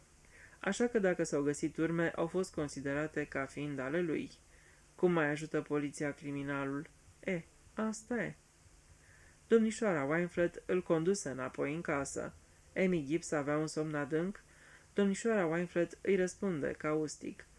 Era foarte greu să o trezești dimineața. Uneori o strigam și ciocăneam de nu știu câte ori până să răspundă. Dar știi, domnule Fitzwilliam, e vorba care se spune că nimeni nu-i mai surd decât cel care nu vrea să audă. Într-adevăr, aprobă Luke. Ei, și acum, domnișoara Wynflett, ajungem la problema motivului. Și, pentru a porni cu cel mai evident, credeți că a existat ceva între Ellsworthy și fată? Adăugă grăbit. Nu vă cer decât părerea. Atât. Dacă e vorba numai de părere, eu aș spune da. Luke dădu din cap. După părerea dumneavoastră, Amy l-ar fi putut șantaja în vreun fel? Din nou, ca o părere, spun că s-ar fi putut. Știți cumva dacă avea bani mulți, la vremea când a murit? Domnișoara Wynflett se gândi. Nu cred. Dacă ar fi avut mai mult ca de obicei, cred că aș fi aflat. Și nici nu s-a dedat la tot felul de extravaganță înainte de a muri? Nu cred. Asta vorbește împotriva teoriei cu șantajul. De obicei, victima plătește odată înainte de a trece la extreme. Iată altă teorie. Fata ar fi putut să știe ceva. Ce anume? Să fi știut ceva care reprezenta un pericol pentru cineva din Wychwood. Să luăm un caz absolut ipotetic. A servit în multe case. Să presupunem că știa ceva ce i-ar fi făcut rău din punct de vedere profesional, de exemplu, domnului Abbott. Domnului Abbott? Luke spuse repede. Sau poate o neglijență, vreo greșeală profesională de-a doctorului Thomas. Domnișoara Wynflett începu, dar precis, și apoi se opri. Luke continuă. Spuneți că Amy Gibbs a fost servitoare la familia Horton în timpul când a murit doamna Horton. Urmă o tăcere scurtă, apoi domnișoara Wynflett spuse, vrei să-mi spui, domnule Fitzwilliam, de ce amesteci și pe Horton aici? Doamna Horton a murit de peste un an. Dar și Amy a fost acolo în acel timp. Înțeleg, dar ce legătură au Hortonii cu asta? Nu știu, mă întrebam și eu. Doamna Horton a murit de gastrită acută, nu-i așa? Da. A fost o moarte complet neașteptată? Domnișoara Wynflett spuse rar. Pentru mine, da. Știi, mergea spre însănătoșire, se simțea mult mai bine și pe urmă a avut un colaps brusc și a murit. Doctorul Thomas a fost surprins? Nu știu, presupun că da. Surorile ce ziceau? Din propria mea experiență pot să afirm că surorile medicale nu se miră niciodată dacă îți merge mai prost. S-ar mira dacă îți merge mai bine. Dar pe dumneavoastră v-a surprins moartea ei? Insistă Luke. Da, stătusem împreună cu o zi înainte și părea că se simte mult mai bine. Vorbea și arăta chiar voioasă. Ea ce părere avea despre boală? Se plângea că surorile o otrăvesc. Concediase una din ele, dar spunea că celelalte două erau la fel de proaste. Cred că n-ați dat prea mare importanță celor spuse. Ei nu, m-am gândit că se datorau bolii. Era o femeie foarte bănuitoare și poate că sunt rea că spun, dar îi plăcea să fie centrul atenției. Niciun doctor nu înțelegea boala și la ea nu era ceva obișnuit. Ori era vorba de o boală foarte aparte sau cineva încerca să o elimine din drumul său. Luke încercă să vorbească cât mai natural. Nu-l bănuia pe soțul ei că ar încerca să o elimine? A, nu. Nu i-a trecut niciodată prin cap. Domnișoara Weinfeld se opri o clipă, apoi întrebă calmă. Dumneata ce crezi? Luke răspunse rar. Au mai fost cazuri când soții au făcut astfel de lucruri și n-au pățit nimic. Doamna Horton, după cât mi s-a relatat, era o femeie de care ar fi vrut să scape orice bărbat. Și înțeleg că a intrat în posesia unei mari sume de bani după moartea ei. Da, așa e. Dumneavoastră ce credeți, domnișoară Weinfeld? Îmi cer părerea? Da, numai părerea. Domnișoara Weinfeld răspunse apăsat și calm. După părerea mea, Majorul Horton era devotat trup și suflet soției și nici prin cap nu ar fi trecut să facă așa ceva. Luke o privi și întâlni ochii blajini cu sclipiri de chihlimbar. Nu clipira. Ei, să spunem că aveți dreptate, poate că dacă n-ar fi fost așa, ați fi știut. Domnișoara Weinfeld își îngădui să zâmbească. Crezi că noi femeile avem spirit de observație? De mâna întâi. Ce părere aveți? Domnișoara Pinkerton ar fi fost de acord cu dumneavoastră? Nu cred că am auzit vreodată pe Lavinia exprimându-și părerea despre asta. Ce credea despre Amy Gibbs? Domnișoara Weinfeld se încruntă puțin ca și cum s-ar fi gândit. E greu de spus. Lavinia avea o părere foarte ciudată. Care anume? Credea că aici, în Witchwood, se petrece ceva straniu. Credea, de exemplu, că Tommy Pierce a fost împins de cineva de pe fereastră? Domnișoara Weinfeld îl privi uluită. De unde știți, domnule Fitzwilliam? Mi-a spus chiar dânsa, nu cu cuvintele astea, dar mi-a dat o idee generală. Domnișoara Weinfeld se aplecă înainte îmbujorată de emoție. Când anume, domnule Fitzwilliam? Luke spuse încet. În ziua în care a murit, am călătorit împreună spre Londra. Ce v-a spus exact? Mi-a spus că au prea multe morți în Witchwood. A amintit de Amy Gibbs, de Tommy Pierce și de omul acela Carter. Mi-a mai spus că doctorul Humbleby trebuia să fie următoarea victimă. Domnișoara Weinfeld clătină încet din cap. V-a spus și cine era răspunzător de toate acestea? Un bărbat cu anume expresie în privire, spuse Luke înnegurat. După cum spunea, o privire de care ești absolut sigur. A văzut expresia în privirea celui care vorbea cu Humbleby. Din cauza asta spunea că Humbleby era următoarea victimă. Și chiar a fost, șopti domnișoara Weinfeld. A, doamne, doamne. Se lăsă înapoi pe scaun. În ochii se citea spaima. Cine era bărbatul acela? Spuse Luke. Hai, domnișoara Weinfeld. Știți doar, trebuie să știți. Nu știu, nu mi-a spus. Dar puteți ghici, spuse Luke insistent. Știți bine ce gândea. Domnișoara Weinfeld plecă capul. Atunci spuneți-mi. Dar domnișoara Weinfeld dădu din cap cu tărie. Nu, fără discuție, nu. Îmi cer ceva ce nu se cuvine. Îmi cer să ghicesc ce-ar fi putut, bagă de seamă, ce-ar fi putut să fie în mintea unei prietene care acum e moartă. N-aș putea să fac o acuzație de genul ăsta. Dar nu e o acuzație, e numai o părere. Dar domnișoara Weinfeld fu neașteptat de categorică. N-am ce să-ți spun, absolut nimic. Lavinia nu mi-a spus niciodată nimic. N-aș putea să-mi închipui ce avea în minte. Aș putea să-mi închipui că avea anumite bănuieli, dar vezi, aș putea să greșesc în întregime. Și pe urmă aș putea să te pun pe o pistă greșită și lucrul acesta ar avea urmări grave. Ar fi foarte infam și necinstit să dau un nume și aș putea chiar să mă înșel. De fapt, probabil că mă înșel. Și domnișoara Weinfeld strânse din buze cu încrâncenare și îl privi fix pe Luke cu un zâmbet hotărât. Luke știa să accepte înfrângerea. Își dăduse seama că sentimentul de corectitudine și un alt sentiment mai neclar al domnișoarei Wynflete, un sentiment pe care nu-l defini, erau îndreptate împotriva lui. Acceptă înfrângerea cu politețe și se ridică să-și a rămas bun. Intenționa să o descoasă mai târziu, dar nu făcu nicio aluzie la asta. Trebuie să procedați după cum socotiți că e corect, fără discuție. Vă mulțumesc pentru ajutorul dat. Domnișoara Wynflete păru ceva mai puțin sigură de ea când îl însoți până la ușă. Cred că nu-ți închipui. Începu ea, apoi schimbă subiectul. Dacă te mai pot ajuta cu ceva, te rog să-mi spui. Așa voi face. Nu veți repeta discuția noastră, nu-i așa? Sigur că nu. N-am să suflu un cuvânt nimănui. Luke spera ca lucrul acesta să se adeverească. Transmite complimente lui Bridget, spuse domnișoara Wynflete. E o fată atât de nostimă, nu-i așa? Și deșteaptă. Sper că va fi fericită.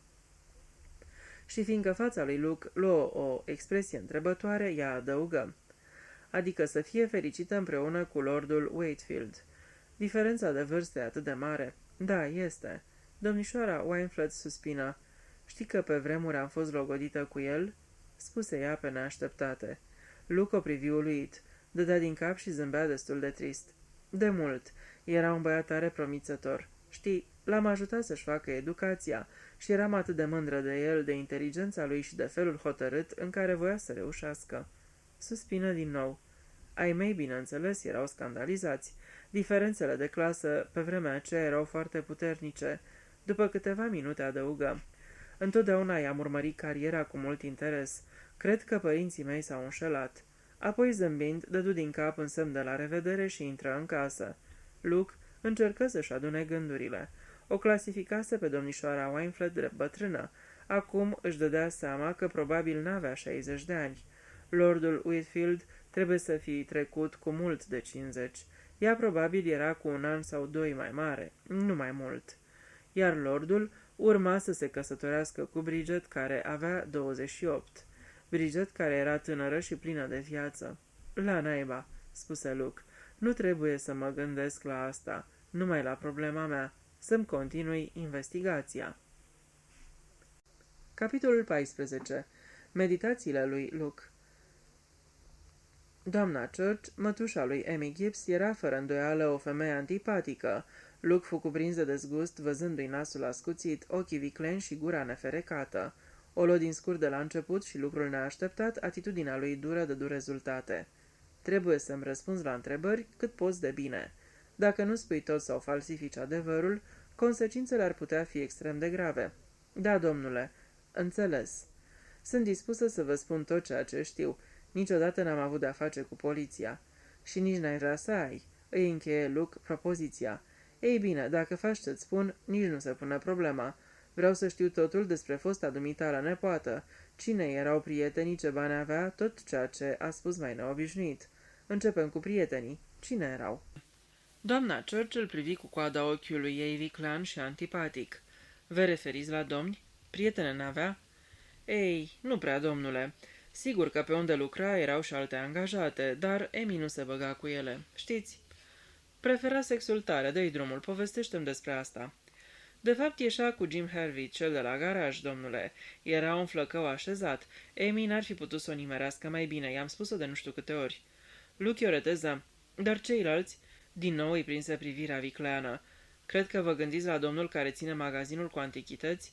Nici mie nu mi-a plăcut povestea asta, domnule, vă spun pe șleau. Eu am fost totdeauna o femeie responsabilă și nu m-am ocupat cu lucruri de-astea, dar în ziua de azi știți cum sunt fetele.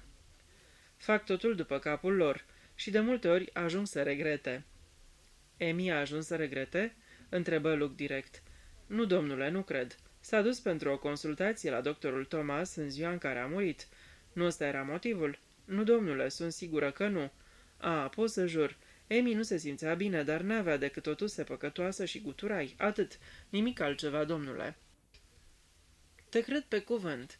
Cât de departe au mers lucrurile între ea și Ellsworthy. Doamna Church îl privi cu coada ochiului. N-aș putea să vă spun, domnule, Emmy nu-mi spunea niciodată nimic. Luke i-o reteză. Dar au ajuns departe? Doamna Church spuse dulceag. Domnul ăsta n-are deloc o faimă bună pe aici, domnule. Se petrec o mulțime de lucruri. Ei vin prieteni de la Londra și se petrec multe lucruri foarte ciudate sus la poiana vrăjitoarelor în toiul nopții. Și Emi se ducea?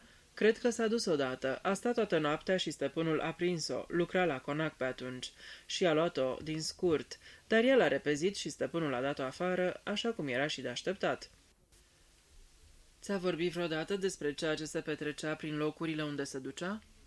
Doamna Church clătină din cap. Nu prea, domnule. O interesau mai mult treburile ei personale. A lucrat un timp și pentru Horton, nu-i așa? Cam un an, domnule. De ce a plecat?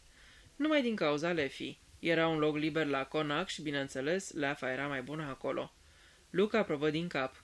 Lucra la Horton când a murit doamna Horton? Întrebă el. Da, domnule. Era tare nemulțumită. Existau 2 infirmiere în casă și lucra în plus și pentru ele, căratăvi și câte și mai câte. N-a lucrat deloc la domnul Abbott, avocatul? Nu, domnule. Domnul Abbott are în serviciu o femeie cu bărbatul său. Dar, nu știu de ce, Ami s-a dus la el la birou odată. Luke reținu acest mic amănunt, care ar fi putut să arunce oarecare lumină mai târziu. Totuși, deoarece era clar că doamna Church nu știa nimic mai mult despre asta, nu mai insista. Mai era vreun domn în oraș cu care era prietenă? Niciunul în mod deosebit. Hai, doamnă Church, vreau adevărul, amintește-ți. Nu e vorba de un domn, nici vorbă de așa ceva, domnule. Se înjosea, asta făcea și i-am spus-o. Nu vrei să vorbești mai deslușit, doamnă Church? Ați auzit de Seven Stars, domnule? Nu e un local de mâna întâi. Și proprietarul, Harry Carter, era un om netrebnic și aproape tot timpul umbla pe 7 cărări. Era prieten cu Emi? S-a plimbat cu el de câteva ori. Cred că n-a mers mai departe. Sunt sigură, domnule. Luke aprobă din cap gânditor și schimbă subiectul. Ai cunoscut un băiețel, Tommy Pierce? Cine? Fiul doamnei Pierce? Sigur că l-am cunoscut. Era tot timpul pus pe rele. Se vedea des cu Emi? A, nu, domnule. Emi îi dădea imediat pașaportul, dacă încerca cu ea vreo șotie de-a lui. S-a împăcat bine cu domnișoara Wineflet. Se cam plictisea, domnule, și nici leafa nu era prea mare, dar sigur că după ce a fost dată afară în felul ăla de la Conac, nu era ușor să capete un alt post bun. Cred că ar fi putut să plece din oraș, adică la Londra sau în altă parte. Doamna Church scutură din cap, spuse încet. Emi nu vrea să plece din Wychwood, cel puțin nu atâta timp cât lucrurile stăteau în felul ăsta. Cum adică lucrurile stăteau în felul ăsta? Păi, povestea cu Jim și domnul de la magazinul cu antichități. Luke aprobă din cap gânditor. Doamna Church continua. Domnișoara Wineflet e o persoană tare cum se cade, dar ține foarte mult la lucrurile de alamă și de argint și vrea să fie totul șters de praf și saltelele întoarse. Emi n-ar fi stârnit vorbe dacă nu și-ar fi făcut de cap cu altele. Îmi închipui, spuse Luke sec. Examină în gând toate lucrurile. Nu mai vedea ce ar mai fi putut să le intereseze. Era aproape sigur că scosese de la doamna Church tot ce știa. Mai încercă o ultimă tentativă de atac. Cred că-ți închipui motivul pentru care ți-am pus întrebările astea. Împrejurările morții lui Emi sunt destul de misterioase. Nu suntem mulțumiți pe deplin cu explicația de accident. Dacă n-a fost accident, atunci îți închipui ce ar fi putut fi? Doamna Church spuse cu o plăcere aproape diabolică.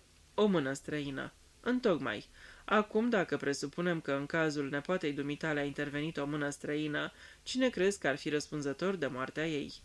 Doamna Church își șterse mâinile pe șorț. Probabil că există o recompensă pentru cei care ajută poliția. Continuă ea cu înțeles. S-ar putea. N-aș putea să spun ceva precis, zise doamna Church, trecându-și limba înfometată peste buzele subțiri. Dar domnul de la prăvălia cu antichități e cam ciudat. Vă amintiți cazul Castor, domnule, cum au găsit pe biata fată ciopărțită și împrăștiată în tot locul pe lângă bungaloul de pe plajă al domnului Castor și cum au găsit 5 sau 6 alte biete fete pe care le-a tratat în același mod, dacă domnul Ellsworth e de același soi. Deci dumneata asta presupui. Da, e posibil să se fi întâmplat așa, nu? Luke în cuvință, apoi spuse... Ellsworth a fost plecat din oraș în după amiaza derbiului. E o chestiune foarte importantă. Doamna Church se holbă la Luke. În ziua derbiului? Da, acum 2 săptămâni, într-o miercuri. Femeia scutură din cap. Zău, așa n-aș putea să spun. De obicei pleca în zilele de miercuri, se ducea la Londra de multe ori. Știți, închide de vreme miercurea. Aha, închide de vreme. Își luă la revedere de la doamna Church fără să ia în seamă insinuările ei că timpul său e prețios și că, așadar, se cuvenea să primească o compensație bănească. Luke simți că doamna Church îi era profund antipatică. Totuși, conversația pe care o avusese cu ea, deși nu arunca nicio lumină asupra problemei, îi furnizase câteva chestiuni mărunte, dar interesante. Își revăzu în gând și cu atenție toate datele. Da, totul se învârtea în jurul celor 4 oameni, Thomas, Abbott, Horton și Ellsworthy. Atitudinea domnișoarei Wynflett părea să o dovedească, nemulțumirea și încăpățânarea de a menționa vreun nume. Bineînțeles, asta trebuia să însemne că persoana în chestiune era cineva de vază din Wychwood, cineva pe care o insinuare întâmplătoare ar putea să-l discrediteze total. Se potrivea de altfel cu hotărârea domnișoarei Pinkerton de a-și încredința bănuielile Scotland Yardului. Poliția locală i-ar fi ridiculizat teoria. Nu era cazul măcerarului, brutarului, lumânărarului. Nu era nici cazul unui simplu mecanic la garaj. Persoana în chestiune era cineva a cărei învinovățire de crimă era o problemă ce ținea de fantastic și totuși de realitate. Existau 4 candidați posibili. Depindea de el cât de atent va cerceta încă o dată punctele cazului pentru fiecare în parte și ce hotărâre va lua. Mai întâi trebuia să examineze îndărătnicia domnișoarei Wynflett. Era o persoană scrupuloasă și conștiincioasă. Presupunea că știa pe cel care îl bănuise domnișoara Pinkerton, dar, după cum subliniase, era numai o presupunere. S-ar fi putut să se fi înșelat. Cine era persoana din mintea domnișoarei Wynflett? Domnișoarei Wynflett îi era teamă ca nu cumva acuzația ei să facă rău unui nevinovat. Așadar, subiectul bănuiilor sale, în mod necesar, trebuie să fie un om cu o poziție înaltă, în general plăcut și respectat de comunitate. Așadar, se gândi logic Luke, Ellsworthy era în mod automat exclus. Era de fapt un străin în Wychwood, iar prin partea locului n-avea o reputație prea bună. Luke nu credea că, dacă Ellsworthy ar fi fost persoana din mintea domnișoarei Wynflett, i-ar fi avut o obiecție să o numească. În ceea ce o privea pe domnișoara Wynflett, Ellsworthy trebuia scos din cauză. Acum ceilalți. Luke se gândi că putea să le elimine și pe majorul Horton. Domnișoara Wynflett îndepărtase cu oarecare înflăcărare sugestia că Horton și-ar fi otrăvit nevasta. Dacă l-ar fi suspectat pentru alte crime comise, ulterior cu greu ar fi putut să susțină atât de ferm nevinovăția lui în problema morții doamnei Horton. Rămâneau, deci, doctorul Thomas și domnul Abbott. Amândoi îndeplineau condițiile necesare, aveau o situație socială înaltă și împotriva lor nu se rostise vreo vorbă scandaloasă. În general, erau amândoi populari și simpatizați și erau cunoscuți ca oameni integri și onești. Luke trecu la un alt aspect al problemei. Oare chiar putea să elimine pe Ellsworthy și Horton? Clătină din cap pe loc. Nu era chiar așa de ușor. Domnișoara Pinkerton știuse cu adevărat cine era persoana respectivă. O dovedise în primul rând prin propria ei moarte, iar în al doilea rând prin moartea doctorului Hamleby. Dar domnișoara Pinkerton nu pomenise niciodată un nume față de Honoria Wynflett. Atunci, deși domnișoara Wynflett își închipuia că știuse, putea foarte bine să se înșele. Deseori ne închipuim ce gândesc alții, dar uneori descoperim că de fapt nu știm nimic și că am făcut o greșeală de neiertat. Totuși, cei 4 candidați se aflau cu toții pe teren. Domnișoara Pinkerton murise și nu mai putea fi de vreun folos. Depinde de Luke să procedeze ca mai înainte, așa cum făcuse a doua zi după ce venise la Wychwood, să cumpănească datele obținute și să judece probabilitățile. Începu cu Ellsworthy. Se părea că pe Ellsworthy cădeau bănuielile cele mai întemeiate. Era o ființă anormală și probabil că avea o personalitate perversă. Ar fi putut foarte ușor să fie un criminal care ucidea din plăcere. Ia să pornesc așa, îți spuse Luke în sinea lui. Să-i bănuiesc pe toți la rând. Ellsworthy, de exemplu, să zicem că el e criminalul. Pentru momentul de față să considerăm afirmația ca fiind absolut reală. Acum să luăm în ordine cronologică victimile posibile. Mai întâi doamna Horton. E greu de înțeles motivul pentru care Ellsworthy ar fi lichidat-o, dar exista o cale prin care ar fi procedat. Horton vorbea de niște leacuri băbești pe care i le-a dat și pe care doamna Horton le-a luat. În felul ăsta ar fi putut să-i fie administrat o travă. De exemplu, arsenic. Întrebarea este, De ce? Acum ceilalți. Amy Gibbs. De ce ar fi omorât-o Ellsworthy pe Amy Gibbs? Motivul evident. Începuse să-l stânjenească. L-a amenințat că îi va intenta proces pentru nerespectarea promisiunii de căsătorie. Sau a fost martoră la o orgie în miez de noapte. L-a amenințat că va vorbi? Lordul Whitfield are o mare influență în Wychwood și, după spusele lui Bridget, e un om foarte moral. S-ar fi putut să fi întreprins vreo acțiune împotriva lui Ellsworthy, dacă acesta din urmă ar fi fost amestecat într-o afacere deosebit de obscenă. Așa că Amy a fost înlăturată. Nu cred că e vorba de o crimă sadică. Metoda folosită pledează împotriva acestei teorii. Cine urmează? Carter? De ce tocmai Carter? Puțin probabil că el să fie aflat de orgiile din miez de noapte, sau îi spusese Amy. Oare fiica lui cea nostimă avea vreun amestec în toată povestea asta? Oare Ellsworthy începuse să-i facă curte? Trebuie să stea de vorbă cu Lucy Carter. Poate că tocmai el o insultase pe Ellsworthy, iar acesta, cu comportarea sa de pisică sălbatică, îi purtase pică. Dacă mai comisese una sau două crime, ar fi putut să devină de ajuns de hain la inimă și să plănuiască o alta pentru un motiv foarte neînsemnat. Și acum Tommy Pierce. De ce l-ar fi omorât Ellsworthy pe Tommy Pierce? Simplu, Tommy participase la vreun ritual de la miezul nopții. L-a amenințat că o să vorbească, poate chiar vorbise. I-a închis gura. Doctorul Humbleby. De ce l-ar fi ucis Ellsworthy pe doctorul Humbleby? Era cel mai simplu de ghicit. Humbleby era doctor și observase dezechilibrul mental al lui Ellsworthy.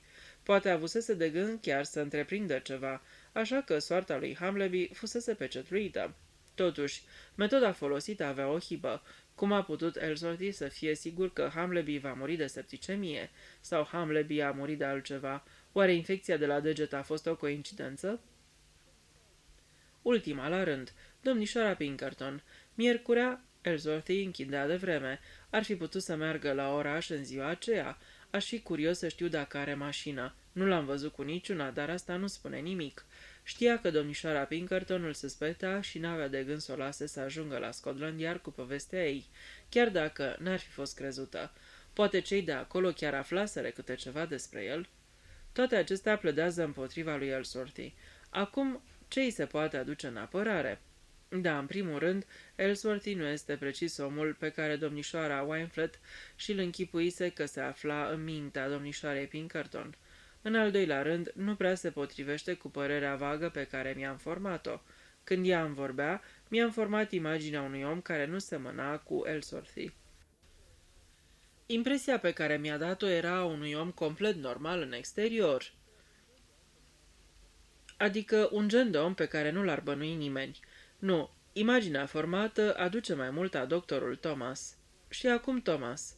Ce-i cu el? L-am șters de tot de pe listă după ce am discutat cu el.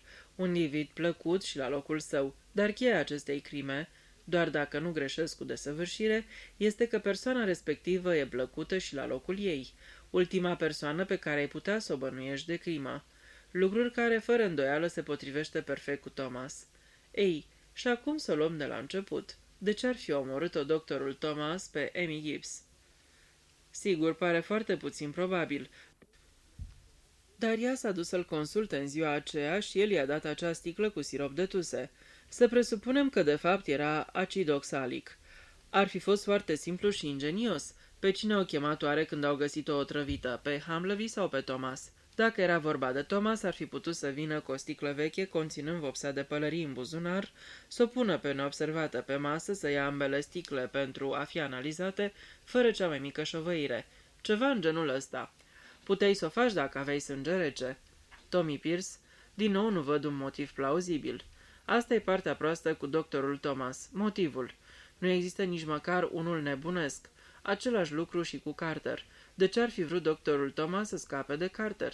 Nu puteai decât să-ți imaginezi că Amy, Tommy și cărciumarul știau cu toții ceva suspect despre doctorul Thomas. Să presupunem că acel ceva era moartea doamnei Horton. Doctorul Thomas o îngrijise și a murit după un șoc neașteptat. Ar fi putut să-l provoace foarte ușor. Amy Gibbs, nu uita, era pe vremea aceea în casă la Horton. Poate că auzise sau văzuse ceva. Asta ar lămuri motivul în cazul ei. Tommy Pierce e văzut de toți ca un băiat deosebit de băgăcios. Poate că prinsese ceva. Carter nu se potrivea în schemă. Amy Gibbs i-o fi spus ceva. El o fi repetat la vreun pahar și Thomas o fi hotărât să închidă gura. Fără îndoială, toate astea nu sunt decât niște ipoteze. Dar ce se putea face altceva? Și acum Humleby. În sfârșit, am ajuns la o crimă perfect plauzibilă, motiv adecvat și mijloace ideale. Dacă nici doctorul Thomas n-ar fi putut să-i provoace partenerului său septicemie, cine ar fi putut? Avea posibilitatea să-i reinfecteze rana de câte ori îl pansa? Ce bine ar fi ca și crimele de mai înainte să fie mai puțin plauzibile. Domnișoara Pinkerton? Cu ea e puțin mai greu, dar există un fapt precis. Doctorul Thomas n-a fost la Wychwood, cel puțin o parte bună din zi. A declarat că asistase la o naștere. S-ar putea, dar rămâne faptul că plecase din Wychwood cu mașina. Ce altceva mai era? Da, încă un lucru. Felul cum a privit când am plecat de la el mai de unea zi, cu superioritate condescendentă, zâmbetul unui om care te-a atras în mod conștient pe sfoară. Lucoftă dădu din cap și continuă raționamentul. Abbott? Și el s-al potrivi. E normal în stării respectat ultimul la care te-ai gândi. Este și îngânfat și încrezător în forțele lui. De obicei așa sunt criminalii. Au o îngânfare nemaipomenită. Întotdeauna își închipuie că înving prin asta.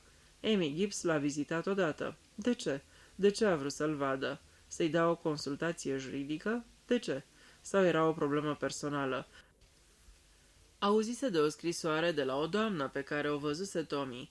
Oare scrisoarea era de la Amy Gibbs? Sau era o scrisoare de la doamna Horton, poate o scrisoare care intrase în posesia lui Amy Gibbs? Cealaltă doamnă ar fi putut să-i scrie domnului Abbott într-o chestiune atât de intimă încât el să-și piardă firea când băiatul a dat peste ea. Ce ar putea să ne intereseze la Amy Gibbs?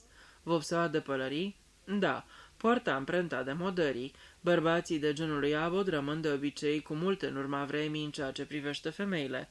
Genul învechit de cavaler. Tommy Pierce? E clar, din cauza scrisorii. Nu zău, probabil că era o scrisoare foarte compromițătoare. Carter? Ei bine, era o poveste cu fiica lui Carter. Abbott nu mai avea scandaluri, o secătură decăzută și redusă cum era Carter să îndrăznească să-l amenință. El care rezolvase două crime atât de abil, se terminase cu domnul Carter, o noapte întunecoasă și un vrânci bine plasat. Nu zău, afacerea asta cu crimele e chiar prea simplă. Am început să judeca Abbott? Cred că da. O doamnă în vârstă nu-l privește cu ochi buni. Crede anumite lucruri despre el. Apoi scandalul cu Humleby. Bătrânul Humleby a îndrăznit să se ridice împotriva lui Abbott, avocatul și criminalul cel inteligent. Bătrân prost. Habar n-are ce îi se pregătește. O să o pățească el. Să mai îndrăznească să mă mai înfrunte. Și pe urmă, ia stai. S-a întors să surprindă privirea Laviniei Pinkerton. Și propria sa privire șovăie arată o conștiință încărcată. El care se lăuda că nu e bănuit, strânise bănuiala în mod cert. Domnișoara Pinkerton i-a descoperit secretul. Știe ce a făcut, da, dar nu poate să obțină o dovadă. Dar dacă ne-am închipui că încearcă să obțină... Să ne închipuim că vorbește. Să ne închipuim. Se pricepe bine să cântărească oamenii.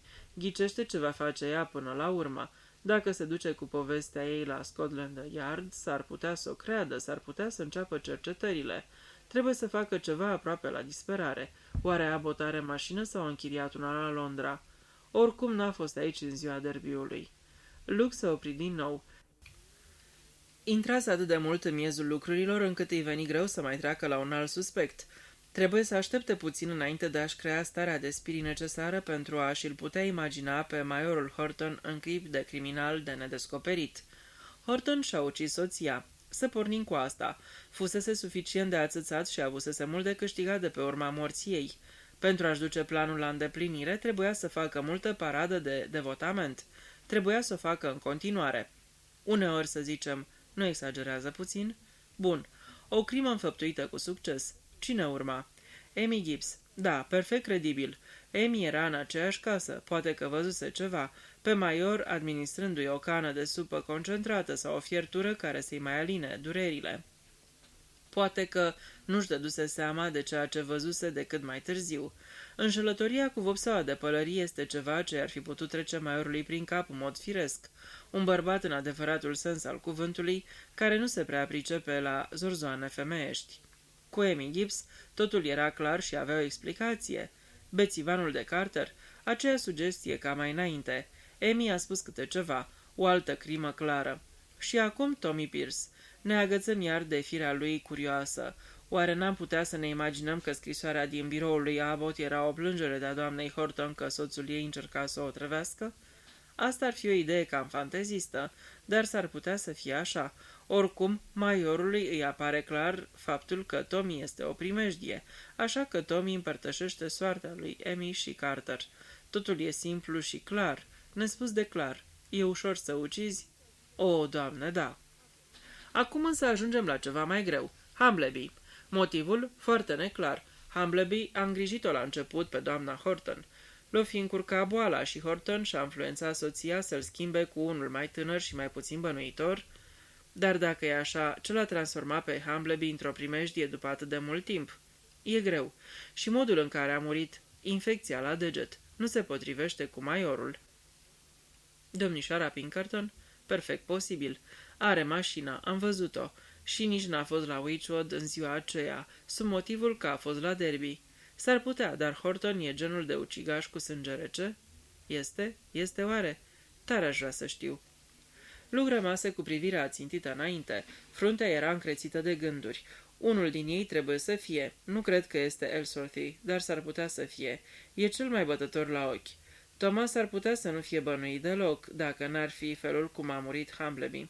Septicemia aceea arată clar o crimă medicală.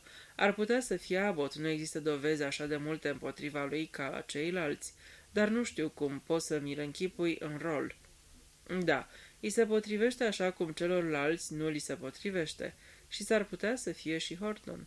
Sub papucul soției sale ani întregi, simțindu-se neînsemnat, da, ar putea să fie, dar domnișoara Wineflet nu crede așa. Ea nu e o femeie proastă și cunoaște și locul și oamenii.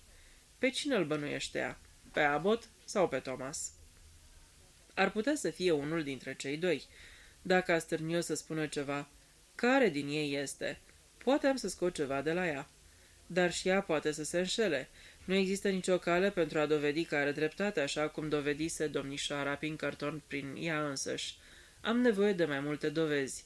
Dacă ar mai fi un caz, măcar unul, atunci aș... Se opri tresărind.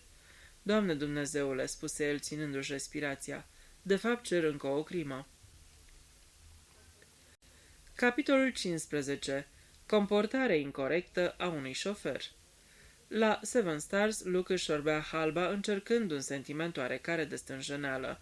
Ultima mișcare îi fusese urmărită de o jumătate de duzină de perechi de ochi neexpresivi, iar când intrase în local, conversația se oprise brusc. Luke încerca să facă acum câteva comentarii de interes general, cum ar fi recolta, starea vremii și biletele pentru finalele la fotbal, dar nu căpătă niciun răspuns. Singurul lucru care rămăsese era să facă ochi dulci fetei nostime de după teșghea, o brunetă cu obrajii roșii pe care, pe bună dreptate, o socoti domnișoara Lucy Carter. Avansurile lui fură bine primite. Domnișoara Carter chicoti în consecință și spuse: Ei, lăsați, domnule, știu eu că nu credeți nimic din ce spuneți. Astea-s vorbe goale. Și alte asemenea remarci, dar se vedea că spunea toate astea mașinal. Văzând că n-ar mai avea nimic de câștigat dacă ar mai sta, Luke își termină berea și plecă. Merse pe cărare până la puntea aruncată peste râu. Se opri să privească puțin când o voce tremurată se auzi în spatele lui. Aici, domnule. Aici a căzut bătrânul Harry. Luke se întoarse și văzu pe unul din cheflii de mai înainte, unul care fusese deosebit de tăcut, auzind subiectul cu recolta, starea vremii și finalele. Era evident că respectivul dorea să se amuze copios, abordând un subiect macabru. S-a prăbușit în noroi, spuse bătrânul. Direct în noroi și a rămas acolo cu capul în jos. Ciudat că a căzut tocmai aici. Era abia, domnule, spusese cetățeanul cu voiciune. Da, dar probabil că trecuse de mai multe ori beat pe acolo și mai înainte de asta. Aproape în fiecare seară, spuse celălalt. Harry era întotdeauna cu chef. Poate că l-a împins careva, spuse Luke, aruncând vorba la întâmplare. S-ar putea, admise săteanul, dar nu știu cine ar fi putut să o facă. Și-o fi creat câțiva dușmani. Se purta cam grosolan când era beat, nu-i așa? Era o plăcere să-l asculți. Harry nu-și prea alegea vorbele, dar nimeni n-ar împinge un om care e beat. Luke nu-i combătu afirmația. Să te folosești de neputința unui bețiv, asta era un lucru extrem de nedemn. Săteanul rămăsese cam buimăcit de această idee. Ei, spuse Luke într-o doară, a fost o poveste tristă. Nu chiar atât de tristă pentru nevastă sa, spuse bătrânul. Cred că ea și Lucy n-au de ce să fie triste. S-ar putea să fie și alții care să se bucure că nu le mai stă în drum. Bătrânul nu era prea sigur. Poate, spuse el, dar Harry nu voia răul nimănui niciodată. Cu acest epitaf pentru răporsatul domn Carter se despărțirea. Luke își îndreptă pașii spre vechiul hall. Biblioteca funcționa în cele două camere din față. Luke intră prin spate, deschizând o ușă pe care scria muzeu. Se plimbă de la o vitrină la alta, studiind exponatele care nu erau prea atrăgătoare. Niște vase și monede romane. Câteva curiozități din sudul Pacificului, o podoabă de cap malaeziană. Diferite zeități indiene oferite de Maiorul Horton împreună cu un Buddha uriaș, care privea întunecat, și o vitrină cu niște mărgele egiptene cam îndoielnice. Luke își repetă plimbarea prin sală. Nu era nimeni în apropiere. Urcă încetișor scările. Găsi o cameră cu reviste și ziare și una plină cu cărți, dar nu de beletristică. Urcă încă un etaj. Aici se aflau camere pline cu ceea ce el numi vechituri, păsări împăiate care fusese răscoase din muzeu pentru că le atacaseră moliile, teancuri de reviste rupte și o cameră ale cărei rafturi erau înțesate de lucrări de beletristică învechite și cărți pentru copii. Luke se apropie de fereastră. Probabil că aici stătuse Tommy Pierce, fluierând și din când în când, frecând vreun geam cu putere, când se auzeau pași în apropiere. Cineva intrase în cameră. Tommy își arătase zelul stând a pleca pe jumătate în afara ferestrei și frecând-o cu râvnă. Atunci acel cineva se apropiase de el și în timp ce vorbea, îl împinse brusc.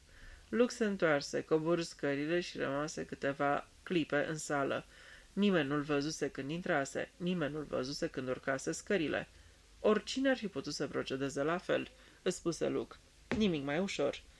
Auzi pași din direcția bibliotecii. Deoarece era nevinovat și n-avea nimic împotrivă să fie văzut, putea să rămână unde era. Dacă n-ar fi vrut să fie văzut, ce simplu ar fi fost să se dea un pas înapoi și să se ascundă în spatele ușii muzeului. Domnișoara Wynflett ieși din sala bibliotecii cu un mic tank de cărți sub braț. Își punea mânușile. Părea fericită și preocupată. Când îl văzu, chipul îi se lumină și spuse: Domnule Fitzwilliam, ați văzut muzeul? Tare mă tem că nu prea aveți ce vedea. Lordul Whitfield ne-a spus că o să ne aducă niște exponate foarte interesante. Într-adevăr? Da, e ceva modern, știți, la ordinea zilei. Așa cum au un muzeu de știință din Londra. Se gândește la un aeroplan modern, o locomotivă și niște preparate chimice. Poate că ar arăta cu totul altfel atunci. Da, eu nu cred că un muzeu trebuie să țină numai lucruri vechi, nu-i așa? Da, poate că așa e. Și pe urmă și niște exponate alimentare, calorii și vitamine, tot felul de lucruri de-astea. Lordul Whitfield ține atât de mult la campania pentru pregătirea fizică. Așa spunea mai de ună zi. E ceva la ordinea zilei, nu? Lordul Whitfield mi-a povestit cum a vizitat Institutul Wellerman și a văzut atâția germeni, culturi și bacterii încât m-a făcut să mă cutremur și mi-a povestit de țânțar și boala somnului și ceva despre limbricii ficatului, din care tare mă tem că n-am prea înțeles mare lucru. Probabil că nici Lordul Whitfield n-a înțeles, spuse Luke voios. Pot să pun pariu că a priceput totul pe dos. Dumneavoastră, domnișoară Wynflett, aveți o minte mult mai limpede. Domnișoara Wynflett răspunse liniștit. Ești tare drăguț, domnule Fitzwilliam, dar zău, femeile nu gândesc niciodată atât de profund ca bărbații. Luke își înăbuși dorința de a critica cu violență procesul de gândire al lordului Whitfield. Spuse în schimb: m-am uitat prin muzeu și apoi am urcat la etaj ca să am o priveliște de la ferestrele de sus. Adică de unde Tommy... Se cutremură domnișoara Wynflett. Da, e într-adevăr îngrozitor. Nu e plăcut deloc. Am stat de vorbă cam o oră cu doamna Church, mătușa lui Amy, o femeie, aș putea să spun, antipatică. Bine spus. A trebuit să mă porc cam aspru, continuă Luke. Cred că își închipuie că sunt un fel de super-polițist. Se opri pentru că observă o schimbare bruscă pe echipul domnișoarei Wynflett. Domnule Fitzwilliam, crezi că ai procedat bine?" De fapt, nu știu, cred că era un lucru inevitabil. Povestea cu cartea nu prea mergea, nu puteam să scop prea mult de la oameni, a trebuit să-i pun întrebări foarte precise." Domnișoara Wynflett dădu din cap, dar chipul ei purta aceeași expresie neliniștită. Într-un loc ca ăsta, știi, totul se împrăștie cu repeziciune. Adică toată lumea o să spună când o să trec pe stradă, uite copoiul. Nu știu acum dacă mai contează. De fapt, aș putea să obțin mai mult în felul ăsta." Nu la asta mă gândeam. Se grăbi ea să adauge. Voiam să spun că el va ști. El o să-și dea seama că ești pe urma lui. Luke spuse rar. Cred că da. Dar nu crezi că asta e îngrozitor de periculos? Îngrozitor? Adică, înțelese Luke în sfârșit, adică ucigașul va pune ochii pe mine? Da. Nostim. La asta nu m-am gândit. Cred totuși că aveți dreptate. S-ar putea ca asta să fie cel mai bun lucru ce se va întâmpla. Domnișoara Wynflett spuse cu un ton grav. Cred că nu-ți dai seama că este un om foarte deștept și precaut și nu uita, are multă experiență, poate mai multă decât știm noi." Da," spuse Luke gânditor, poate că e adevărat." Nu-mi place," exclamă domnișoara Wynflett. Zău, chiar sunt cam alarmată." Luke spuse cu blândețe. Nu trebuie să vă faceți griji. Vă asigur că am să fiu foarte prevăzător. Vedeți, am redus posibilitățile cât am putut de mult. Oricum mi-am format o idee despre cine ar putea fi criminalul." El privi iscoditor. Luke se apropie, își coborî vocea până la 7. Domnișoară Wynflett, dacă v-aș întreba pe care dintre cei doi îl considerați cel mai potrivit, doctorul Thomas sau domnul Abbott, ce mi-ați răspunde?" Spuse domnișoara Wynflett. Își duse mâna la piept, se dădu înapoi. Ochii săi, plini de o expresie care îl nedumeri, îi întâlniră pe cei ai lui Luke. Exprimau nerăbdarea și încă ceva de care nu-și dădea precis seama. Domnișoara Wynflett răspunse. Nu pot să spun nimic. Se întoarse brusc, scoțând un sunet curios pe jumătate oftat, jumătate un geamăt. Luke se resemnă. Mergeți acasă? Nu, trec pe la doamna Hamleby să-i duc cărțile astea. Stă în drum spre Conac. Am putea să mergem o bucată împreună. Ar fi foarte plăcut, spuse Luke. Coborâră treptele ocolind pajiștea satului. Luke privi în urmă la liniile impunătoare ale casei pe care abia o părăsiseră. Probabil că a fost o casă frumoasă pe vremea tatălui dumneavoastră, spuse el. Domnișoara Wynflett oftă. Da, eram cu toții foarte fericiți aici. Sunt tare bucuroasă că nu a fost demolată. Atâtea case vechi au fost dărâmate. Știu, păcat. Și zău, cele noi nu sunt la fel de bine construite. Și eu mă îndoiesc că vor rezista la fel de bine timpului. Dar desigur că cele noi sunt mai comode, cu tot confortul și fără coridoare reci care trebuie curățate mereu. Luke aprobă. Când ajunseră la poarta casei doctorului Hamleby, domnișoara Wynflett ezită și spuse. E o seară atât de frumoasă. Dacă nu te superi, aș mai merge o bucată de drum. Îmi place să respir aer curat. Puțin cam surprins, Luke își exprimă plăcerea politicos. Nici pe departe n-ar fi putut să numească seara aceea frumoasă. Vântul bătea cu putere, scuturând violent frunzele copacilor. Se gândi, în orice clipă poate izbucni o furtună. Domnișoara Wynflett, totuși ținându-și pălăria cu o mână, mergea lângă el cu o înfățișare voioasă, vorbind cu mici sforțări. Mergeau pe o uliță cam singuratică, deoarece de la casa doctorului Hamleby, cel mai scurt drum până la Ash Manor, nu era pe strada principală, ci pe o uliță lăturalnică, ce ducea la una din porțile din spatele clădirii. Poarta aceasta era nu din același fier forjat ca cealaltă, dar era încadrată de 2 stâlpi frumoși, fiecare având în vârf câte un ananas uriaș de culoare roz. De ce tocmai ananas, Luke nu putuse să-și dea seama, dar se gândi că pentru lordul Whitfield ananașii însemnau probabil distinție și bun gust. În timp ce se apropiau de poartă, le ajunseră la urechi sunete de voci mânioase. O clipă mai târziu îl zăriră pe lordul Whitfield, înfruntând un tânăr în uniformă de șofer. Ești concediat," țipă lordul Whitfield. Auzi, ești concediat." Dacă mi-ați trece cu vederea, domnule, numai de data asta." Nu, n-am să-ți trec cu vederea. Mi-ai luat mașina. Mașina mea. Și mai mult, ai băut, ai băut, să nu negi. Cred că am explicat clar că nu admit 3 lucruri pe moșia mea. Unul e beția, altul e imoralitatea și altul impertinența. Deși omul nu era beat cu adevărat, băuse destul ca să-i se dezlege limba. Schimbă tactica. Nu admiți asta, nu admiți ailaltă. Bastardule, moșia dumitale. Crezi că nu știm cu toții că tatăl dumitale a ținut o prăvălie de ghete?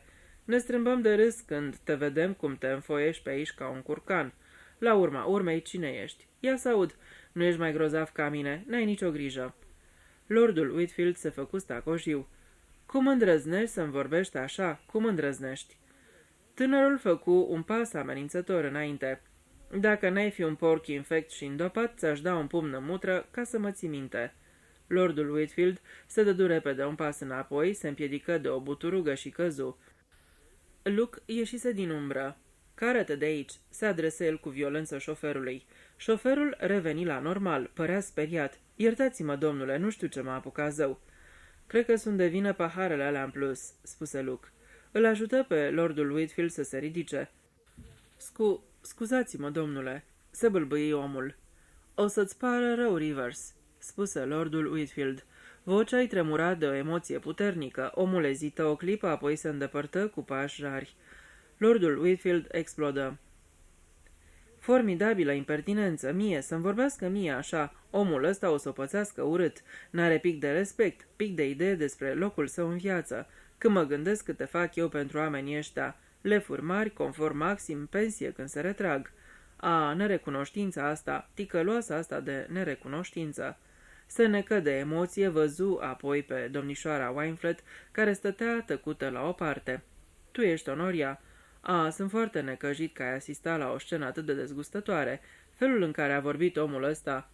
Mă tem că și-a cam ieșit din fire, domnule Whitfield, spuse domnișoara Wynflett delicat. Era beat, asta e, era beat. Puțin cam a fumat, spuse Luke. Știți ce a făcut? Li se adresă Lordul Whitfield privindu-i pe rând. Mi-a luat mașina mea. S-a gândit că nu o să mă întorc așa repede acasă. Bridget m-a dus cu mașina de 2 ori până la Line. Dar individul ăsta a avut nerușinarea să plimbe o fată, cred că pe Lucy Carter, cu mașina mea. Domnișoara Wynflett spuse cu blândețe. Un lucru foarte nenorocul lui. Lordul Whitfield păru puțin mai liniștit. Da, nu-i așa? Dar sunt sigură că îi pare rău.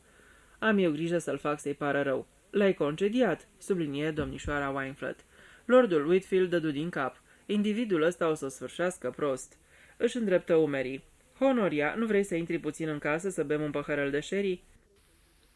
Îți mulțumesc, Lord Whitfield, dar trebuie să trec pe la doamna Humbleby să-i las cărțile astea. Noapte bună, domnule Fitzwilliam. Acum totul e în regulă cu dumneata. Îi zâmbi, dând aprobator din cap și se depărtă în grabă. Luke își ținu respirația în clipa în care o idee bruscă îi trecu prin cap. Domnișoara Wynflett semăna cu o doică ce condusese un copil la o petrecere. Oare era posibil ca ea să-l fi însoțit numai pentru a-l apăra? Ideea îi păru absurdă, dar... Vocea lordului Whitfield îi curmă firul gândurilor. Honoria Wynflett e o femeie foarte destoinică. Cred și eu. Lordul Whitfield își îndreptă pașii spre casă. Mergea destul de bățos, iar cu o mână își freca încet posteriorul. Brusc, chicotii. Pe vremuri, acum mulți ani, am fost logodit cu Honoria. Era o fată foarte drăguță, nu așa de uscățivă ca acum. Ce caragios mi se pare azi. Părinții ei erau oameni de vază de pe aici. Într-adevăr, Lordul Whitfield cugetă cu glas tare. Bătrânul colonel Wynflett se ținea tare mândru. Trebuia să duci mâna la șapcă iută de tot, ținea de școala veche și era înfumurat ca Lucifer. Chicoti din nou. Când Honoria anunța că se va căsători cu mine, parcă ar fi pus paie pe foc. Se considera o radicală, să știi. Privea lucrurile cu multă seriozitate. Lupta pentru înlăturarea diferențelor de clasă. Era o fată foarte serioasă.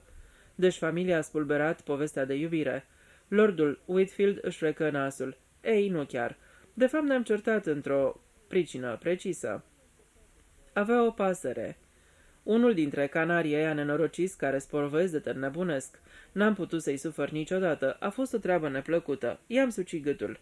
Ei, acum nu mai are rost să răscolim ce a fost. Hai să vorbim despre altceva.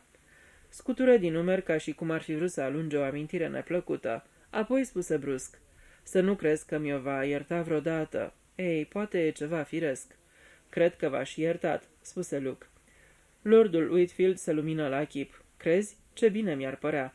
Știi cât o respect pe Honoria. E o femeie destoinică și o doamnă. Lucrul ăsta are și azi importanță. Conduce biblioteca foarte bine." Privi în sus și schimbă tonul. Spuse el, uit-o pe Bridget." Capitolul 16. Ananasul.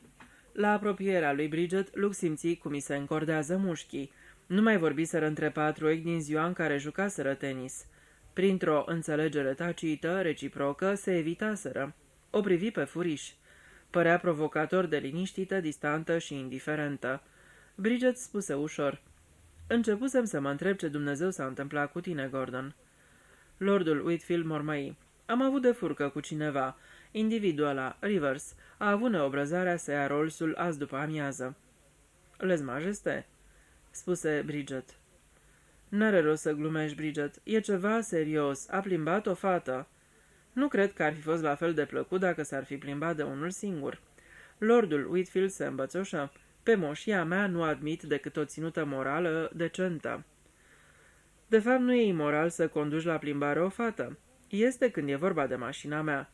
Asta, bineînțeles, că e mai mult decât neobrăzare. Echivalează cu blasfemie. Dar nu poți să reduci la zero problema sexului, Gordon. Pe cer e lună plină și, de fapt, e vremea nopților de sânziene." "Ia te uită, într-adevăr," spuse Luke. Bridget îl privi iute. "Am impresia că te interesează." "Da." Bridget se întoarse spre Lordul Whitfield. "La Bell St. Madley au adus 3 oameni extraordinari. Numărul 1, un om în pantaloni scurți, ochelari și o cămașă de mătase frumoasă de culoarea prunei. Numărul 2, o femeie fără gene, îmbrăcată într-un peplum și sandale și cu o livră de mărgele egiptene false și asortate. Numărul 3, un bărbat gras într-un costum de culoarea levânțichii și pantofi corespunzători. Bănuiesc că sunt niște prieteni de-ai domnului Ellsworthy. Zvonul circulă că diseară vor avea loc niște vesele evenimente în Poiana Vrăjitoarelor." Lordul Whitfield se înroșii. "Nu voi permite." "N-ai ce face, dragă. Poiana Vrăjitorilor este proprietate publică. Nu voi permite vânzoleala asta păgână aici. O să o demasc la rubrica scandaluri." Se opri, apoi spuse: "Adu-mi aminte să-mi notez asta și să-l anunț pe Sidley. Mâine trebuie să merg la Londra." "Campania lordului Whitfield împotriva vrăjitoriei," spuse Bridget zăflemitor. "Superstițiile medievale sunt încă în floare în liniștitele sătucuri." Lordul Whitfield o privi fix, încruntându-se plin de mirare, apoi se întoarse și intră în casă. Luke spuse amabil: "Trebuie să joci mai bine rolul, Bridget." "Ce vrei să spui? Ar fi păcat să-ți pierzi slujba. 100.000 nu-ți aparține încă, și nici diamantele și perlele. În locul tău aș aștepta să se termine ceremonia nupțială ca să-mi exercit darurile sarcastice." Privirea ei, în care plutea o undă de răceală, o întâlni pe a lui. "Ești tare grijuliu, dragă Luke. Câtă amabilitate să pui atâta inimă în viitorul meu." "Amabilitatea și chibzuința au fost întotdeauna părțile mele tari." "Nu observasem." "Nu? Mă uimești." Bridget îndoi frunza unei plante agățătoare. Spuse: "Ce-ai mai făcut azi?" "Ca de obicei, am făcut pe detectivul." "Ai obținut vreun rezultat?" "Da și nu, cum spun politicienii. Apropo, aveți vreo unealtă prin casă?" "Cred că da. Ce fel de unelte?" Trusa cu scule obișnuite ale unui spărgător. Poate s-ar putea să am nevoie de câteva." Peste 10 minute Luke alesese ce-i trebuia de pe un raft al bufetului. "Grămăjoara asta o să-mi fie de folos," spuse el, lovindu-și buzunarul în care pusese uneltele. "Ai de gând să forțezi vreo ușă de intrare?" "Poate." "Nu ești prea vorbăreț." "Ei, la urma urmei, problema se arată cam încurcată. Sunt într-o situație îngrozitoare după ciocnirea pe care am avut-o noi sâmbătă. Cred că ar trebui să o șterg de aici." "Așa s-ar cuveni dacă vrei să te comporți ca un adevărat gentleman. Dar deoarece, în mod sigur, sunt foarte aproape de urma unui maniac ucigaș, sunt mai mult sau mai puțin obligat să rămân. Deci te poți gândi la vreun motiv plauzibil pe care să-l invoc ca să mă pot muta la Bell St. Madley pentru numele lui Dumnezeu. Spune-l." Bridget dădu din cap. "Nu se face, doar ești verișorul meu. Pe lângă asta, hanul e plin de prietenii domnului Ellsworthy și nu au decât 3 camere de oaspeți. Deci sunt obligat să rămân, oricât de neplăcut ar fi pentru tine." Bridget îi zâmbi dulce. "Câtuși de puțin.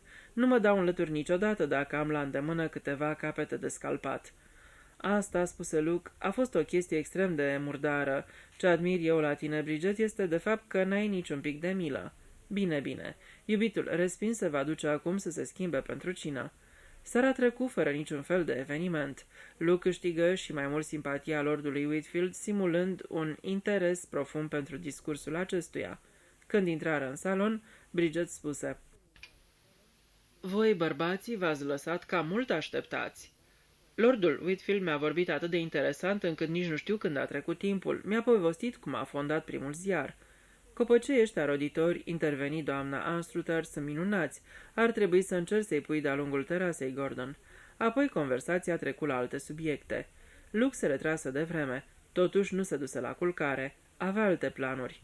Tocmai bătea ora 12 când coborâ scările fără zgomot. Înteniși trecu prin bibliotecă și se lăsă în jos pe fereastră. Vântul mai bătea în rafale puternice, urmate de adieri blânde de scurtă durată. Norii traversau cu repeziciune cerul, acoperind luna în așa fel încât întunericul alterna cu strălucitoarea lumina a lunii. Luke ajunse la locuința domnului Ellsworthy pe un drum ocolit. Simțea nevoia să facă o mică investigație. Era aproape sigur că Ellsworthy și prietenii săi vor fi împreună în acea zi anume. Probabil că noaptea sânzienelor era un eveniment care merita să fie marcat printr-o ceremonie sau alta. Cât timp se desfășura ceremonia, era o ocazie prielnică să cerceteze locuința domnului Ellsworthy. Sări câteva ziduri, ajunse în spatele casei, scoase uneltele trebuincioase din buzunar și alese pe cea potrivită. Găsi o fereastră de bucătărie care se preta la eforturile pe care avea de gând să le depună. Câteva clipe mai târziu, împinsese cârligul, ridicase geamul și săltase înăuntru. În buzunar avea o lanternă. O folosi cu economie câteva raze scurte pentru a-i arăta drumul și pentru a nu se împiedica de lucruri. Într-un sfert de oră se asigură că întreaga casă era goală. Proprietarul era plecat după treburi. Luke zâmbi satisfăcut și se apucă de lucru. Cotrobăi pendelete și cu precizie fiecare colțișor și firidă. Într-un sertar încuiat, sub 2 sau 3 schițe inofensive în acoarelă, dădu de câteva eforturi artistice care îl făcură să ridice din sprâncene și să fluiere. Corespondența domnului Ellsworthy era nesemnificativă, dar câteva din cărțile lui, cele înghesuite în spatele dulapului, meritau o atenție deosebită. În afară de ele, Luke mai adunase 3 frânturi de informații care, deși mărunte, erau totuși sugestive. Prima era o însemnare la repezeală făcută cu creionul într-un carnețel, de aranjat Tommy Pierce, dar fiind cu câteva zile înainte de a muri băiatul. Cealaltă era o schiță în creion a lui Emmy Gibbs, peste fața căreia era trasă cu furie o linie roșie. Cea de-a treia era o sticlă cu sirop de tuse. Separat, niciunul din lucrurile astea nu erau concludente într-un fel, dar luate împreună puteau fi considerate ca fiind încurajatoare. Luke tocmai făcea ordine, aranjând ultimile amănunte și punând lucrurile la loc, când brusc rămase încordat și stinse lanterna. Auzise cheia ambroască de la o ușă laterală. Se duse până la ușa camerei în care se găsea și privi printr-o crăpătură. Speră că dacă era Ellsworthy, se va duce direct sus. Ușa laterală se deschise și Ellsworthy păși înăuntru, aprinzând lumina din hol. Luke îi văzu fața în timp ce trecea prin hol și-și ținu respirația. Era de nerecunoscut. Avea spume la gură, ochii străluceau de o exaltare nebunească ciudată, în timp ce sărea prin hol cu pași mici de dansator. Dar ceea ce îl făcu pe Luke să-și țină răsuflarea fu priveliștea mâinilor lui Ellsworthy. Erau colorate într-un roșu cafeniu, culoarea sângelui uscat. Dispăru pe scări. O clipă mai târziu, lumina din hol se stinse. Luke mai așteptă puțin, apoi se strecură afară din hol cu precauție, ajunse în bucătărie și sări pe geam. Privi casa, dar era întunecată și tăcută. Respira adânc. Doamne, iartă-mă, spuse el. Tipul ăsta e nebun de-a binelea. Mă întreb de ce e în stare. Puteam să jur că avea sânge pe mâini. Dădu ocol satului și se întoarse la Ash Manor. Tocmai străbătea ulița alăturalnică când brusc auzi un foșne de frunze care îl făcu să se întoarcă. Cine e acolo? O siluetă înaltă, învăluită într-o pelerină întunecată, ieși din umbra unui copac. Părea atât de nepământeană încât Luke simți cum îi bate puțin inima, apoi recunoscu chipul prelung și palid de sub glugă. Bridget, ce m-ai speriat? Îi răspunse tăios. Unde-ai fost? Te-am văzut când ai plecat. Și m-ai urmărit? Nu, ajunsesești prea departe. Te-am așteptat să te întorci. Ai făcut o mare prostie, mormăi Luke. Bridget puse din nou întrebarea nerăbdătoare. Unde-ai fost? Îi spuse bine dispus. Am dat o raită pe la domnul Ellsworthy. Bridget își ținu respirația. Ai găsit ceva? Nu știu, în orice caz am aflat acum mai multe despre măgarul ăsta, gusturile lui pornografice și toate celelalte. Am găsit și 3 lucruri care pot fi sugestive. Bridget ascultă cu atenție în timp ce el îi povesti rezultatul cercetărilor întreprinse. Totuși sunt niște dovezi foarte slabe, termină el. Dar Bridget, când să plec, a apărut Ellsworthy. Și ascultă la mine, omul ăsta e nebun de legat. Vorbesc serios? I-am văzut mutra, era de nedescris. Dumnezeu știe ce a făcut, era într-o stare de delir și avea mâinile mânjite. Pot să jur că era sânge. Bridget se cutremură. Oribil, murmură ea. Luke spuse iritat. N-ar fi trebuit să ieși singură, Bridget. A fost o nebunie din partea ta. Ar fi putut să-ți dea cineva cu ceva în cap. Bridget râse slab. Cred că asta ți se poate aplica și ție, dragul meu. Eu știu să-mi port de grijă singur. Și eu la fel. N-aș putea să zic că soarta nu m-a pus la încercare. Se stârni o rafală tăioasă de vânt. Luke spuse brusc. Scoateți gluga. De ce? Cu o mișcare neașteptată, Luke îi trase pelerina. Vântul îi zburătăci părul, ridicându-i-l în creștet. Bridget îl privi nemișcată, respirând iute. Luke spuse. Într-adevăr, îți lipsește coada de mătură, Bridget. Așa te-am văzut prima dată. O mai privi o clipă și spuse. Ești un diavol fără inimă. Cu un oftat adânc și zbuciumat, îi aruncă pelerina înapoi. Hai, puneți-o. Hai să mergem în casă. Așteaptă. De ce? Se apropie de el. Vorbea cu o voce joasă, aproape fără să respire. Pentru că am să spun ceva. De fapt, ăsta e unul din motivele pentru care te-am așteptat aici, în afara conacului. Vreau să-ți spun înainte de a intra pe domeniul lui Gordon. Ei? Bridget râse scurt și cu puțină amărăciune. E foarte simplu. Ai câștigat, Luke. Asta-i tot. Luke spuse iute. Adică cum? Adică am renunțat la ideea de a deveni doamna Whitfield. Luke se dădu un pas mai aproape. Adevărat? Întrebă el. Da, Luke. Și ai să te căsătorești cu mine? Da. De ce oare? Nu știu. Îmi arunci în față niște lucruri drăcești, iar eu am impresia că îmi plac. O luă în brațe și o sărută. Îi spuse. Lumea e nebună. Ești fericit, Luke? Nu în mod special. Crezi că ai fi vreodată fericit cu mine? Nu știu. Am să risc. Da, și eu simt la fel. Suntem cam ciudați în privința asta, iubito. Hai să mergem. Poate ne revenim mâine dimineață. Te cutremuri când te gândești ce îi se poate întâmpla unui om. Se uită în jos și brusc îl făcu să se oprească. Luke, ce-i asta? Luna ieșise din nori. Luke privi în jos către o masă informă pe care Bridget o arătă cu vârful tremurat al pantofului. Cu un strigă de uimire, Luke își eliberă brațul și îngenunche. Privirea lui trecu de la masa informă la stâlpul porții. Ananasul dispăruse. În cele din urmă se ridică. Bridget stătea cu mâinile apăsate pe buze. Luke spuse. E Rivers, șoferul. E mort. Porcăria aia de piatră. De mult timp nu se mai ținea bine. Cred că i-a căzut în cap. Luke dădu din cap. Vântul n-ar fi putut face așa ceva. Aha, deci așa a vrut să arate. Așa a vrut să pară. Un alt accident. Dar nu e decât o simulare. Din nou a lovit ucigașul. Nu, Luke. Îți spun eu că asta e. Știi ce am simțit când i-am pus mâna la ceafă? Pe lângă ceva lipicios, fire de nisip. Aici nu-i pic de nisip. Ascultă, Bridget. Cineva a stat aici și l-a izbit în cap când ieșea pe poarta din spate. Apoi l-a așezat aici și a rostogolit pietroiul ăla în formă de ananas deasupra lui. Bridget spuse slab. Luke, ai sânge pe mâini. Luke spuse întunecat. Pe mâinile altcuiva a fost sânge. Știi ce mă gândeam azi după amiază? Că dacă ar mai fi o crimă, am ști cu precizie. Și știm. Ellsworthy a fost plecat azi noapte și s-a întors cu sânge pe mâini, săpăind și săltând ca un nebun, beat și cu expresie de maniac ucigaș.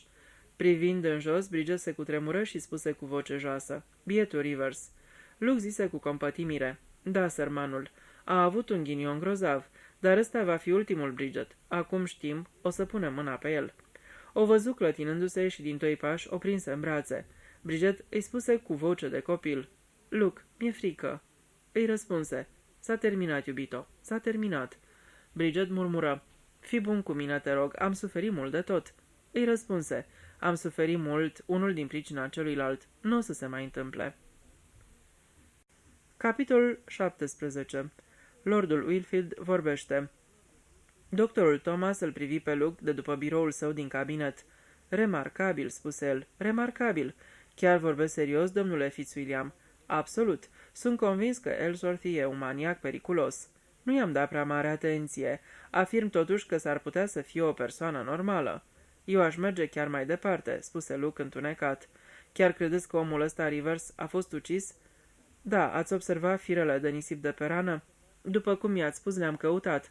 Trebuie să recunosc că ați avut dreptate. Atunci e clar, nu-i așa? Accidentul a fost simulat și omul a fost omorât printr-o lovitură cu un sac de nisip sau cel puțin amețit. Nu neapărat. Cum adică? Doctorul Thomas se lăsă pe spate și își împreună degetele. Să presupunem că omul ăsta, Rivers, a stat culcat ziua într-o groapă cu nisip. Sunt multe pe aici. Asta ar explica firele de nisip de pe păr. Ascultați aici ce vă spun. Omul ăsta a fost ucis. Puteți să-mi spuneți ce vreți, răspunse doctorul Tomasek, dar asta nu dovedește nimic. Luke își stăpâni exasperarea. Am impresia că nu credeți o vorbă din tot ce v-am spus. Doctorul Thomas zâmbi. Un zâmbet blajin și plin de superioritate. Trebuie să recunoașteți, domnule Fitzwilliam, că e o poveste destul de neobișnuită. Afirmați că omul ăsta, Ellsworthy, a ucis o servitoare, un băiețel, un cărciumar, un bețiv, pe colegul meu și în cele din urmă pe omul ăsta, Rivers. Și nu credeți? Doctorul Thomas dădu din numeri. Cunosc câte ceva din cazul lui Humbleby. Mi se pare, în afară de orice discuție, bănuiala că Ellsworthy ar fi provocat moartea și nu pot să cred într-adevăr că aveți vreo dovadă că a procedat în felul ăsta. Nu știu cum a reușit, mărturisi Luke, dar totul se lega în povestea domnișoarei Pinkerton. Și aici din nou susțineți că Ellsworthy a urmărit-o la Londra și a dat cu mașina peste ea? Din nou n-aveți nicio urmă de dovadă că așa s-a întâmplat. Totul e așa de ireal. Luke spuse tăios. Acum că știu unde mă aflu, o să trebuiască să găsesc dovezi. Mâine mă duc la Londra la un vechi prieten. Am văzut în ziar că acum 2 zile a fost numit ajutor de șef de poliție. Mă cunoaște și va asculta ce vreau să-i spun. De un singur lucru sunt sigur. Va ordona să se facă anchetă serioasă, nu glumă. Doctorul Thomas își mângâie bărbia gânditor. Ei, fără îndoială că ăsta e cel mai bun lucru de făcut. Dacă se dovedește că v-ați înșelat... Luke îl întrerupse. Chiar nu credeți niciun cuvânt din toate acestea? Să cred că e vorba de crime în serie, doctorul Thomas ridică din sprâncene. Ca să fiu sincer, domnule Fitzwilliam, nu cred. Povestea e prea fantastică. Fantastică, poate, dar se leagă. Trebuie să recunoașteți că se leagă. Din moment ce acceptați povestea domnișoarei Pinkerton ca adevărată. Doctorul Thomas scutură din cap. Schiță un zâmbet ușor. Dacă ați cunoaște câteva din fetele astea bătrâne așa cum le cunosc eu, murmură el. Luke se ridică încercând să-și înfrâneze enervarea. Oricum vi se potrivește numele, spuse el. Toma, necredinciosul. Thomas răspunse bine dispus. Dați-mi niște dovezi, dragul meu. Asta e tot ce vă cer. Nu numai vorbe goale care n-au nicio bază în afară de ce și-a închipuit că a văzut o bătrânică. Ce-și închipuie bătrânicile că văd e foarte adesea adevărat. Mătușa Mildred era extrem de ciudată. Ați avut vreo mătușă, domnule Thomas? Nu. E o greșeală, spuse Luke. Toată lumea ar trebui să aibă mătuși. Ele ilustrează triumful ghicitului asupra logicii. Mătușilor li s-a rezervat posibilitatea să știe că domnul A este un ticălos pentru că seamănă cu un majordom necinstit pe care l-a avut pe vremuri. Alții spun foarte logic, de altfel, că un om respectabil cum este domnul A nu poate fi un netrebnic. Bătrânele însă nu greșesc niciodată. Doctorul Thomas zâmbi din nou cu superioritate. Luke spuse, simțind că l-apucă iar exasperarea. Nu-ți dai seama că eu sunt polițist? Nu sunt numai un simplu amator?" Doctorul Thomas zâmbi și murmură. În strâmtoarea Mayang. Crima e tot crimă chiar și în strâmtoarea Mayang. Desigur, desigur. Luke plecă din cabinetul doctorului Thomas într-o stare de nervi îngrozitoare. Se alătură lui Bridget care îi spuse. Ei, cum te-ai descurcat?" Nu m-a crezut. Lucru care, dacă stai să te gândești, nu e de mirare. E o poveste incredibilă, fără nicio dovadă. Doctorul Thomas este categoric genul de om care nu-și poate închipui 6 lucruri imposibile înainte de micul dejun. Oare te va crede cineva? Probabil că nu, dar când am să ajung mâine la amicul Billy Bones, se va pune totul pe roate. O să-l ia și o să-l scuture pe amicul ăsta apletos de Ellsworthy și în cele din urmă trebuie să ajungă la un rezultat oarecare. Bridget spuse gânditoare. Ai dat cam mult cărțile pe față, nu-i așa? A trebuit. Nu putem, pur și simplu, nu putem să ne permitem să se înfăptuiască și alte crime. Bridget se cutremură. Pentru numele lui Dumnezeu, Luke, ai grijă. Am să am grijă, iar tu să nu mergi pe lângă porțile cu ananaș pe ele. Evită noaptea pădurea singuratică. Veghează asupra mâncării și băuturii. Cunosc toate ițele. E un sentiment îngrozitor să știi că ești un om urmărit. Atâta timp cât tu nu ești o femeie urmărită, iubito. Poate sunt. Nu cred, dar n-am de gând să risc. Veghez asupra ta ca un înger păzitor de modă veche. Crezi că are vreun rost să anunțăm și poliția de aici? Lux stătu o clipă pe gânduri. Nu cred. Mai bine mergem direct la Scotland Yard. Bridget murmură. Așa s-a gândit și domnișoara Pinkerton. Da, dar eu mă voi feri de necazuri. Bridget spuse. Știu ce să fac mâine. Am să-l fac pe Gordon să meargă la prăvălia brutei aceleia să cumpere câte ceva. După ce te-ai asigurat că domnul Airsorty nu mă pândește pe treptele de la Whitehall? Exact. Lux spuse ușor încurcat. În ceea ce îl privește pe Whitfield, Bridget spuse repede, să lăsăm până te întorci mâine, atunci o să-i spunem. Crezi că o să fie copleșit? Ei, Bridget se gândi. O să se enerveze. Să se enerveze? Ei, drăcie, oare nu o iei cam prea ușor? Nu, pentru că vezi tu, lui Gordon îi place să fie enervat. Îl întoarce pe dos. Lux spuse grav. Nu mă simt prea bine când mă gândesc la asta. Ideea îi rămase vie în minte până seara când se pregăti să-l asculte pentru a 20-a oară pe Lordul Whitfield, vorbindu-i despre Lordul Whitfield. Recunoștea că era o ticăloșie să stai în casa unui om și să-i furi logodnica. Simțea totuși o găgăuță măruntă, burduhănoasă, afectată și semeață. Cum era Lordul Whitfield, n-ar fi trebuit să aspire niciodată la Bridget, dar conștiința îl mustra într-atât încât ascultă cu o doză dublă de atenție încordată și rezultatul făcu o impresie total favorabilă asupra gazdei. Lordul Whitfield era foarte bine dispus în seara asta. Moartea fostului șofer păruse că mai degrabă îl bucurase decât îl întristase. I-am spus eu individului ăla că o să sfârșească prost. Croncăni el, ridicând un pahar de port în lumină și privind prin el. N-ai auzit aseară? Da, într-adevăr. Și vezi că am avut dreptate. Eu, uluitor, cât de des am dreptate. Trebuie să fie minunat pentru dumneavoastră. Am avut o viață splendidă. Da, o viață splendidă. Drumul mi s-a întins netă dinaintea mea. Întotdeauna am crezut și m-am încrezut în providență. Ăsta e secretul, Fitzwilliam. Ăsta e secretul. Da? Sunt un om religios, cred în bine și în rău, și în justiția eternă. Există așa ceva, justiția eternă, Fitzwilliam, să nu te îndoiești. Și eu cred în justiție, spuse Luke. Lordul Whitfield, ca de obicei, nu manifestă vreun interes pentru credințele altora. Fă dreptate creatorului tău și creatorul tău va face dreptate pentru tine. Am fost întotdeauna un om drept. Am fost de partea carității, iar banii i-am câștigat în mod cinstit. Nu datorez nimic nimănui. Stau singur pe picioarele mele. Îți amintești în Biblie cum patriarhii prosperau. Li se mulțeau mereu cirezile și turmele, iar dușmanilor erau doborâți. Luke își înnăbuși un căscat și spuse: Într-adevăr, e remarcabil, absolut remarcabil, spuse Lordul Whitfield, felul în care sunt doborâți dușmanii unui om drept. Uite, ieri, de exemplu, individul ăla m-a insultat. Chiar a mers atât de departe încât a încercat să ridice mâna împotriva mea. Și ce s-a întâmplat? Unde e el azi? Făcu o pauză retorică și apoi răspunse tot el cu o voce impresionantă. Mort. Lovit de mânia cerească. Deschizând puțin ochii, spuse: O pedeapsă destul de aspră, poate, pentru câteva vorbe pripite rostite după un pahar în plus. Lordul Whitfield dădu din cap. Întotdeauna se întâmplă așa, răsplata vine iute și îngrozitor. Am dovezi certe în această privință. Ți-aduce aminte de copiii care au râs de Elizeu cum au venit urșii și i-au mâncat? Așa se întâmplă, Fitzwilliam. Întotdeauna am socotit că a fost un act de răzbunare inutil. Nu. Privești greșit lucrurile. Elizeu era un sfânt mare. Nu era permis ca cei care râd de el să mai trăiască. Înțeleg asta din proprie experiență. Luke îl privi nedumerit. Lordul Whitfield coborî vocea. Nici eu n-am crezut la început, dar de fiecare dată s-a întâmplat la fel. Dușmanii și defăimătorii mei au fost doborâți și exterminați. Exterminați? Lordul Whitfield aprobă ușor din cap și își sorbi paharul cu porto. Rând pe rând, un caz la fel ca al lui Elizeu, un băiețel.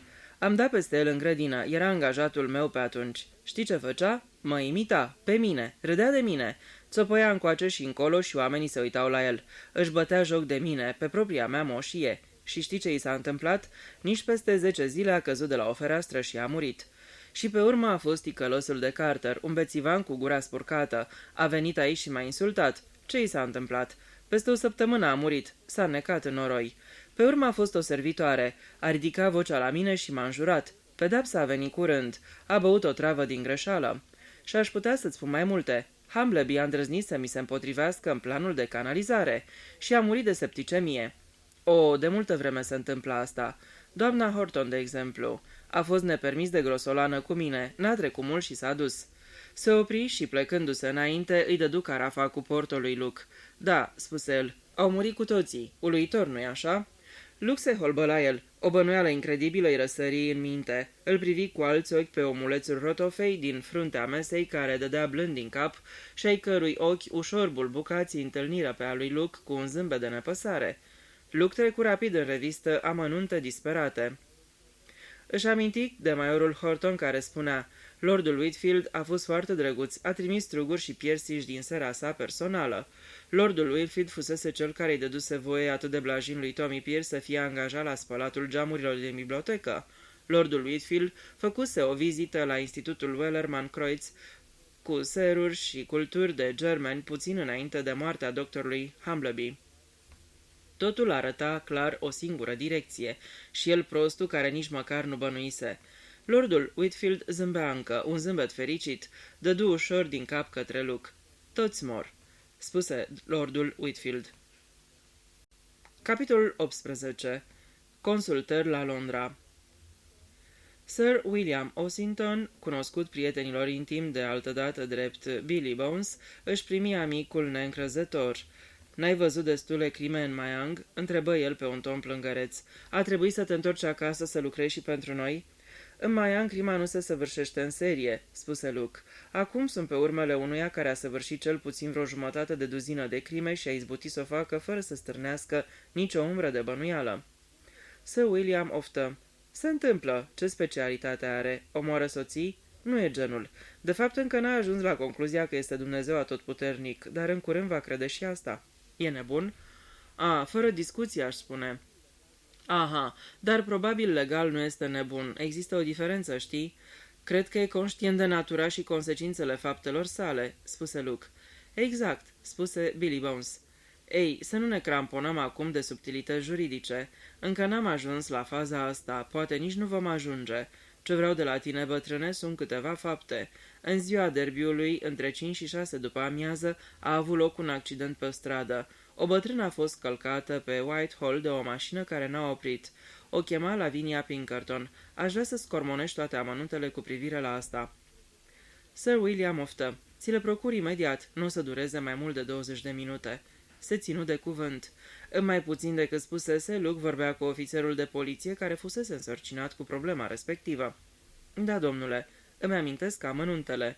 Cele mai multe mi le-am notat aici. Îi arătă foaia pe care o studia Luke. S-a făcut anchetă. Procurorul a fost domnul Stacherville. Șoferul mașinii a fost găsit vinovat. I-ați dat de urmă? Nu, domnule. Ce fel de mașină era? Aproape sigur că era un Rolls, o mașină mare condusă de un bărbat în uniformă de șofer. Toți martorii sunt de acord asupra acestui punct.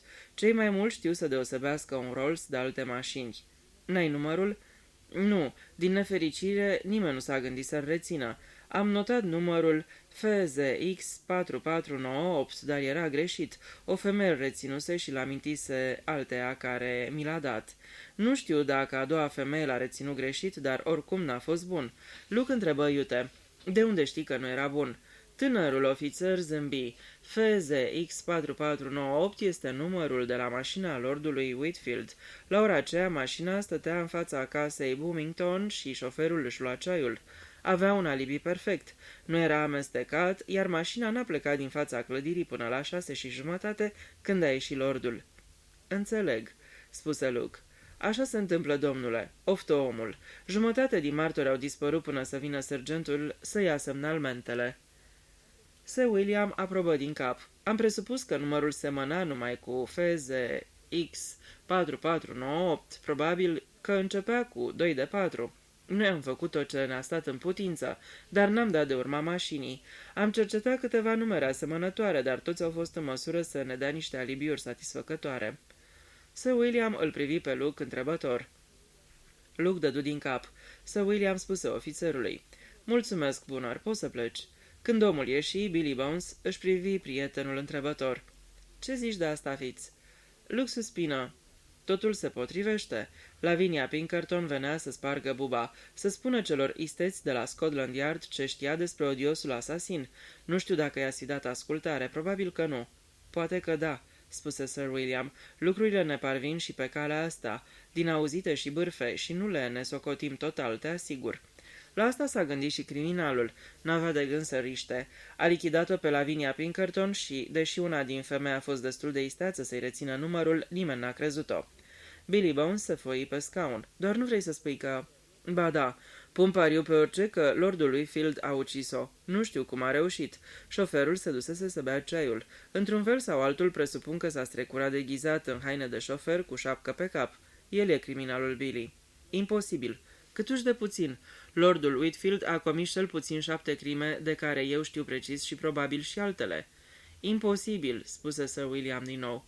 Dragă prietene, pur și simplu s-a lăudat cu ele aseară în fața mea. De ce nebun?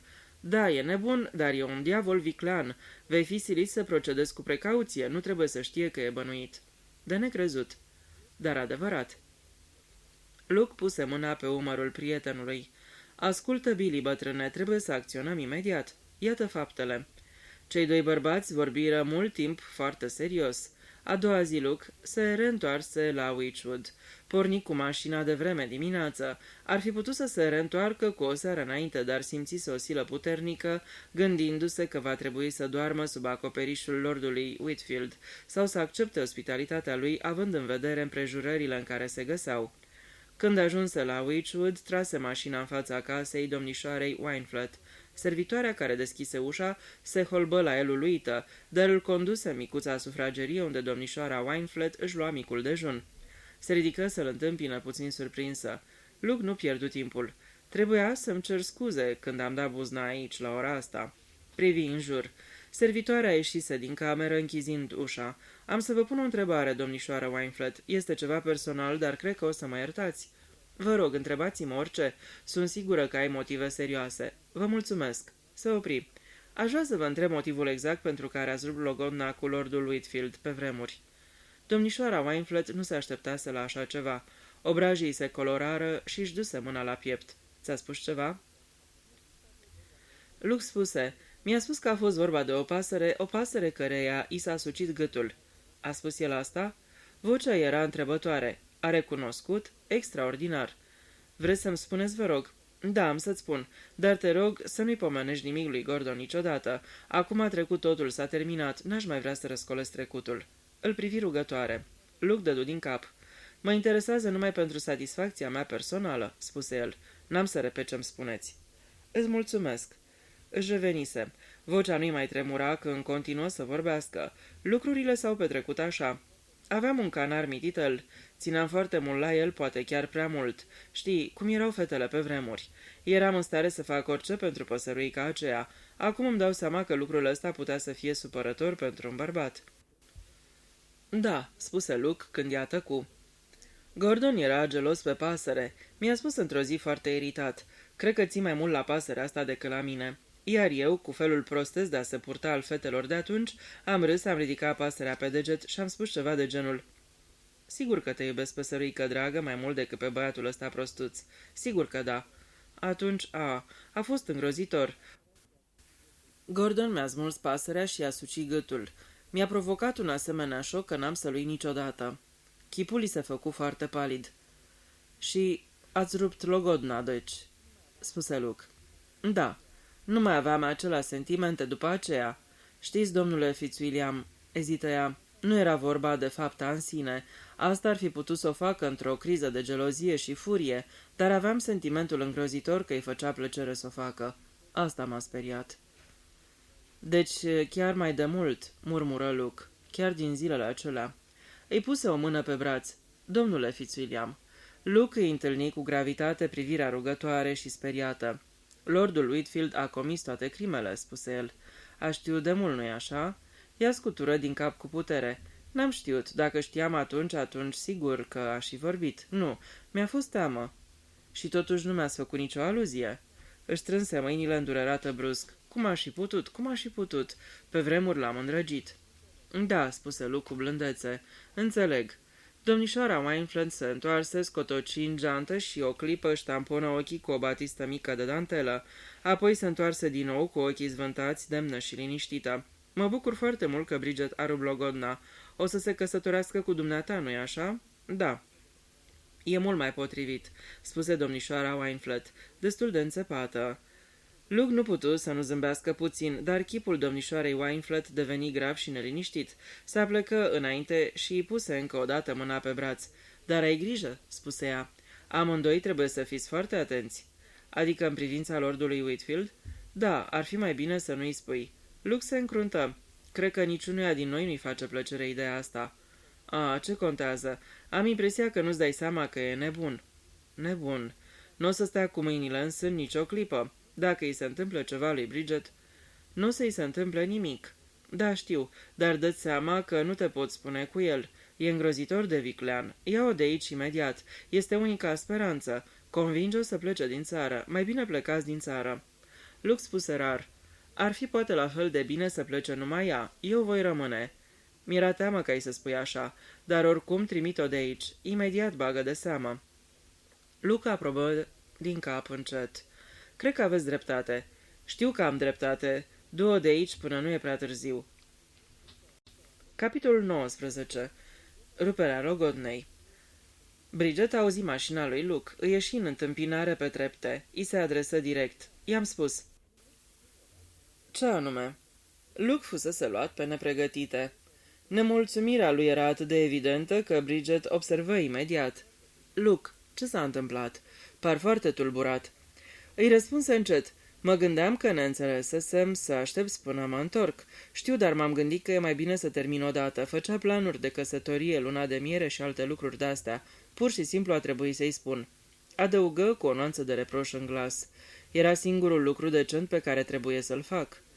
Îi dădu dreptate. Din punctul tău de vedere, da, înțeleg. Cred că din toate punctele de vedere. Câteodată nu-ți poți permite să faci ceea ce trebuie. Ce vrei să spui, Luke? Luke făcu un gest de nerăbdare. Nu pot să-ți spun acum și aici cum a reacționat Whitfield. Bridget îi răspunse rar.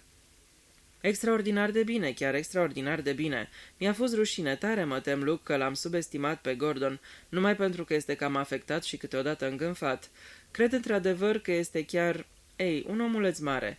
Luke dădu din cap. Da, poate este un om mare în anumite privințe pe care nu le-am bănuit. Ascultă bine, Bridget, trebuie să pleci de aici cât mai repede cu putință. Sigur, azi împachetez și plec. Poți să mă duci cu mașina în oraș? Presupun că putem să mergem amândoi să ne luăm niște camere la Bells and Modley, în cazul în care trupa lui Ellsworthy și-a luat tălpășița? Luke scutură din cap. Nu, mai bine te întorci la Londra. Îți explic imediat. Între timp, cred că mai bine aș sta de vorbă cu Whitfield. Cred că asta trebuie să faci. Totul e o porcărie sinistră, nu? Am senzația că sunt un ticălos care dezgroapă mormintele. Luke îi zâmbi. A fost o afacere cinstită, te-ai purtat corect. Oricum n-are rost să ne lamentăm pentru lucrurile care s-au terminat și au trecut. Acum intru să stau de vorbă cu Whitfield. Îl găsi pe lordul Whitfield, plimbându-se cu pași mari prin salon. În aparență era calm, avea chiar un ușor zâmbet pe buze, dar Luke observă că o venă de la tâmplă îi se zbătea violent. Se întoarse când Luke intră. A, ai venit, Fitzwilliam. Luke spuse. N-are rost să spun că îmi pare rău pentru ce am făcut. Aș fi ipocrit. Recunosc că din punctul dumneavoastră de vedere m-am purtat foarte urât și am foarte puține de spus ca să mă apăr. Lucruri de genul ăsta se întâmplă în viață. Lordul Whitfield își reluă mersul. Într-adevăr, într-adevăr. Dădu din mână. Luke continuă. Bridget și cu mine ne-am purtat rușinos cu dumneavoastră, dar asta este. Ținem unul la altul și nu ne mai rămâne altceva de făcut decât să vă spunem adevărul și să plecăm. Lordul Whitfield se opri. Îl privi pe Luke cu ochi spălăciți și bulbucați. Nu, spuse el, nu mai aveți ce face. Avea un ton curios în voce. Îl privea pe Luke scuturând din cap cu milă parcă. Luke spuse tăios. Cum adică? N-aveți ce face, spuse lordul Whitfield. E prea târziu. Luke se dădu un pas mai aproape. Spuneți-mi ce vreți să insinuați. Lordul Whitfield spuse pe neașteptate. Întreabă pe Honoria Wynflod. Ea o să înțeleagă. Ea știe ce se întâmplă. Mi-a vorbit odată despre asta. Ce anume o să înțeleagă? Lordul Whitfield spuse. Răul nu rămâne nepedepsit. Trebuie să se facă dreptate. Păcat pentru că țin la Bridget. Într-un fel e păcat pentru amândoi. Ne amenințați? Lordul Whitfield păru surprins cu adevărat.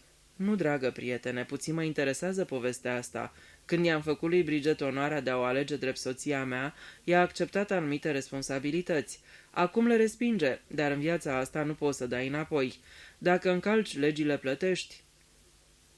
Luke își strânse pumnii. Spuse, adică lui Bridget îi se va întâmpla ceva? Whitfield, ascultă ce-ți spun eu. Bridget nu o să pățească nimic și nici eu. Dacă încerci să faci ceva, s-a zis cu tine. Mai bine ai fi mai atent, știu multe despre tine. Eu n-am niciun amestec, spuse Lordul Whitfield. Eu nu sunt decât instrumentul unei puteri superioare. Ce poruncește acea putere, asta se întâmplă. Văd că dai crezare lucrului ăsta, spuse Luke. Pentru că ăsta e adevărul. Oricine mi se împotrivește este pedepsit. Tu și cu Bridget nu veți face excepție.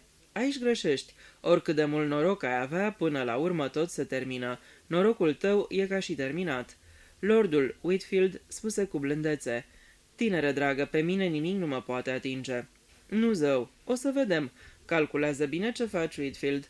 Lordul Whitfield schiță o mișcare foarte slabă. Vocea-i se schimbase când vorbi.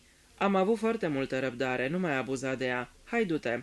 Mă duc, spuse Luke cât pot de repede. Nu uita că te-am prevenit. Se întoarse pe călcâie și ieși iute din cameră, urcă scările în grabă. O găsi pe Bridget în cameră, supraveghind o servitoare care îi împacheta hainele. Ești gata repede? În 10 minute.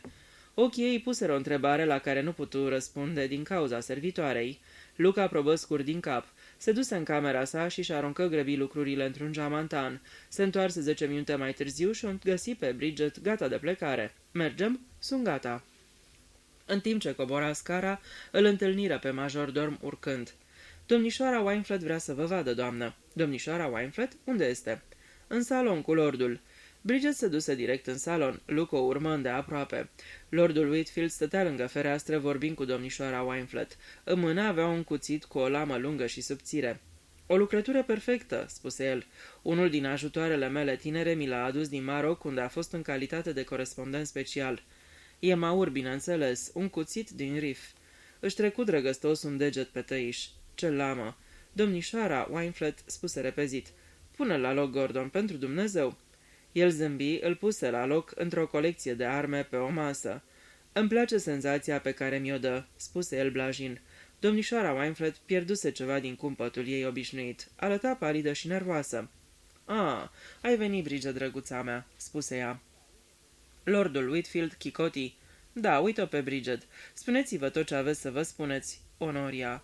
Bridget pleacă de aici curând. Domnișoara Wynflett spuse tăios. Ce vrei să spui? Ce vreau? Spun că pleacă la Londra. Am dreptate, Bridget, nu-i așa? Atât voiam să spun. Îi privi pe toți. Am o veste pentru tine, Honoria. Bridget nu se mai mărită cu mine până la urmă. Îl preferă pe Fitzwilliam. Viața e un lucru foarte straniu. Ei, vă las să vă spuneți ce aveți de spus. Ieși din cameră, zornăind cu mâinile niște monede din buzunare. Vai de mine, spuse domnișoara Wynflett. Vai de mine. Avea atâta disperare în glas încât Bridget păru ușor surprinsă. Spuse stingherită. Îmi pare rău, îmi pare teribil de rău. Domnișoara Wynflett spuse. E supărat, e îngrozitor de supărat. Vai de mine, e ceva groaznic, ce ne facem? Bridget o privi fix. Ce ne facem? Cum adică? Domnișoara Wynflett îi spuse, incluzând pe amândoi cu privirea sa plină de reproș. Nu trebuia să-i spui niciodată. Prostii, ce puteam să facem? Nu trebuia să-i spui acum, trebuia să fie așteptat până când ați fi plecat. Bridget spuse scurt. Asta e o chestiune de părere. Eu personal cred că e mai bine să afli cât mai repede lucrurile neplăcute. Vai de mine, dacă n-ar fi vorba decât despre asta... Se opri, apoi îl privi pe Luke întrebător. Luke dădu din cap. Buzele luară forma cuvintelor, nu încă. Domnișoara Wynflett murmură. Înțeleg. Bridget spuse cu o ușoară exasperare. Ați vrut să mă vedeți pentru ceva personal, domnișoară Wynflett? Ei da, de fapt am venit să sugerez ideea să-mi faci o scurtă vizită. M-am gândit că s-ar putea să-ți vină greu să mai rămâi aici și că ai avea nevoie de câteva zile. Ei, bine, să-ți pui la punct planurile. Vă mulțumesc, domnișoară Wynflett, sunteți foarte drăguță. Știi, cu mine ai fi în siguranță și... Bridget o întrerupse. În siguranță?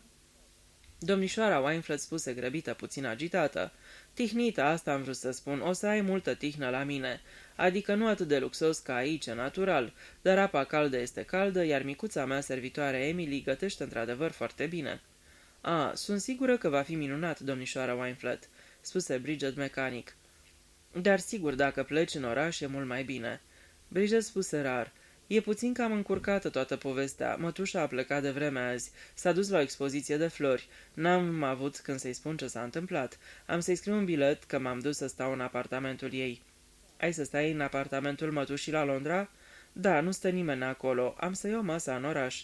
Ai să stai singură în apartament? Vai de mine, eu n-aș face așa ceva. N-aș sta singură acolo." Nu o să mă mănânce nimeni," spuse Bridget nervoasă. Pe lângă asta, mătușa se întoarce mâine." Domnișoara Wynflett dădu din cap îngrijorată. Luke spuse, mai bine du-te la hotel." Bridget se întoarse brusc spre el. De ce? Ce v-a apucat pe toți? Ce tot mă tratați ca pe un copil cretin?" Vai, nu, dragă," protestă domnișoara Wynflett. Nu vreau decât să fii prevăzătoare, atât." Dar de ce? De ce? Despre ce e vorba?" Ascultă, Bridget," spuse Luke. Vreau să stăm puțin de vorbă, dar nu aici. Luăm mașina și mergem într-un loc liniștit." Luke o privi pe domnișoara Wynflett. Putem să trecem pe la dumneavoastră cam peste o oră. Aș vrea să vă spun câte ceva." Vă rog, vă aștept acolo." Luke puse mâna pe brațul lui Bridget, clătină din cap către domnișoara Wynflett în chip de mulțumire. Spuse, luăm mai târziu bagajele. Hai." O însoți afară din cameră și străbătură hall-ul până la ușa din față. Deschise portiera.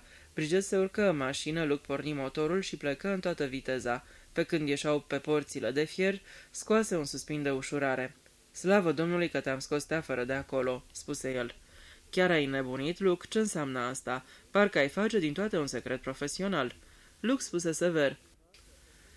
Ei, e greu să explici cuiva că omul sub al cărui acoperiș se găsește în clipa respectivă este un criminal." Capitolul 20. Suntem implicați amândoi. Bridget rămase o clipă nemișcată lângă el. Spuse, Gordon? Luke aprobă din cap. Gordon? Gordon criminal? Gordon criminalul? Ceva mai ridicol nici n-am auzit de când sunt. Nu-ți vine să crezi? Sigur că nu. Păi Gordon n-ar omorâ nicio muscă. Luke spuse întunecat. S-ar putea să fie adevărat, nu știu, dar știu precis că a omorât un canar. Și mai precis că a omorât multe ființe omenești. Dragul meu, Luke, pur și simplu nu-mi vine să cred. Îmi închipui, nici nu pare verosimil.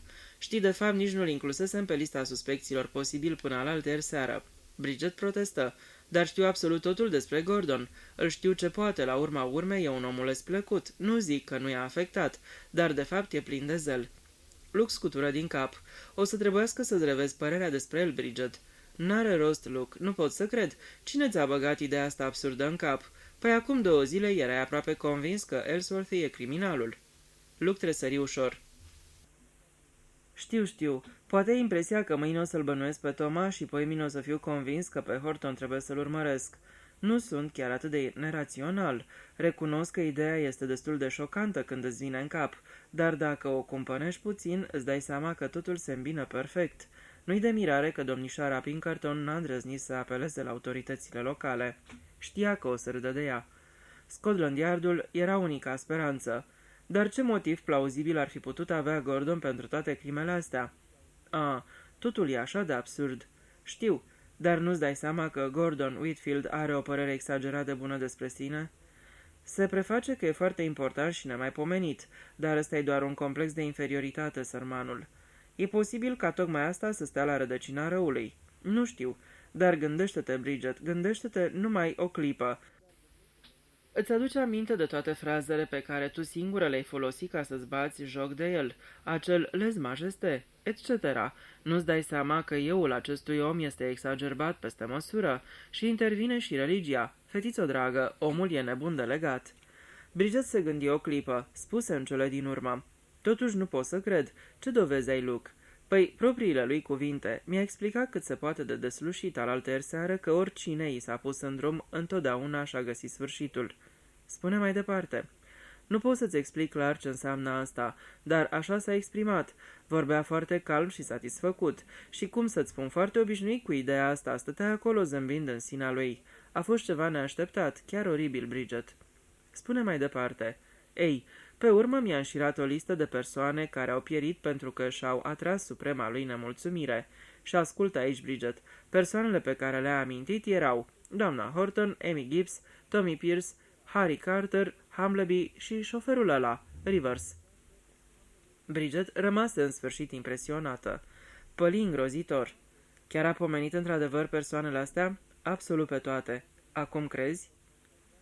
O, Doamne, presupun că trebuie să cred. Cum a motivat? A dat niște motive extrem de neînsemnate. Lucrul ăsta te înspăimântă. Doamna Horton l-a jignit. Tommy Pierce l-a imitat și a făcut pe grădinar să râdă de el. Harry Carter l-a insultat. Amy Gibbs a fost foarte obraznică.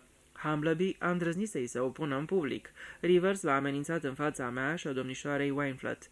Bridget își duse mâinile la ochi. Oribil, de-a dreptul oribil, murmură ea. Știu, și mai avem o altă dovadă, din afară. Mașina care a călcat-o pe domnișoara Pinkerton la Londra era un Rolls, iar numărul ei era numărul mașinii lordului Whitfield. Asta l-acuză în mod clar, spuse Bridget rar. Da, poliția a crezut că femeia care le-a dat numărul făcuse o greșeală. Înțeleg, spuse Bridget. Când e vorba despre un om bogat și puternic cum e lordul Whitfield, e firesc să se dea crezare versiunii lui. Da, putem să ne închipuim ce greu i-a venit domnișoarei Pinkerton. Bridget spuse gânditoare. De vreo câteva ori mi-a spus lucruri ciudate, ca și cum i-ar fi prevestit ceva. Pe vremea aceea nu pricepeam o boabă, acum înțeleg. Toate se potrivesc, spuse Luke. De fapt, cam se întâmplă. La început spui, cum ai făcut și tu, e imposibil. Și pe urmă accepți ideea. Toate se îmbină perfect. Strugurii pe care i-a trimis doamnei Horton, iar doamna Horton își închipuia că o trăvesc surorile, și vizita aceea la Institutul Wellerman-Kreutz sau într-un fel și altul o fi făcut rost de câteva culturi de germen și l-a infectat pe Humbleby. Nu știu cum a reușit. Nici eu nu știu, dar legătura e clară, e inevitabilă. Da, vorba ta se potrivește. Și sigur că el putea să facă lucruri pe care alții nu le-ar fi putut face, adică e în afară de orice bănuială. Cred că domnișoara Wineflat îl bănuia. Mi-a pomenit de vizita lui la institut. În timp ce discutam, a amintit de ea ca din întâmplare, dar am impresia că s-a gândit că auzind de asta am să acționez în consecință. De știe de atâta timp? Avea o bănuială foarte puternică, dar cred că a fost reținută de faptul că pe vremuri l-a iubit. Bridget aprobă din cap. Da, asta explică multe lucruri. Gordon mi-a povestit că pe vremuri au fost logodiți. Știi, n-a vrut să credem că el e criminalul, dar cu timpul s-a convins tot mai mult că ăsta e adevărul. A încercat să-mi facă niște aluzii, dar nu putea să declare nimic precis în legătură cu el. Femeile sunt niște ființe ciudate. Cred că într-un fel mai ține la el.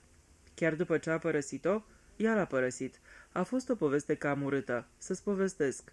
Îi relată pe scurt episodul trist și neplăcut. Bridget îl privi fix. A fost în stare Gordon să facă așa ceva?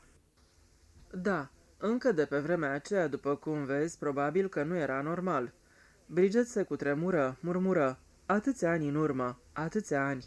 Luke spuse, poate că s-a descotorosit de mult mai multe persoane decât o să aflăm noi vreodată.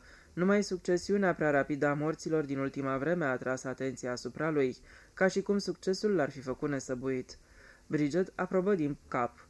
Tăcu vreme de câteva minute, meditând, apoi întrebă brusc. Ce ți-a spus exact domnișoara Pinkerton în ziua aceea în tren? Cum a început? Luke încercă să-și amintească. Mi-a spus că se duce la Scotland Yard, a amintit de sergentul satului, zicea că e un individ amabil, dar nu e în măsură să se ocupe de crime. Atunci a amintit prima dată cuvântul? Da. Spune mai departe. Zicea, văd că e surprins și eu am fost la început, chiar nu-mi venea să cred. Mă gândeam că a început să-mi lucreze imaginația.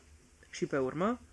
Am întrebat-o dacă într-adevăr nu era imaginația de vină și ea mi-a răspuns placid.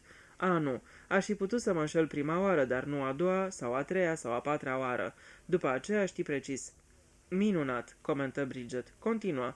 Așa că, sigur, i-am cântat în strună și i-am spus că eram sigur că procedează cum trebuie.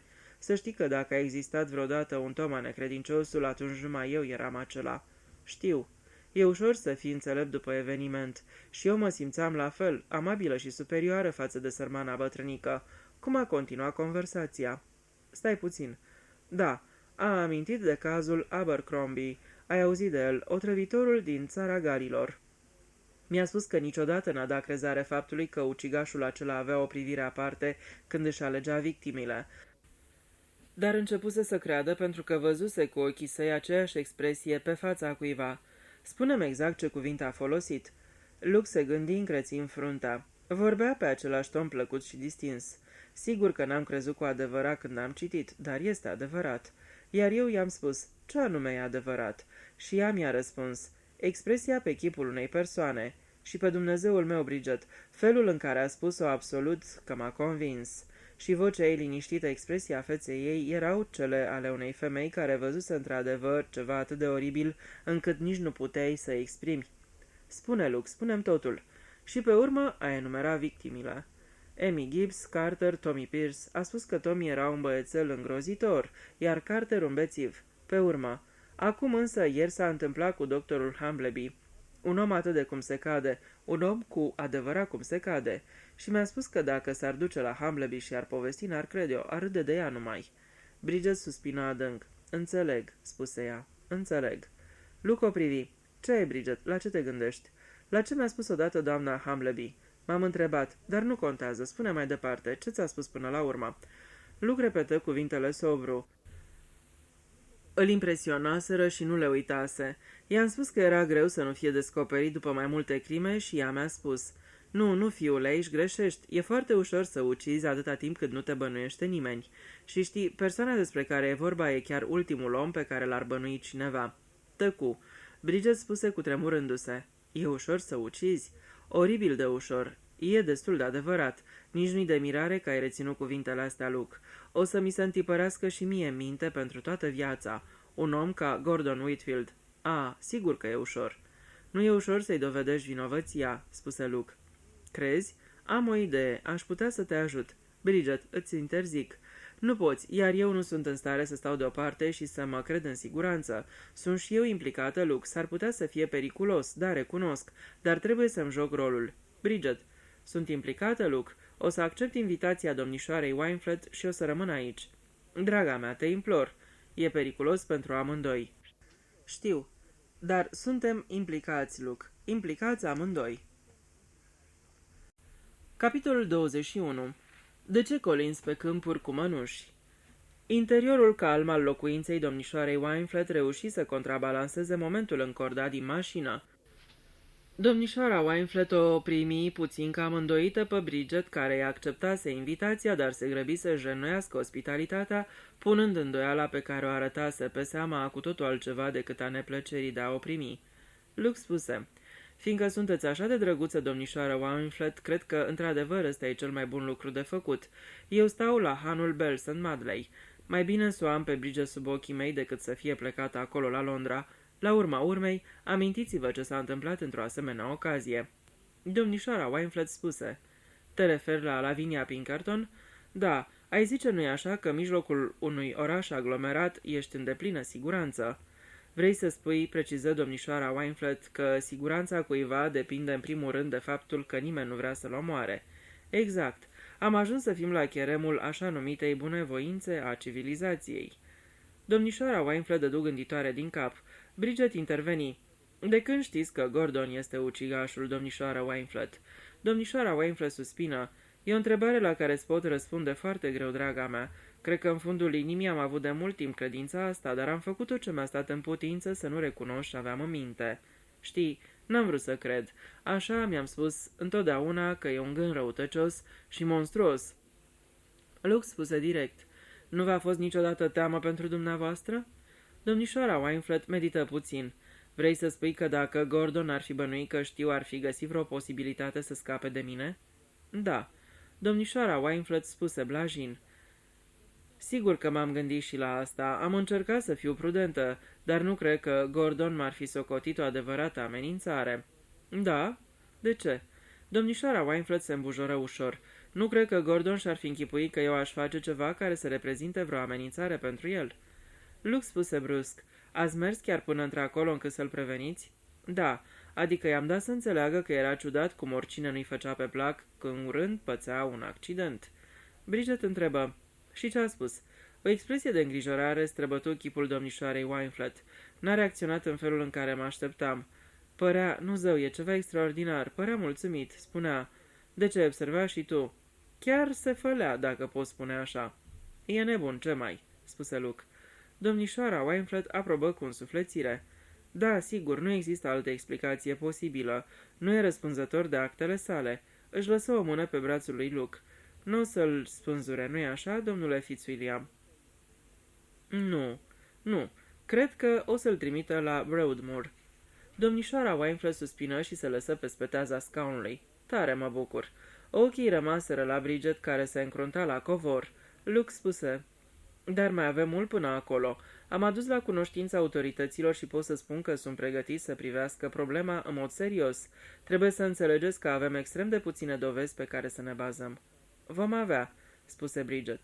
Domnișoara Weinfeld ridică privirea spre ea. Avea în ochi o anumită expresie care îi reaminti lui Luke de cineva sau de ceva pe care îl văzuse nu de mult. Încercă să fixeze amintirea trecătoare, dar nu reuși. Domnișoara Weinfeld spuse cu voce șovăitoare: "Ești optimistă, draga mea. Poate că ai dreptate." Luke spuse: "Iau mașina și îți aduc lucrurile de la Connacht, Bridget." Bridget spuse mecanic: "Vin și eu." "Mai bine nu." "Ba da, o să vin." Luke spuse iritat: "Nu te juca cu mine, da, mama și copilul, Bridget. Refuz să faci pe protectoarea." Domnișoara Weinfeld murmură: "Bridget, eu am convingerea că nu o să fie nimic. E mașină și în plină zi." Bridget râse ușor stânjenită: "Cred că m-am prostit. Afacerea asta te calcă pe nervi." Luke spuse: "Domnișoara Weinfeld m-a păzit într-o seară până acasă." "Lăsați, domnișoară Weinfeld, știu eu ce știu. Așa a fost, nu?" "Recunosc zâmbind." "Știi, domnule Fitzwilliam, părea atât de credul, și dacă Gordon ar fi crezut că ai venit numai ca să-ți bagi nasul în povestea asta și nu pentru alte motive. Pe lângă asta, ulița e tare singuratică, s-ar fi putut întâmpla atâtea." "Ei, oricum, acum sunt perfect conștient de primejdie," spuse Luke întunecat. "Nu o să mai ia prin surprindere. De asta puteți să fiți sigure." Domnișoara Weinfeld spuse îngrijorată: "Nu uita că e viclean și mult mai inteligent decât ți-ai închipuit vreodată. Știu, are un cap cât se poate de ingenios." "Sunt prevenit. Toată lumea știe că bărbații sunt curajoși," spuse domnișoara Weinfeld, "dar pot fi păcăliți mai ușor decât femeile." "E adevărat," spuse Bridget. Luke răspunse: "Serios vorbind, domnișoară Weinfeld, chiar credeți că sunt în pericol? Dumneavoastră credeți, ca să folosesc o expresie de argot, că lordul Whitfield vrea să-mi facă felul?" Domnișoara Weinfeld ezită: "Părerea mea este că Bridget e mare primejdie. Ea l-a respins și pentru el asta e o insultă extraordinară. Cred că după ce termină cu Bridget o să-și îndrepte atenția asupra dumitale, dar nu mă îndoiesc că mai întâi o să încerce cu ea." Luke mormăi: "Doresc din tot sufletul să pleci în străinătate acum, imediat, Bridget." Bridget strânse din buze: "Nu plec." Domnișoara Weinfeld oftă: "Ești o ființă curajoasă, Bridget, te admir. Sunt sigură că ați fi proceda la fel dacă ați fi în locul meu." Bridget continuă pe un ton care urcă până la cota extremă: "Luke și cu mine suntem amândoi implicați." Îl însoți pe Luke până la ușă. "Am să te sun de la Han după ce ies viu din groapa cu lei," spuse Luke. "Da, te rog. Draga mea, să nu ne prindem așa tare. Chiar și celor mai mari criminali le trebuie puțin timp ca să-și facă planurile. Aș spune chiar că o zi sau două suntem în siguranță. Azi sosește inspectorul Bowl din Londra și, începând din clipa aceea, lordul Whitfield va fi ținut sub observație. De fapt, totul e în ordine și putem să punem capăt melodramei." Lăsându-și mâna pe umărul ei, îi spuse grav: "Bridget, iubito, am să-ți rămân recunoscător dacă n-ai să acționezi în pripă." "Și eu la fel, Luke, dragă." O strânsă de umeri cu putere, sări în mașină și porni. Bridget se întoarse în salon. Domnișoara Weinfeld își făcea de lucru în felul ei de fată bătrână. "Vai, drăguță, n-am terminat încă cu pregătitul camerei în care stai. Emily e acolo și pune lucrurile la punct. Știi ce am de gând să fac? O să-ți aduc o ceașcă de ceai bun. E tocmai ce-ți lipsește după toate întâmplările astea neplăcute." "Sunteți nespus de drăguță, domnișoară Weinfeld, dar zău, parcă n-aș mai bea ceai." Ce voia de fapt Bridget era un cocktail tare preparat, mai ales cu mult gin, dar se gândi pe bună dreptate că acea formă de înviorare nu i-ar putea fi oferită aici. Nu putea să sufere ceaiul. De obicei îi provoca indigestie. Totuși, domnișoara Weinfeld hotărâse că musafira sa avea nevoie de ceai. Se repezi afară din cameră și reapăru peste 5 minute cu chipul radios, ducând o tavă pe care se găseau două cești delicate de porțelan de Dresda, pline cu o băutură aromată aburindă. "Lapsang shouting veritabil," spuse mândră domnișoara Weinfeld. Bridget, căreia îi displăcea ceaiul chinezez mai mult chiar decât cel indian, zâmbi slab. În clipa aceea, Emily, o fetișcană măruntă care părea cam neîndemânatecă, cu o înfățișare limfatică, apăru în prag și spuse: "Dacă nu vă supărați, domnișoară, ați vrut fețele de perne vreodată?" Domnișoara Wynflett ieși iute din cameră, iar Bridget se folosi de lipsa ei pentru a arunca ceaiul pe fereastră. Fusese cât pe ce să-l opărească pe Wonky Puh, care stătea în rondul de flori de dedesubt. Acesta acceptă scuzele, sări pe marginea ferestrei și începu să se frece de umerii lui Bridget, torcând foarte drăgăstos. "Frumosule," spuse Bridget, mângâindu-l pe spinare. Wonky Puh își făcu coada cârlic și toarse din ce în ce mai tare. "Pisoiaș, iubit," spuse Bridget, scărmănându-l de după ureche. Domnișoara Wynflett se întoarse în acea clipă. "Vai de mine," exclamă ea. "Wonky Puh te-a îndrăgit, nu-i așa? De obicei e foarte sălbatic. Ai grijă, draga mea, a suferit de o ureche și încă mai doare." Remarca a sosit prea târziu. Mâna lui Bridget atinse punctul dureros. Acesta scuipă și se retrase jignit în chip de minge portocalie plină de demnitate ofensată. "Vai de mine, te-a zgâriat?" strigă domnișoara Wynflett. "Nu prea rău," spuse Bridget, sugându-și zgârietura diagonală de pe dosul mâinii. "Să-ți spun niște iod?" "A, nu, e un fleac, să nu ne alarmăm degeaba." Domnișoara Wynflett păru puțin dezamăgită. Simțind că fusese nepoliticoasă, Bridget spuse repede: "Oare cât o să întârzie Luke?" "Nu te îngrijora, draga mea, sunt sigură că domnul Fitzwilliam știe să-și poarte de grijă singur." "Da, Luke e un băiat descurcăreț." În clipa aceea se auzi telefonul. Bridget se grăbi să răspundă. În aparat răsună vocea lui Luke. "Alo? Tu ești Bridget? Sunt la Han. Poți să aștept să-ți aduc catrafusele după prânz? Știi, a sosit băul. Înțelegi ce vreau să spun." "Inspectorul de la Scotland Yard." "Da, vrea să vorbească cu mine imediat. În ceea ce mă privește în regulă, adun lucrurile după prânz și spunem ce părere are." "S-a făcut. Pe curând, iubito. Pe curând."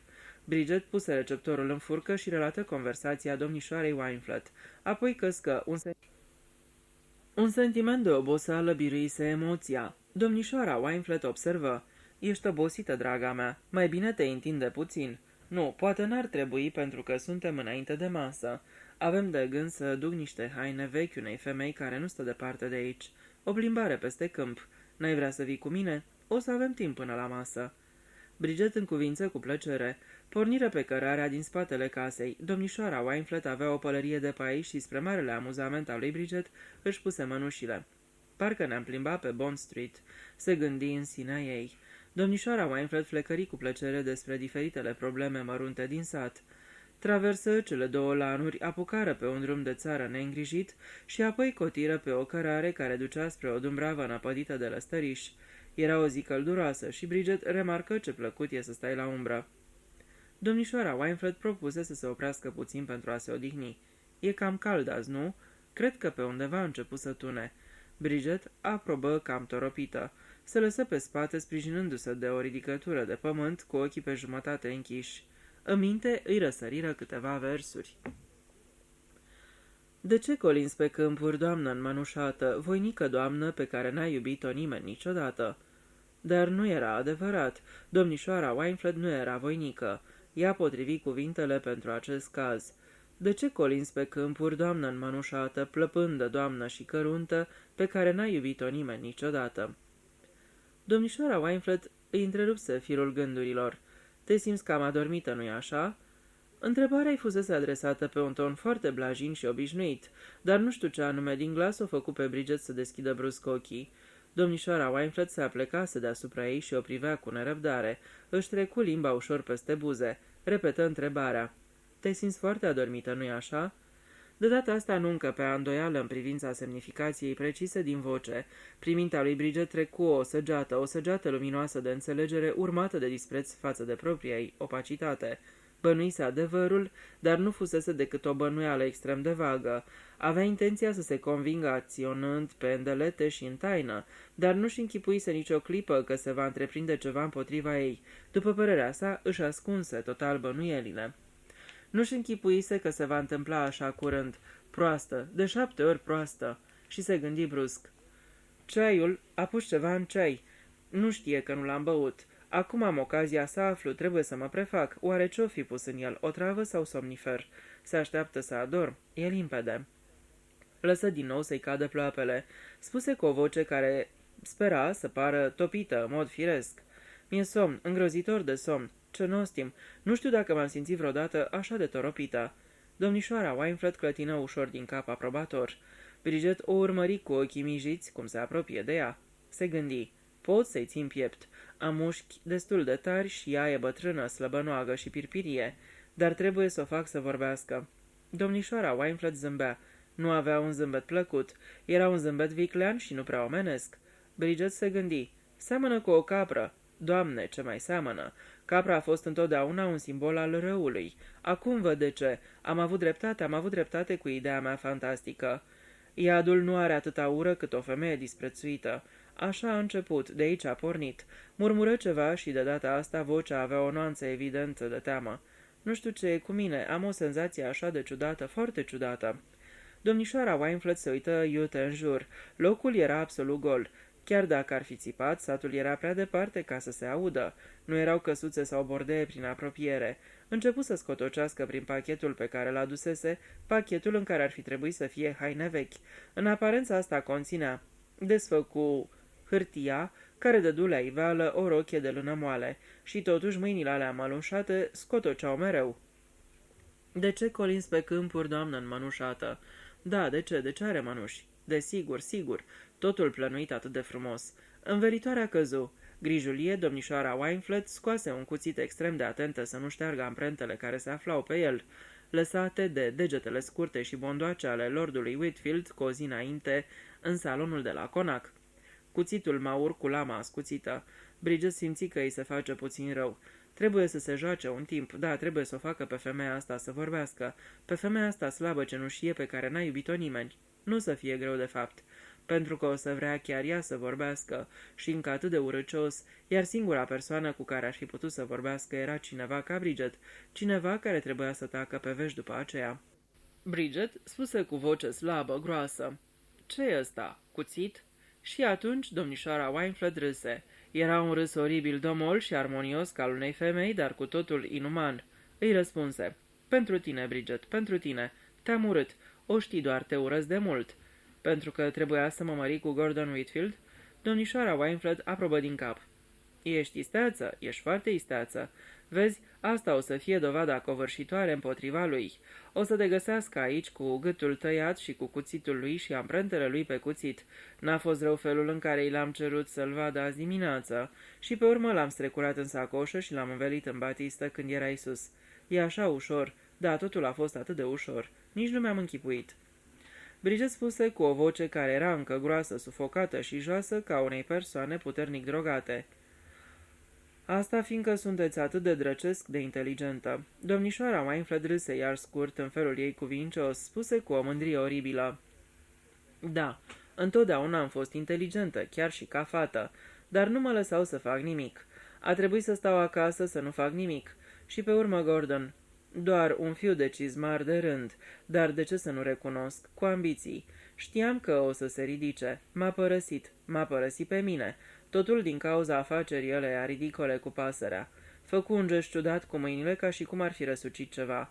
Bridget fu din nou cuprinsă de senzația de sfârșală. Gordon Reg a îndrăznit să mă părăsească pe mine, fiica colonelului Wynfleth. Am jurat că o să îi plătesc. Mă gândeam la asta noapte de noapte și pe urmă am sărăcit din ce în ce mai mult. A trebuit să vindem casa și el a cumpărat-o. A venit făcând pe stăpânul. Mi-a oferit mie o slujbă în vechea mea casă.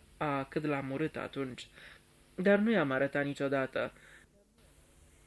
Noi, fetele, așa am fost învățate. Am primit o educație foarte aleasă. Întotdeauna am socotit că educația își spune atunci cuvântul. Tăcu o clipă. Bridget o urmări, abia îndrăznind să respire ca să nu împrăștie șuvoiul vorbelor. Domnișoara Wynfleth continuă încet. Tot timpul mă gândeam, tot timpul. Mai întâi m-am gândit să-l ucid. Atunci am început să citesc despre criminalistică, știi, pe furiș, la bibliotecă. Și, într-adevăr, mai târziu mi-am dat seama cât de folositor mi-a fost. De exemplu, ușa de la camera lui Amy. Cum am încuiat-o pe dinăuntru cu penseta după ce am schimbat sticluțele de lângă pat. Cum mai sfărăia fata aia. Mă dezgusta aproape. Se opri. Ei, asta e, unde am rămas? Darul acela pe care îl cultivase Bridget și care îl vrăjise pe lordul Whitfield, darul de ascultător perfect, îi servea foarte bine acum. Poate că Honoria Wynfleth era o maniac ucigaș, dar mai era și altceva mai obișnuit în ea. Era o ființă omenească care voia să vorbească despre ea însăși. Și Bridget era pregătită bine să facă față acestei părți de omenie. Spuse cu o voce care o îmbia la vorbă în felul cel mai nimerit. La început ați vrut să-l ucideți. Da, dar asta nu mă satisfăcea, era ceva prea obișnuit. Trebuia să fie ceva mai bun decât o crimă. Și pe urmă mi-a venit ideea. Pur și simplu mi-a venit în cap. Trebuia să sufere de pe urma multor crime fără să aibă vreo vină. Trebuia să fie socotit criminal. El trebuia să fie spânzurat pentru crimele mele, sau să se creadă că e nebun și să fie închis pe viață. Poate că așa ar fi mai bine. Chicoti din nou. Un chicot scurt, oribil. Ochii scăpărau, pupilele îi se măriseră ciudat de mult. După cum ți-am spus, am citit multe cărți despre crimă. Mi-am ales victimile cu grijă, la început nu trebuiau să existe bănuieli. Știi, continuă cu voce care îi se năspri, îmi făcea plăcere să ucid. Nesuferita aia de Lydia Horton mă privea de sus. Odată m-a numit fata bătrână. M-am bucurat când Gordon s-a certat cu ea, 2 iepuri dintr-o lovitură, m-am gândit. Ce distracție să stai lângă pa și să-i strecori arsernic în ceai și pe urmă să te duci să-i spui surorii că doamna Horton s-a plâns de gustul amar al fructelor trimise de lordul Whitfield. Păcat că proasta aia n-a mai repetat ce i-am spus. Și pe urmă ceilalți. Cum auzeam că Gordon avea ceva împotriva cuiva, era așa de simplu să aranjez un accident. Era atât de prost de necrezut cât era de prost. L-am făcut să-și închipuie că era un om aparte, că oricine îi se opunea avea de suferit. A crezut foarte ușor. Sărmanul Gordon ar crede orice. E atât de credul. Bridget își aduse aminte cum îi spusese lui Luke, disprețuitoare. Gordon ar fi în stare să creadă orice. Ușor, extrem de ușor. Sărmanul, afectatul și credulul Gordon cel mărunțel. Dar trebuia să afle mai multe. Și asta era ușor. O făcuse în chip de secretară ani de zile. Îi încurajase pe nesimțite pe patron să vorbească despre ei, iar femeia asta voia cu orice preț să vorbească și să se laude cu deșteptăciunea ei. Bridget murmură, dar cum ați reușit? Nu înțeleg cum ați reușit. A fost foarte ușor. N-aveai nevoie decât de organizare. Când Amy a fost concediată de la Conac, am angajat-o imediat. Cred că ideea cu vopseaua de pălărie a fost foarte inteligentă, iar încuiatul ușii pe dinăuntru m-a pus în siguranță. Bineînțeles, eu am fost întotdeauna în siguranță pentru că n-am avut niciun motiv. Și nu bănuiești pe nimeni de crimă dacă nu există motive. Cu Carter a fost foarte simplu. Se împleticea prin ceață. L-am ajuns la pod și l-am împins iute. Știi că am putere. Se opri și chicotitul scurt și oribil se auzi din nou. Vai ce m-am distrat! N-am să uit niciodată mutra lui Tommy când l-am împins pe fereastră în ziua aia. Habar n-a avut. S-a plecat asupra lui Bridget cu încredere. Știi, oamenii sunt foarte proști. Până atunci nu-mi dădusem seama. Bridget spuse slab. Atunci dumneavoastră sunteți neobișnuit de inteligentă. Da, poate că ai dreptate. Cu doctorul Humbleby a fost mai greu? Da, e chiar de mirare cum de mi-a reușit. S-ar fi putut să dea greș, sigur. Dar Gordon a spus la toată lumea despre vizita lui la Institutul Wellerman-Kreutz și m-am gândit că dacă o să pot face oamenii să-și amintească de vizita aceea, mai târziu s-ar stabili anumite legături. Iar cu urechea lui Wonky Pooh a fost într-adevăr cam greu, era infectată, supura mult. Am reușit să-l înțep pe doctor la mână cu farfeca și pe urmă am fost atât de necăjită și am insistat să se desinfecteze și să-și pună un bandaj pe rană. Nu știa că bandajul fusese infectat mai întâi de la urechea motanului. Sigur, n-ar fi putut să dea greș, era numai o încercare. Mi-a părut tare bine când am văzut că a mers, mai ales că aceasta a fost pisica Laviniei. Chipul îi se întunecă. Lavinia Pinkerton, ea a ghicit. Ea îl găsise pe Tom în ziua aceea și pe urmă când Gordon s-a certat cu doctorul Humbleby, m-a surprins privindu-l pe Humbleby. Nu fusesem prudentă. Tocmai mă întrebam cum să o fac. Și ea știa. M-am întors să o surprind și m-am dat de gol. Am văzut că știe. Bineînțeles, nu putea să dovedească nimic, eram sigură de asta. Totuși, mi-era teamă că ar putea să o creadă cineva. Mi-era teamă că ar putea să o creadă la Scotland Yard. Eram sigură că în ziua aceea se ducea acolo. Am fost în același tren și am urmărit-o. Totul a fost atât de simplu. Era pe un refugiu traversând Whitehall-ul. Eram aproape în spatele ei. Nu m-a văzut. Venea o mașină mare și am împins-o cu toată puterea. Sunt foarte puternică. A căzut drept în fața ei. I-am spus unei femei de lângă mine că văzusem numărul mașinii și i-am dat numărul de la Rolls-ul lui Gordon. Speram să-l repete poliției. Noroc că mașina n-a oprit. Presupun că era vreun șofer care se distra cu mașina stăpânului. Da, aici am avut noroc. Întotdeauna am noroc. Scena aia cu Rivers și Luke Fitzwilliam, martor. Tare m-am amuzat când l-am însoțit. Ciudat ce greu l-am făcut să-l bănuiască pe Gordon. Dar după moartea lui Rivers trebuia să-l bănuiască. Trebuia. Ei, și asta acum o să încheie toată povestea. Gordon m-a părăsit. Trebuia să se căsătorească cu tine. Toată viața am fost dezamăgită. N-am avut nimic, absolut nimic. Plăpândă doamnă căruntă pe care n-a iubit-o nimeni niciodată. S-a plecat asupra ei zâmbind cu ochii scăpărători de nebun. Cuțitul strălucea. Bridget sări cu toată forța pe care ți-o dă tinerețea. Se aruncă asupra celeilalte ca o tigroaică, lovind-o în spinare și apucând-o de mână. Luată prin surprindere, Honoria Wynfleth căzu pe spate înainte de a ataca furios, dar apoi, după o clipă de inerție, începu să lupte. Nu puteai să le compari ca putere. Bridget era tânără și sănătoasă, cu mușchi întăriți de sport. Honoria Wynfleth era o ființă fragilă, subțirică. Dar mai exista un factor pe care Bridget nu-l pusese la socoteală. Honoria Wynfleth era nebună. Puterea ei ținea de nebunie. Se lupta ca un diavol și puterea ei nebunească era mai mare decât puterea mușchilor sănătoși ai lui Bridget. Se clătinară când într-o parte, când în alta și Bridget încerca să îndepărteze cuțitul de lângă ea. Totuși, Honoria Wynfleth nu-i dădea drumul.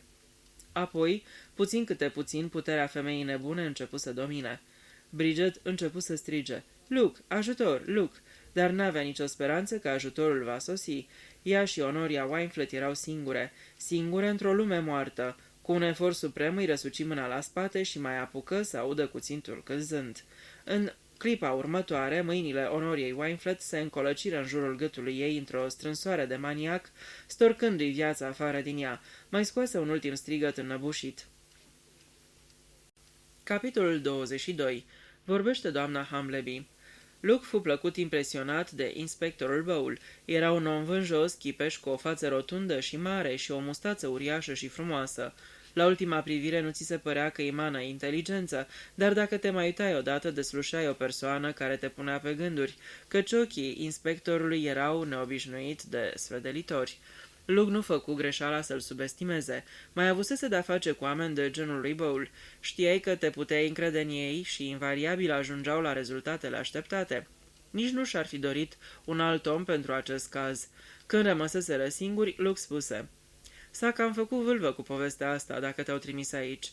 Inspectorul zâmbi. S-ar putea să fie o problemă serioasă, domnule Fitzwilliam. Când este amestecat cineva ca lordul Whitfield, nu vrem să facem nicio greșeală. Apreciez acest lucru. E sigur? A, nu. Am adus un detectiv cu mine. E la cârciuma aceea, Seven Stars, și are datoria să-l supravegheze pe lord. Înțeleg. Băul întrebă: După părerea dumitale, domnule Fitzwilliam, nu există niciun dubiu? E sigur că el e omul? După fapte, nu văd vreo altă teorie posibilă. Vrei să-ți relatez împrejurările? Mulțumesc. Le știu de la Sir William. Ei, care-i părerea dumitale? Cred că ți se pare ne la locul lui ca un om cu poziția lordului Whitfield să fie un criminal? Doar câteva lucruri mi se par ne la locul lor, spuse inspectorul Bowl. Nimic nu e imposibil când e vorba de crimă. Eu am susținut întotdeauna. Dacă mi-ați spune că respectivul criminal e o domnișoară bătrână, un arhiepiscop sau o elevă, n-aș spune nu. Aș studia mai întâi cazul. Dacă ai datele principale de la Sir William, am să-ți spun numai ce s-a petrecut azi dimineață. Luke expuse pe scurt ideile principale ale scenei cu lordul Whitfield. Inspectorul Bowl ascultă cu foarte mult interes, apoi interveni. Spuneați că încerca tăișul unui cuțit și a ales vreo țintă, domnule Fitzwilliam. A amenințat pe cineva? Nu pe față. A încercat lama într-un fel amenințător, un fel de plăcere estetică care nu mi-a plăcut deloc. Cred că și domnișoara Wynfleth a simțit același lucru. Dumnezeu este doamna despre care spuneați că îl cunoaște pe lordul Whitfield din copilărie și pe vremuri a fost logodită cu el? Într-adevăr, cred că puteți să fiți liniștit în privința tinerei domnișoare, domnule Fitzwilliam. Am pus pe cineva să o urmărească îndeaproape. Dacă ne gândim că și Jackson îl supraveghează pe lord, pentru moment nu ne amenință niciun pericol. Îmi iei o piatră de pe inimă, spuse Luke. Inspectorul dădu din cap înțelegător. Sunteți într-o situație cam neplăcută, domnule Fitzwilliam. Vă îngrijorează soarta domnișoarei Conway. Părerea mea este că n-avem de-a face cu un caz simplu. Probabil că lordul Whitfield e un om foarte abil. Cred că o să se dea la fund o bucată de vreme. Doar dacă n-a ajuns în ultima fază. Ce numești dumneata ultima fază? Un fel de vanitate exagerată datorită căreia criminalul crede că pur și simplu nu poate fi descoperit. El e atât de deștept și toți ceilalți sunt atât de proști. Și atunci, sigur că pune mâna pe el. Luke dădu din cap. Se ridică. Ei, spuse el, îți urez noroc. Am să te ajut cât am să pot. Sigur. Nu poți să-mi dai nicio idee? Băul întoarse minte întrebarea pe toate fețele. Nu, cred că nu. Acum aș vrea să fixez fiecare lucru la locul lui. Poate stăm de vorbă diseară, nu? Sigur? O să știu mai bine care e situația. Luke se simți puțin mai liniștit. Multora li se întâmpla asta după o discuție cu inspectorul Bowl. Se uită la ceas. Să se ducă să o vadă pe Bridget până la prânz? Se gândi că mai bine nu. Domnișoara Wynfleth s-ar simți obligată să-l invite la masă și poate iar dezechilibra bugetul. Luke știa din experiența lui cu mătușile că doamnele în vârstă se preocupau de tot felul de probleme de gospodărie. Se întrebă dacă domnișoara Wynfleth era și ea mătușă. Probabil. Ieși pe ușa hanului. O siluetă negru foarte grăbită se opri brusc văzându-l pe Luke. Domnul Fitzwilliam. Doamnă Humbleby. Se apropie de ea și strânseră mâinile. Doamna spuse. Am crezut că ați plecat. Nu, mi-am schimbat doar locuința, acum stau aici. Și Bridget, am auzit că a plecat și ea de la Conac. Da, a plecat. Doamna Humbleby suspină. Tare mă bucur. Mă bucur că a plecat din Wychwood. Dar n-a plecat de aici. De fapt, acum stă la domnișoara Wynfleth. Doamna Humbleby se dădu un pas înapoi. Luke observă mirat că figura ei arăta o neliniște extraordinară. Stă la Honoria Wynfleth? Vai, dar de ce? Domnișoara Wynfleth a fost foarte drăguță și a invitat-o câteva zile. Doamna Humbleby se cutremură puțin. Se apropie de Luke și îi puse o mână pe braț. Domnule Fitzwilliam, știu că n-am dreptul să spun nimic, absolut nimic. În ultima vreme am avut multe supărări și necazuri și poate asta m-a făcut să-mi închipui anumite lucruri. Poate presimțirile astea ale mele sunt numai o imaginație bolnavă. Luke spuse cu blândețe. Ce presimțiri? Convingerea asta pe care o am despre rău.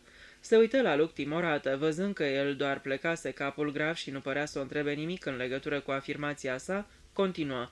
Atâta răutate. La asta m-am gândit întotdeauna. Răutatea asta din Wychwood. Și femeia aia e vârâtă în miezul lucrurilor. Sunt sigură. Luke era buimăcit. Care femeie?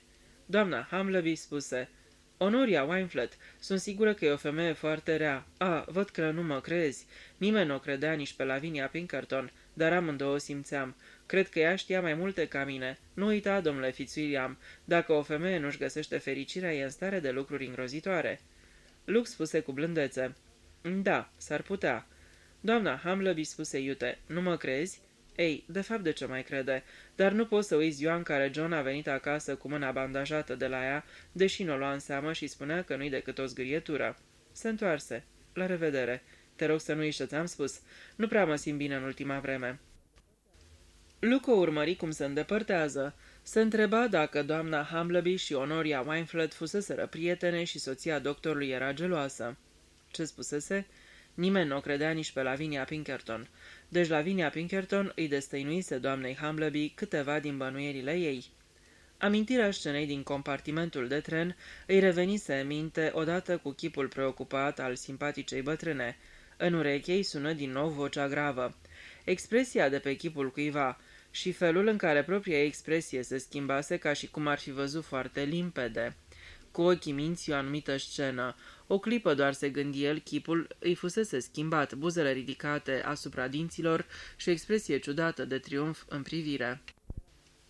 Se gândi brusc, dar a mai văzut pe cineva privind așa. Aceeași expresie, de curând. Când? Azi dimineață. Sigur, domnișoara Wynfleth când o privise pe Bridget în salonul de la Conac.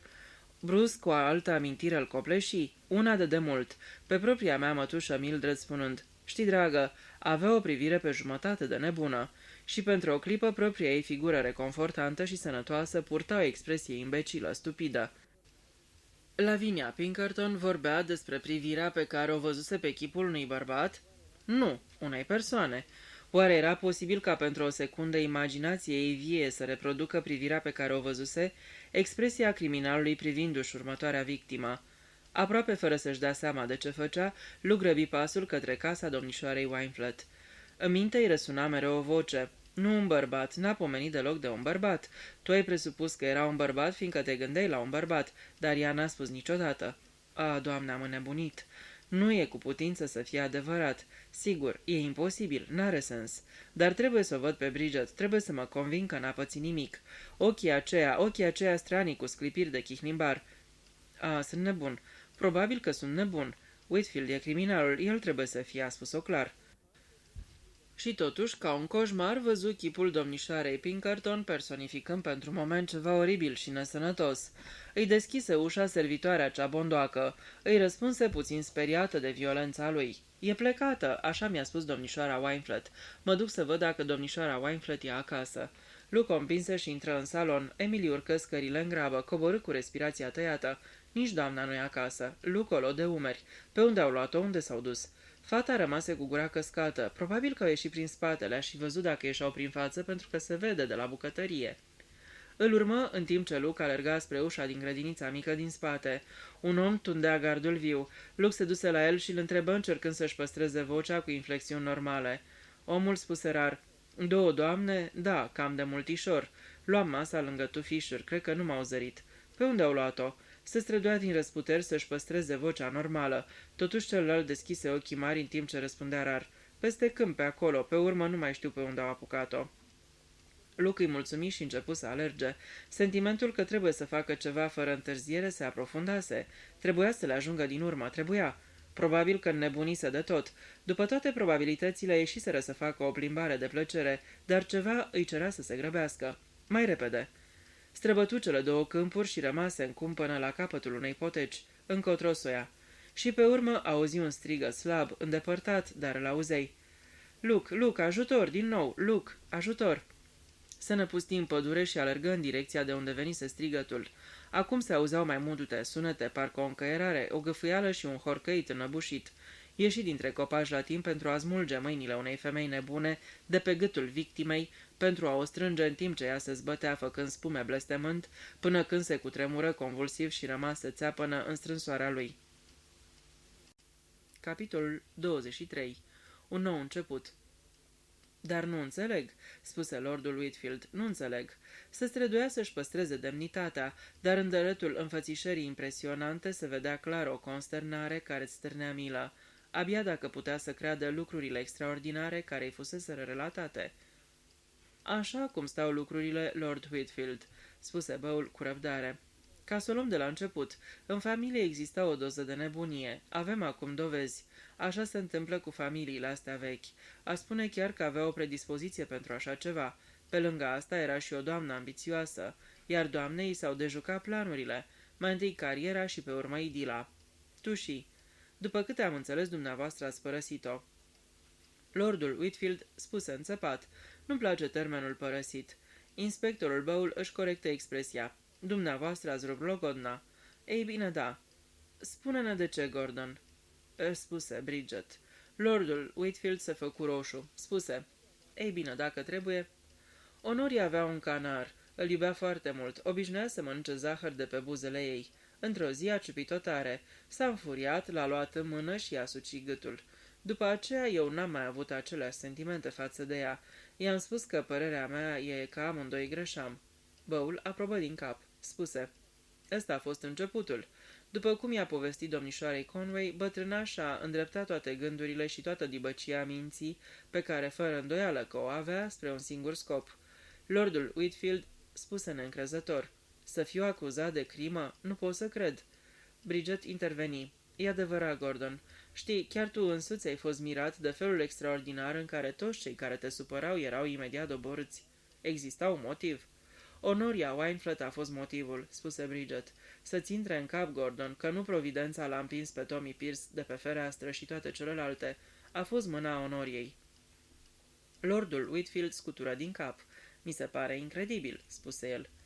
Bowl interveni: "Spuneați că ați primit un mesaj telefonic azi dimineață." "Da, cam pe la ora 12 am fost rugat să merg în pădurea Show imediat, deoarece tu, Bridget, aveai să-mi spui ceva. Nu trebuia să vin cu mașina." Bowl aprobă din cap: "Exact, ăsta ar fi fost finalul. Domnișoara Conway ar fi fost găsită cu gâtul tăiat, iar lângă ea cuțitul dumneavoastră cu amprentele dumneavoastră pe el. Dumneavoastră înșivă ați fi fost zărit prin apropiere la ora aceea. N-ați fi avut nicio șansă să vă dovediți nevinovăția. Orice juriu din lume v-ar fi condamnat." "Pe mine?" spuse lordul Whitfield, speriat și abătut. "Ar fi putut toată lumea să creadă asta despre mine?" Bridget spuse cu blândețe: "Eu n-am crezut, Gordon, n-am crezut niciodată." Lordul Whitfield o privi rece, apoi spuse înțepat: Având în vedere reputația mea și poziția mea în acest ținut, bănuiesc că nimeni n-ar fi dat crezare nici pentru o clipă acestei acuzații monstruoase. Ieși din cameră cu demnitate și închise ușa în urma lui. Luke spuse: "Nu o să creadă niciodată că a fost într-adevăr în primejdie." Apoi spuse: "Hai, Bridget, spune-ne cum ai ajuns să bănuiești pe femeia asta." "Mi-ai spus că Gordon e criminalul, nu-mi venea să cred. Știi, doar îl cunoșteam atât de bine. Am fost secretara lui 2 ani de zile. Îl cunoșteam atât de bine. Știam că e îngânfat, mărunt, interesat de propria persoană, dar mai știam că e un om blajin și aproape absurd de bun. Îi făcea rău chiar să ucidă o viespe. Povestea asta cu uciderea canarului domnișoarei Wynflett era complet greșită. N-ar fi fost în stare să facă așa ceva. Odată mi-a spus că el o părăsise pe domnișoara Wynflett. Acum tu ai insistat că lucrurile se petrecuseră invers. Ei, s-ar fi putut. Poate mândria sa nu-l lăsase să recunoască că de fapt ea îl izgonise. Dar povestea cu canarul pur și simplu nu era genul lui. Gordon n-a tras măcar odată cu pușca pentru că îi se face rău când vede cum mor vietățile. Așa că am știut că partea aceea din poveste nu era adevărată. Dar dacă nu era, atunci domnișoara Wynflett mințise. Și de fapt, dacă stai să te și gândești, era o minciună nemaipomenită. Și brusc, mi-am pus întrebarea dacă n-a mai spus și alte minciuni. Era o femeie foarte mândră, asta puteai să o vezi imediat. Probabil că refuzul acela îi rănise mândria îngrozitor. Probabil că era foarte supărată și nutrea gânduri de răzbunare împotriva lordului Whitfield, mai ales după cum simțeam eu, fiindcă mai târziu lordul a făcut avere și a avut numai realizări. M-am gândit, da, probabil că ar plăcea și ar face tot posibilul să pună o crimă pe seama lui. Și pe urmă m-a cuprins un vârtej de gânduri, dacă nu cumva tot ce spune e o minciună, și brusc mi-am dat seama ce ușor poate o femeie ca asta să prostească un bărbat. Și m-am gândit, e ceva fantastic, dar dacă ea i-a ucis pe toți și l-a hrănit pe Gordon cu ideea că era un fel de pedeapsă divină. Era foarte ușor să-l facă să creadă asta. După cum ți-am spus odată, Gordon ar fi în stare să creadă orice. Și m-am gândit, oare s-ar fi putut ca ea să fi săvârșit toate crimele? Și mi-am dat seama că ar fi putut. Ar fi putut să îmbrâncească pe bețiv, să îmbrâncească un băiat de pe fereastră, iar Emmy Gibbs a murit în casa ei. Și doamna Horton, Honoria Wynflett, obișnuia să stea cu ea când s-a îmbolnăvit. Cu doctorul Humbleby a fost mai greu. Nu știam că motanul avusese o ureche bolnavă și că ea infectase bandajele cu care a legat mâna doctorului. Moartea domnișoarei Pinkerton a fost și mai complicată pentru că nu mi-o puteam închipui pe domnișoara Wynflett în chip de șofer conducând un Rolls. Și pe urmă, brusc, mi-am dat seama că ăsta a fost cel mai ușor. Am îmbrâncit-o pe la spate, e simplu când e aglomerație. Mașina n-a oprit și a prins ocazia și a spus unei femei că văzuse numărul mașinii și i-a dat numărul de la Rolls-ul domnului Whitfield. Sigur, toate astea mi se învălmășau în cap foarte confuz, dar dacă Gordon nu comisese crimele în mod precis, iar eu știam că nu era adevărat, ei bine, cine era criminalul? Și răspunsul mi s-a părut foarte clar. Cineva care îl urăște pe Gordon. Cine îl urăște pe Gordon? Honoria Wynflett, fără discuție. Pe urmă mi-am amintit că domnișoara Pinkerton spunea că asasinul este un bărbat. Asta am dărâmat toată frumusețea mea de teorie, pentru că, dacă domnișoara Pinkerton nu avea dreptate, ea n-ar fi fost ucisă. Așa că te-am pus să-mi repeți exact cuvintele domnișoarei Pinkerton și imediat am observat că de fapt ea nu pronunțase niciodată cuvântul bărbat. Atunci am simțit că mă aflu fără îndoială pe urma bună. M-am decis să accept invitația domnișoarei Wynflett de a sta la ea și mi-am pus în cap să încerc să descoper adevărul. Fără să-mi spui mie nimic, interveni Luke nervos. Dar, dragul meu, tu erai atât de sigur, iar eu nu eram sigură deloc. Totul era vag și îndoielnic, dar nici prin cap nu-mi trecea că sunt în vreo primejdie. Mă gândeam că am mai mult timp la dispoziție. Se cutremură. Luke a fost îngrozitor. Ochii ei și râsul acela oribil, politicos, inuman. Luke spuse cutremurându-se și el ușor. N-am să uit cum am ajuns acolo în ultima clipă. Se întoarce spre băul. Cum se mai simte acum? Și-a pierdut mințile complet. Știi, așa se întâmplă cu indivizii ăștia. Nu pot face față șocului pe care l-au când își dau seama că sunt mai puțin inteligenți decât își închipuiau. Luke spuse trist.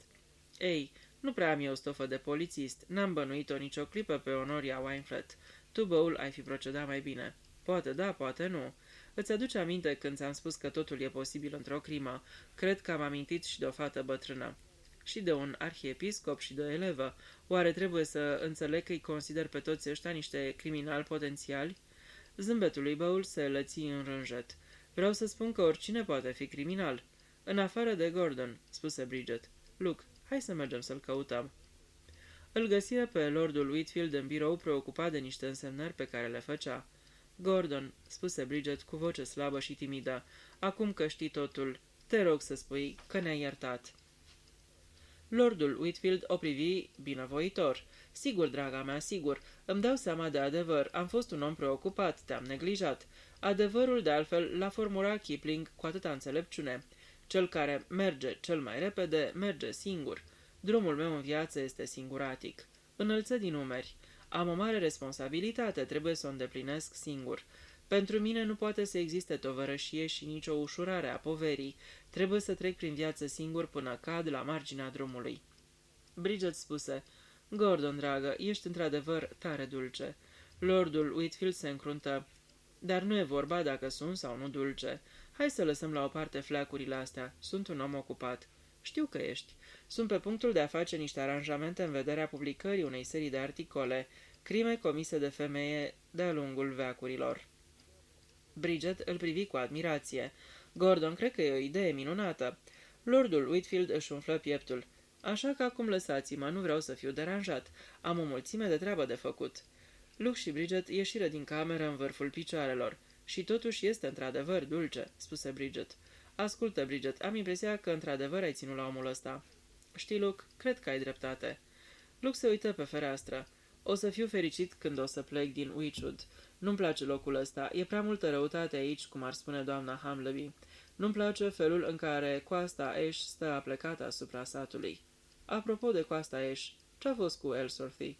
Luke râse puțin stânjenit. Cu sângele de pe mâini? Da. Se pare că au sacrificat un cocoș alb. Ce dezgustător. Cred că domnului Ellsworthy o să-i se întâmple ceva nu prea plăcut. Băul îi pregătește o mică surpriză. Bridget spuse. Și bietul Major Horton, care n-a încercat niciodată să-și ucidă soția, și domnul Abbott, care presupun că avea o scrisoare compromițătoare de la vreo doamnă, și doctorul Thomas, un doctor tânăr plăcut și modest. Un măgar cu fumuri. Asta o spui fiindcă ești gelos că se căsătorește cu Rose Hamleby. E prea bună pentru el. Întotdeauna am simțit că o plași pe fata asta mai mult decât pe mine. Iubito, nu ești cam absurdă? Nu, nu cred. Bridget cu o clipă apoi spuse. Luke, acum mă mai placi? Luke făcu o mișcare spre Bridget, dar ea îl respinse. Am spus dacă mă mai placi, nu dacă mă iubești, Luke. Aha, înțeleg. Da, te plac. Te plac, Bridget. Și te și iubesc. Și eu te plac, Luke. Își zâmbiră puțin timid, ca doi copii care s-au împrietenit la o petrecere. Bridget spuse, a plăcea e mai important decât a iubi. Durează. Aș vrea, Luke, să dureze ceea ce e între noi. Nu vreau să ne iubim doar, să ne căsătorim, să ne plictisim unul de altul și pe urmă să vrem să ne căsătorim cu altcineva. A, iubita mea, știu. Ai nevoie de lucruri reale și eu la fel. Ceea ce între noi va dura pentru totdeauna pentru că se bazează pe realitate. E adevărat, Luke? E adevărat, iubito. Cred că de aceea mi-era frică să te iubesc. Și mie mi-era frică să te iubesc. Și acum îți mai este? Nu. Luke spuse, am fost mult timp la un pas de moarte. Acum s-a sfârșit. De acum vom începe să trăim. Sfârșit.